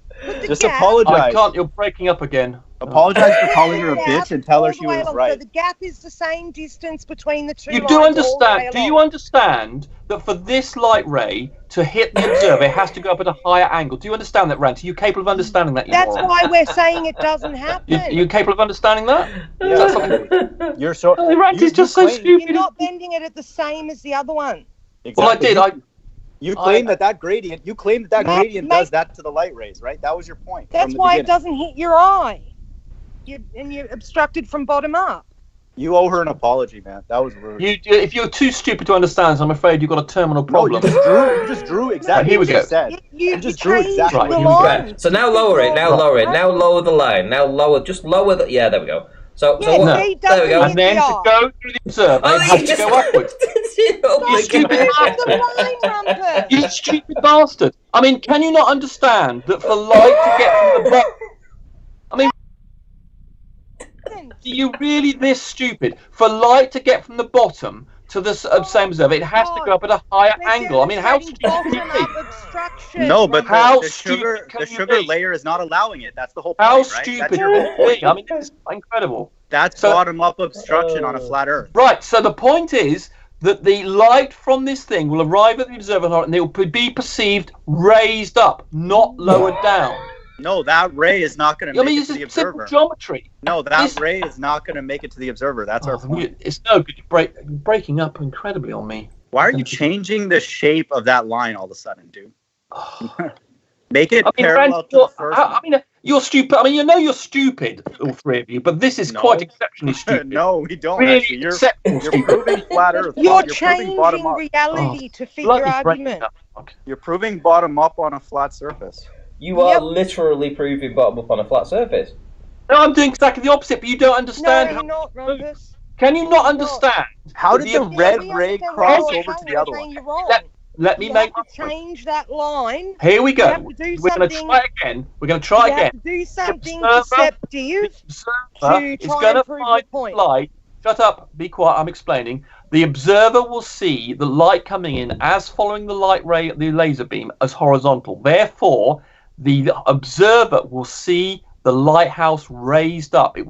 It'll just assume that the light ray, they've got. No, dude, those are just words. You can see the lighthouse because it's there. Those are just words. Understand this. An 11-year-old can understand. You took something physical and just put a bunch of words behind it. No, you don't. I mean, this is so simple. I mean, you really have to be stupid. I mean, your IQ must be near root vegetable. Rumpus, would you stand on that lighthouse and let me shoot you when it's loomed up? Why'd you change the path of that red ray? Hey, wait a minute. We've got guided. Because it's got to get to the observer, you utter moron. We've got guided light rays here. We've got guided light rays. Yeah. Our point is that those rays will not do that in that medium because now you're drawing a non-physical ray. Bend at different angles because you he's just not drew a having them bend non-physical ray. the same. Look, you utter moron. I mean, it's just unbelievable. That ray disobeys what it's doing to that other ray. So why would you? You're using your own point against you. Exactly the same, Rumpus. Your stupidity is just extraordinary. You're being dishonest. You're being very, very stupid. No, you're being dishonest. No, you don't. You're saying understand how one light ray is being bent at one angle and one light ray is being bent at another angle, even though they're going through the same atmosphere. Here we go. This is what it's the light rays. How can those rays cross over? Yeah, and that doesn't make any sense. Doesn't right. This is 1 point on the lighthouse. This is 1 point on the lighthouse, and it's emitting rays at all angles. Okay, and all these light rays are going to bend in this way. Only one of them is going to hit the observer.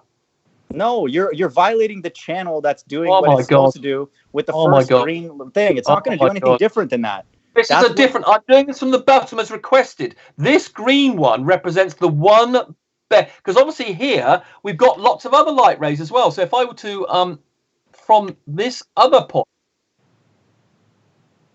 there are a load of rays coming out here, and I'll make that a different color. So we've got the rays in pink coming from the top of the lighthouse, and we've got the rays from the bottom in red. And I've drawn a selection of light rays that are coming out, and they're all going to bend. So only some of these light rays are going to hit the observer. Let me ask you a question. The concentration of the rays coming from the top have a higher probability than the bottom ones, right? To reach the observer? Not in this particular thing, no. Sir. What do you mean? Look at the rays at the bottom that didn't make it. I agree that you did draw some that hit through. Look at the two on the bottom that didn't make it.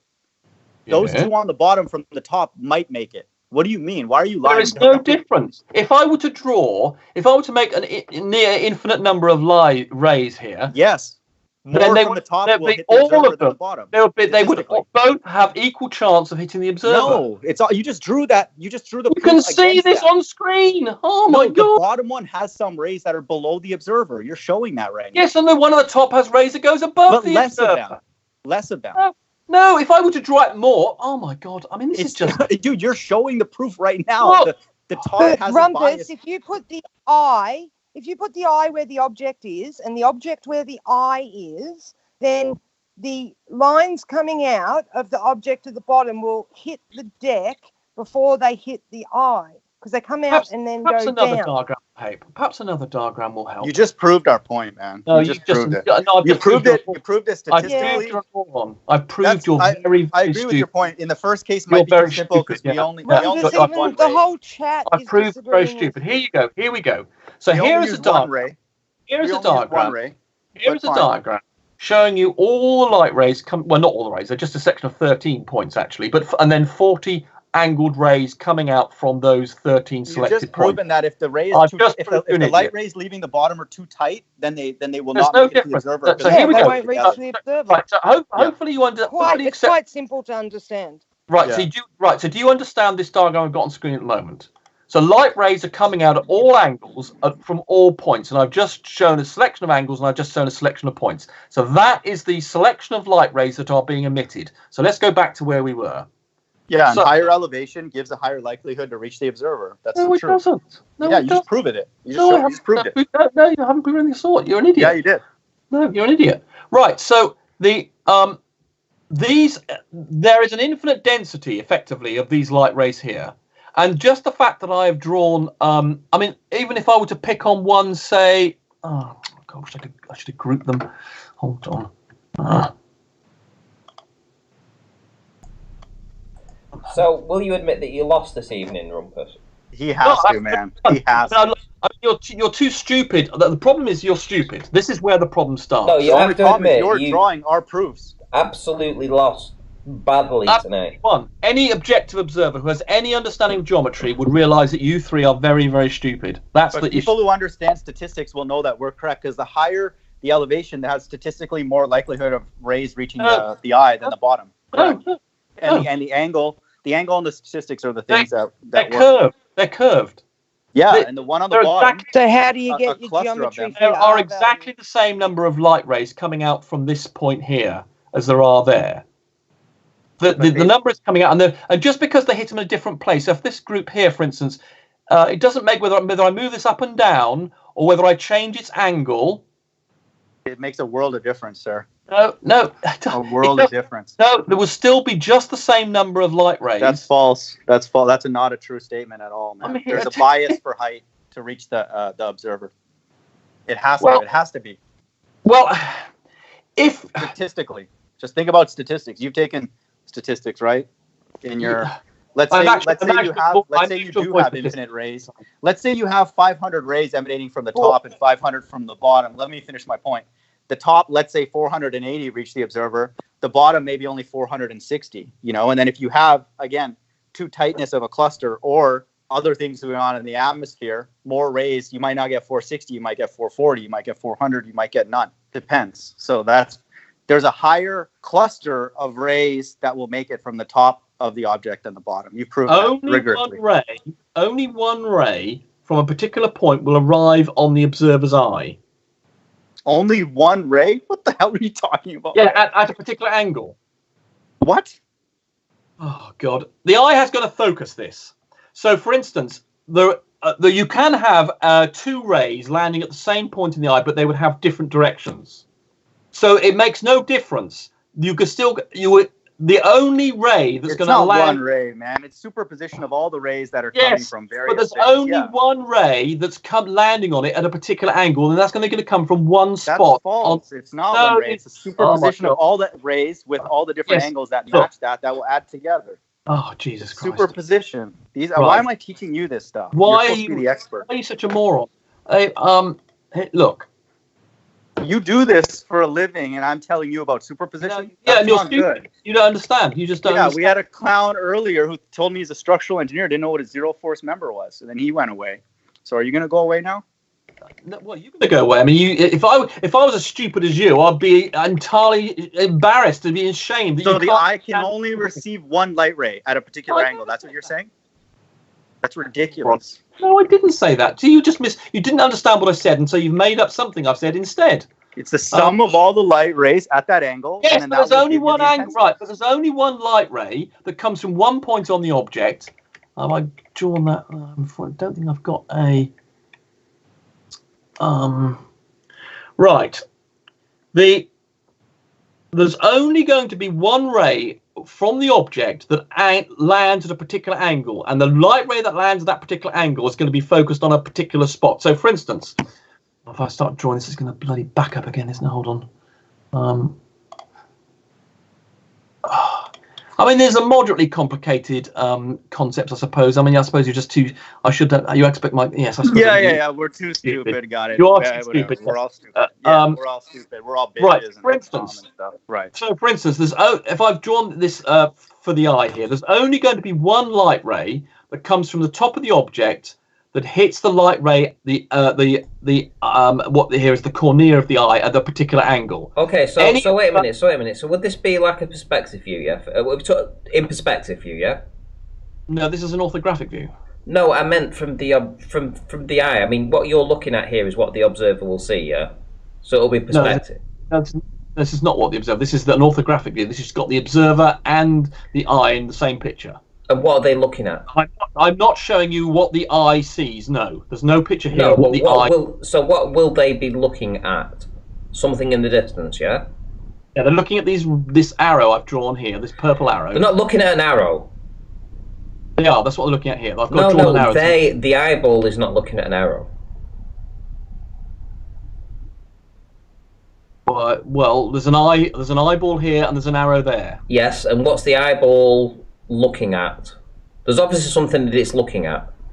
Well, not to get something to go into the eyeball. A lighthouse or something, Rumpus? Well, I mean, in this particular, if you take the focal axis as where the eye is orientated towards, it's not looking at the arrow. No. Good grief! It can't be that hard, can it? Well, I mean, you're a moron. It can't be that hard to actually say. You can't articulate something, Ranty. That's your problem. It can't be that hard. Anyhow, he's the one that doesn't understand. It can't be that hard for you to understand. So here we go. So yeah, no. It can't be that hard to admit that perspective needs the eyeball. No, it doesn't need the eyeball. These rays will be doing exactly the same thing whether the eye was there or not. So, so we've got. But hold on, wait a minute. But the light rays bouncing around isn't perspective. It needs something to collect that data and to focus it. The ray So of in light, that case, it would be the eyeball that would collect up ray of those light individual. That was my point Hold before. on. If I took Hold the on. ray, if that The wasn't individual. there, No, hold if on. that wasn't there, it would make no difference to what the But rays of that light wouldn't be doing. perspective either. Still, It's not wouldn't, changed. that isn't I haven't perspective. changed the light rays. I haven't changed the light rays. Yeah, but that wouldn't be perspective. What focuses This- the I have not perspective is changed the diagram, eyeball. except I have No. not changed the Then light it's not rays. what we see. I have not No. changed the perspective effects. What The correlates perspective effects are all exactly the same, whether or imagery not that's there or not. together in one position is the eyeball or the lens. The light Right. ray is not being changed by the presence or not of the eye. That So the doesn't make a effect- difference. the That thing isn't perspective, you the thing plonker. that causes Just because you're trying to double It's not- down on the your thing that caused my original perspective is assertion, not affected just whether because this is right, eye hang is on, there wait a or minute. not. Let me, The light rays let do me mute exactly him. the same. There we go. Right, so he's muted. So basically, earlier on in the stream, if you want to delve back into that, he said that perspective doesn't involve the eye. I mean, you couldn't make this up. And obviously, what he's going to say now is that you've got all these light rays going into the eyeball. It's going to give you an image. Yeah, well, that's perspective. Yeah, and he showed an image literally with like 3 eyeballs in his perspective diagram, and then went ahead and said that that wasn't really perspective. You can listen back into it in the stream, and this is why he's doubling down on his position right now, because he doesn't want to answer this question, because he knows that it's going to dig him a little hole. Anyway, I'll let these guys get back into it, but I just wanted to point that out because it was from a much earlier, probably 2 hours ago, discussion, and I was hoping to elicit some kind of response from him. Unfortunately, he knew where this was going, and that's why he was on guard for that particular question. But hey ho, there is other times. Yeah, so Ranty just demonstrated he's an utter moron again. He seems to think that these light rays are going to change behavior because of the presence of the eye. The perspective effect is caused by how these light rays behave and has nothing to do with what the eye is doing here. The perspective effect of the light rays and the angular size separation is not affected by whether the eye is there or not. So now we've eliminated that piece of idiocy. So that's a fair statement. The point of this thing, the point I was trying to make, which is having such difficulty getting through, is that there's only one light ray that lands on the cornea here at a particular angle, and from a particular point on the object. There's only one light ray that goes from the top of this object that lands at this particular angle on here. Now, obviously, other light rays will go from here and land on other parts of the eye, but they'll be at different angles. So, and the light ray from the bottom, for instance, that hits this point on the cornea. So if I were to draw a line from the bottom of the cornea and make it land at this point on the cornea where this one did, it'd have a different angle. So there's only one, and that's why, of course, we see one pixel. We see only one part of an image of an object you're looking at. You see it only in one place in your eye. If you had 2 points of an object coming to the same point on the back of your eye, you wouldn't be able to distinguish different parts of the object. So because but the amplitude allows for multiple rays. That was my point, and I think you agree. It's not just one individual ray. If you're doing the ray tracing, it's going to collect all the rays that hit there, and then the number of them will dictate the amplitude, the intensity. Yeah, right? But you misunderstood my point, and then you because you misunderstood it, you then thought I was saying something else, and then we ended up with this confusion. Let's go back to the. Sure, as long as you say that angle is a receptor for all the rays, and then the magnitude is governed by the amount of them, then that's a fair statement. Yeah, and that dictates what's rendered there, how brightly it is. That's fine. Hold on, I've lost the bloody thing. Is that superposition, is it linear? Actually, since you have experience with this, or how does that get added when you do the ray tracing? It is. Everything is linear with light. Okay, so you have people in the chat who don't think that superposition is involved in this, so they need to maybe read books, go to school.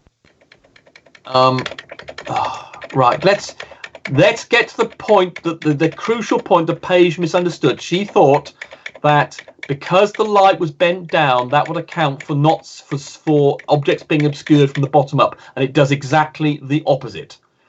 And as that diagram was trying to draw, here we go. I'm going to mention this again. Your diagram shows it, Rumpus. It does exactly the opposite because you don't understand the diagram.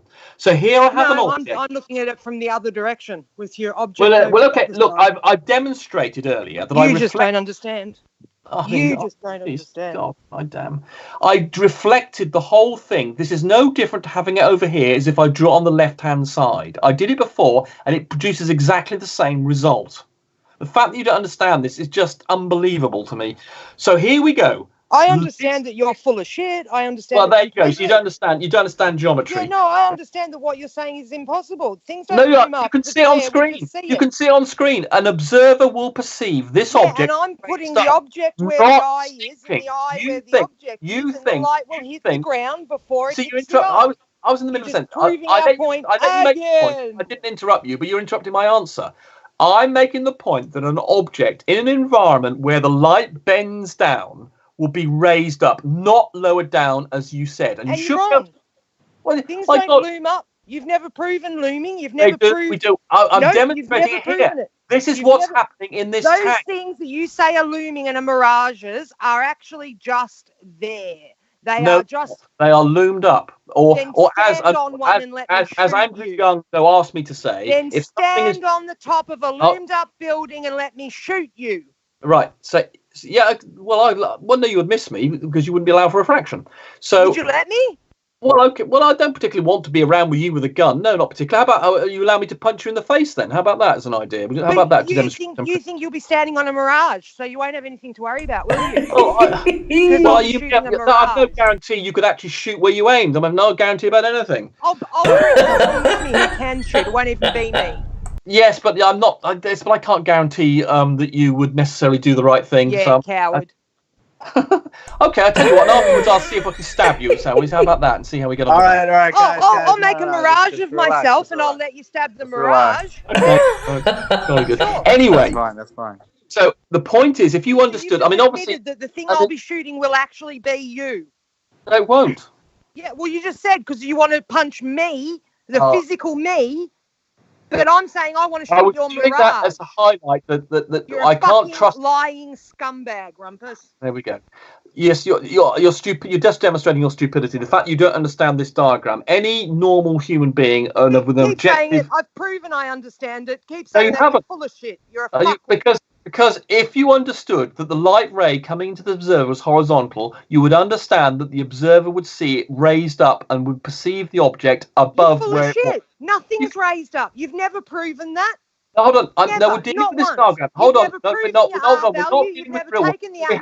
We have because we have because bleat.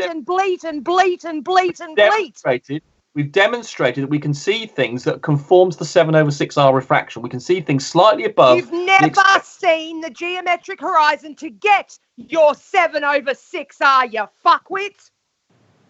Well, I just ignore that piece of idiocy. So the point is, you don't understand a simple piece of geometry I'm drawing on this diagram here. Let's forget about the real world for the moment. I'm demonstrating in the tank here what happens in the real world, because in the real world we have a density gradient just like this, although it's not quite as extreme as in the tank, and you get the same effect. Light bends down, and that means things will be raised up, and you don't understand that simple thing. You think that a curving ray bending down, just like Globebuster's got this wrong, causes things to sink. No. Light that bends down causes things to be raised up. And the fact you don't understand that, even though I've got it on screen in front of you, just means you're very stupid.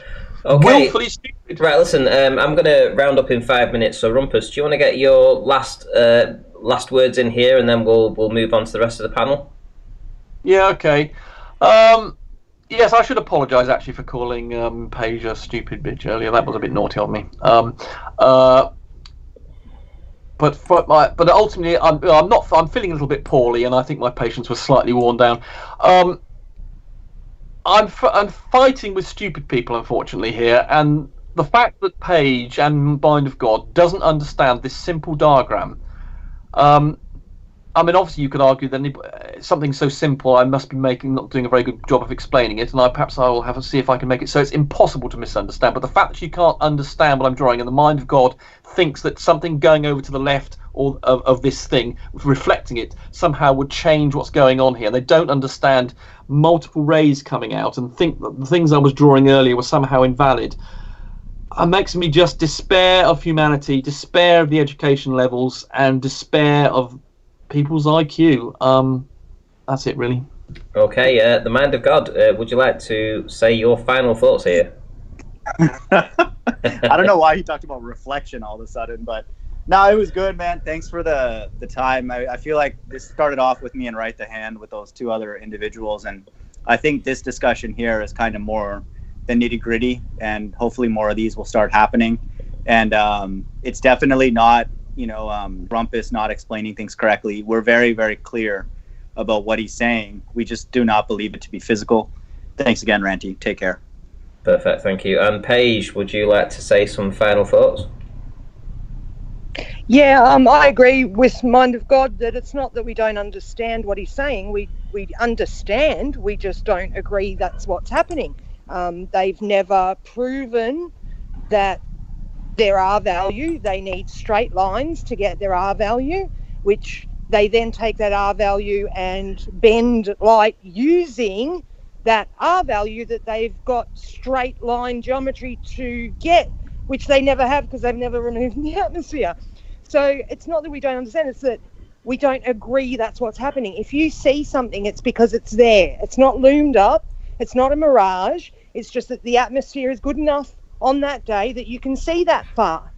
And, if Rumpus thinks that an IQ level is what dictates, how intelligent somebody is, then maybe he should think twice, because I can guarantee him my IQ is higher than his. No, that's You funny. want to know what it is, Rumpus? Tell me. 155. But then you must have mismeasured it. There's no way you've got an IQ of 155. See, I knew it. It's either There's no way, absolutely no IQ way. is what dictates your intelligence, or if you don't agree with me, then IQ must be wrong. Okay, we're doing Listen, listen. Well, we're not doing an IQ No, test. this is my minute, Rumpus. Okay, but we're doing an IQ test together then. Okay. Yeah, no worries. that would be cool actually if you two got into an IQ test at some point, maybe later I found on. it actually quite fun. Yes, for sure. Right, anyway, guys. So So thanks for having me on anyway. And sorry I was late. I did get the message at the start of the show, but with daylight savings over here, it's kind of thrown me out a little bit. No worries. Right, guys. Well, all I can say is thank you very much for everybody showing up this evening. I have much appreciated that. You made the show. Essentially, there isn't a show if you guys don't show up. So thank you everybody that turned up. We originally had the demonic guy. You'll see at the start of the show, I actually gave his channel link. We had Aaron on, that's Aaron Armstrong. We had Right the Hand, we had the Mind of God, we had the Rumpus, we had Leah. I think that's it. So yeah, we had a decent panel this evening, and we had a really good chat. And thank you everybody that supported the show with the super chats. That was really, really much appreciated.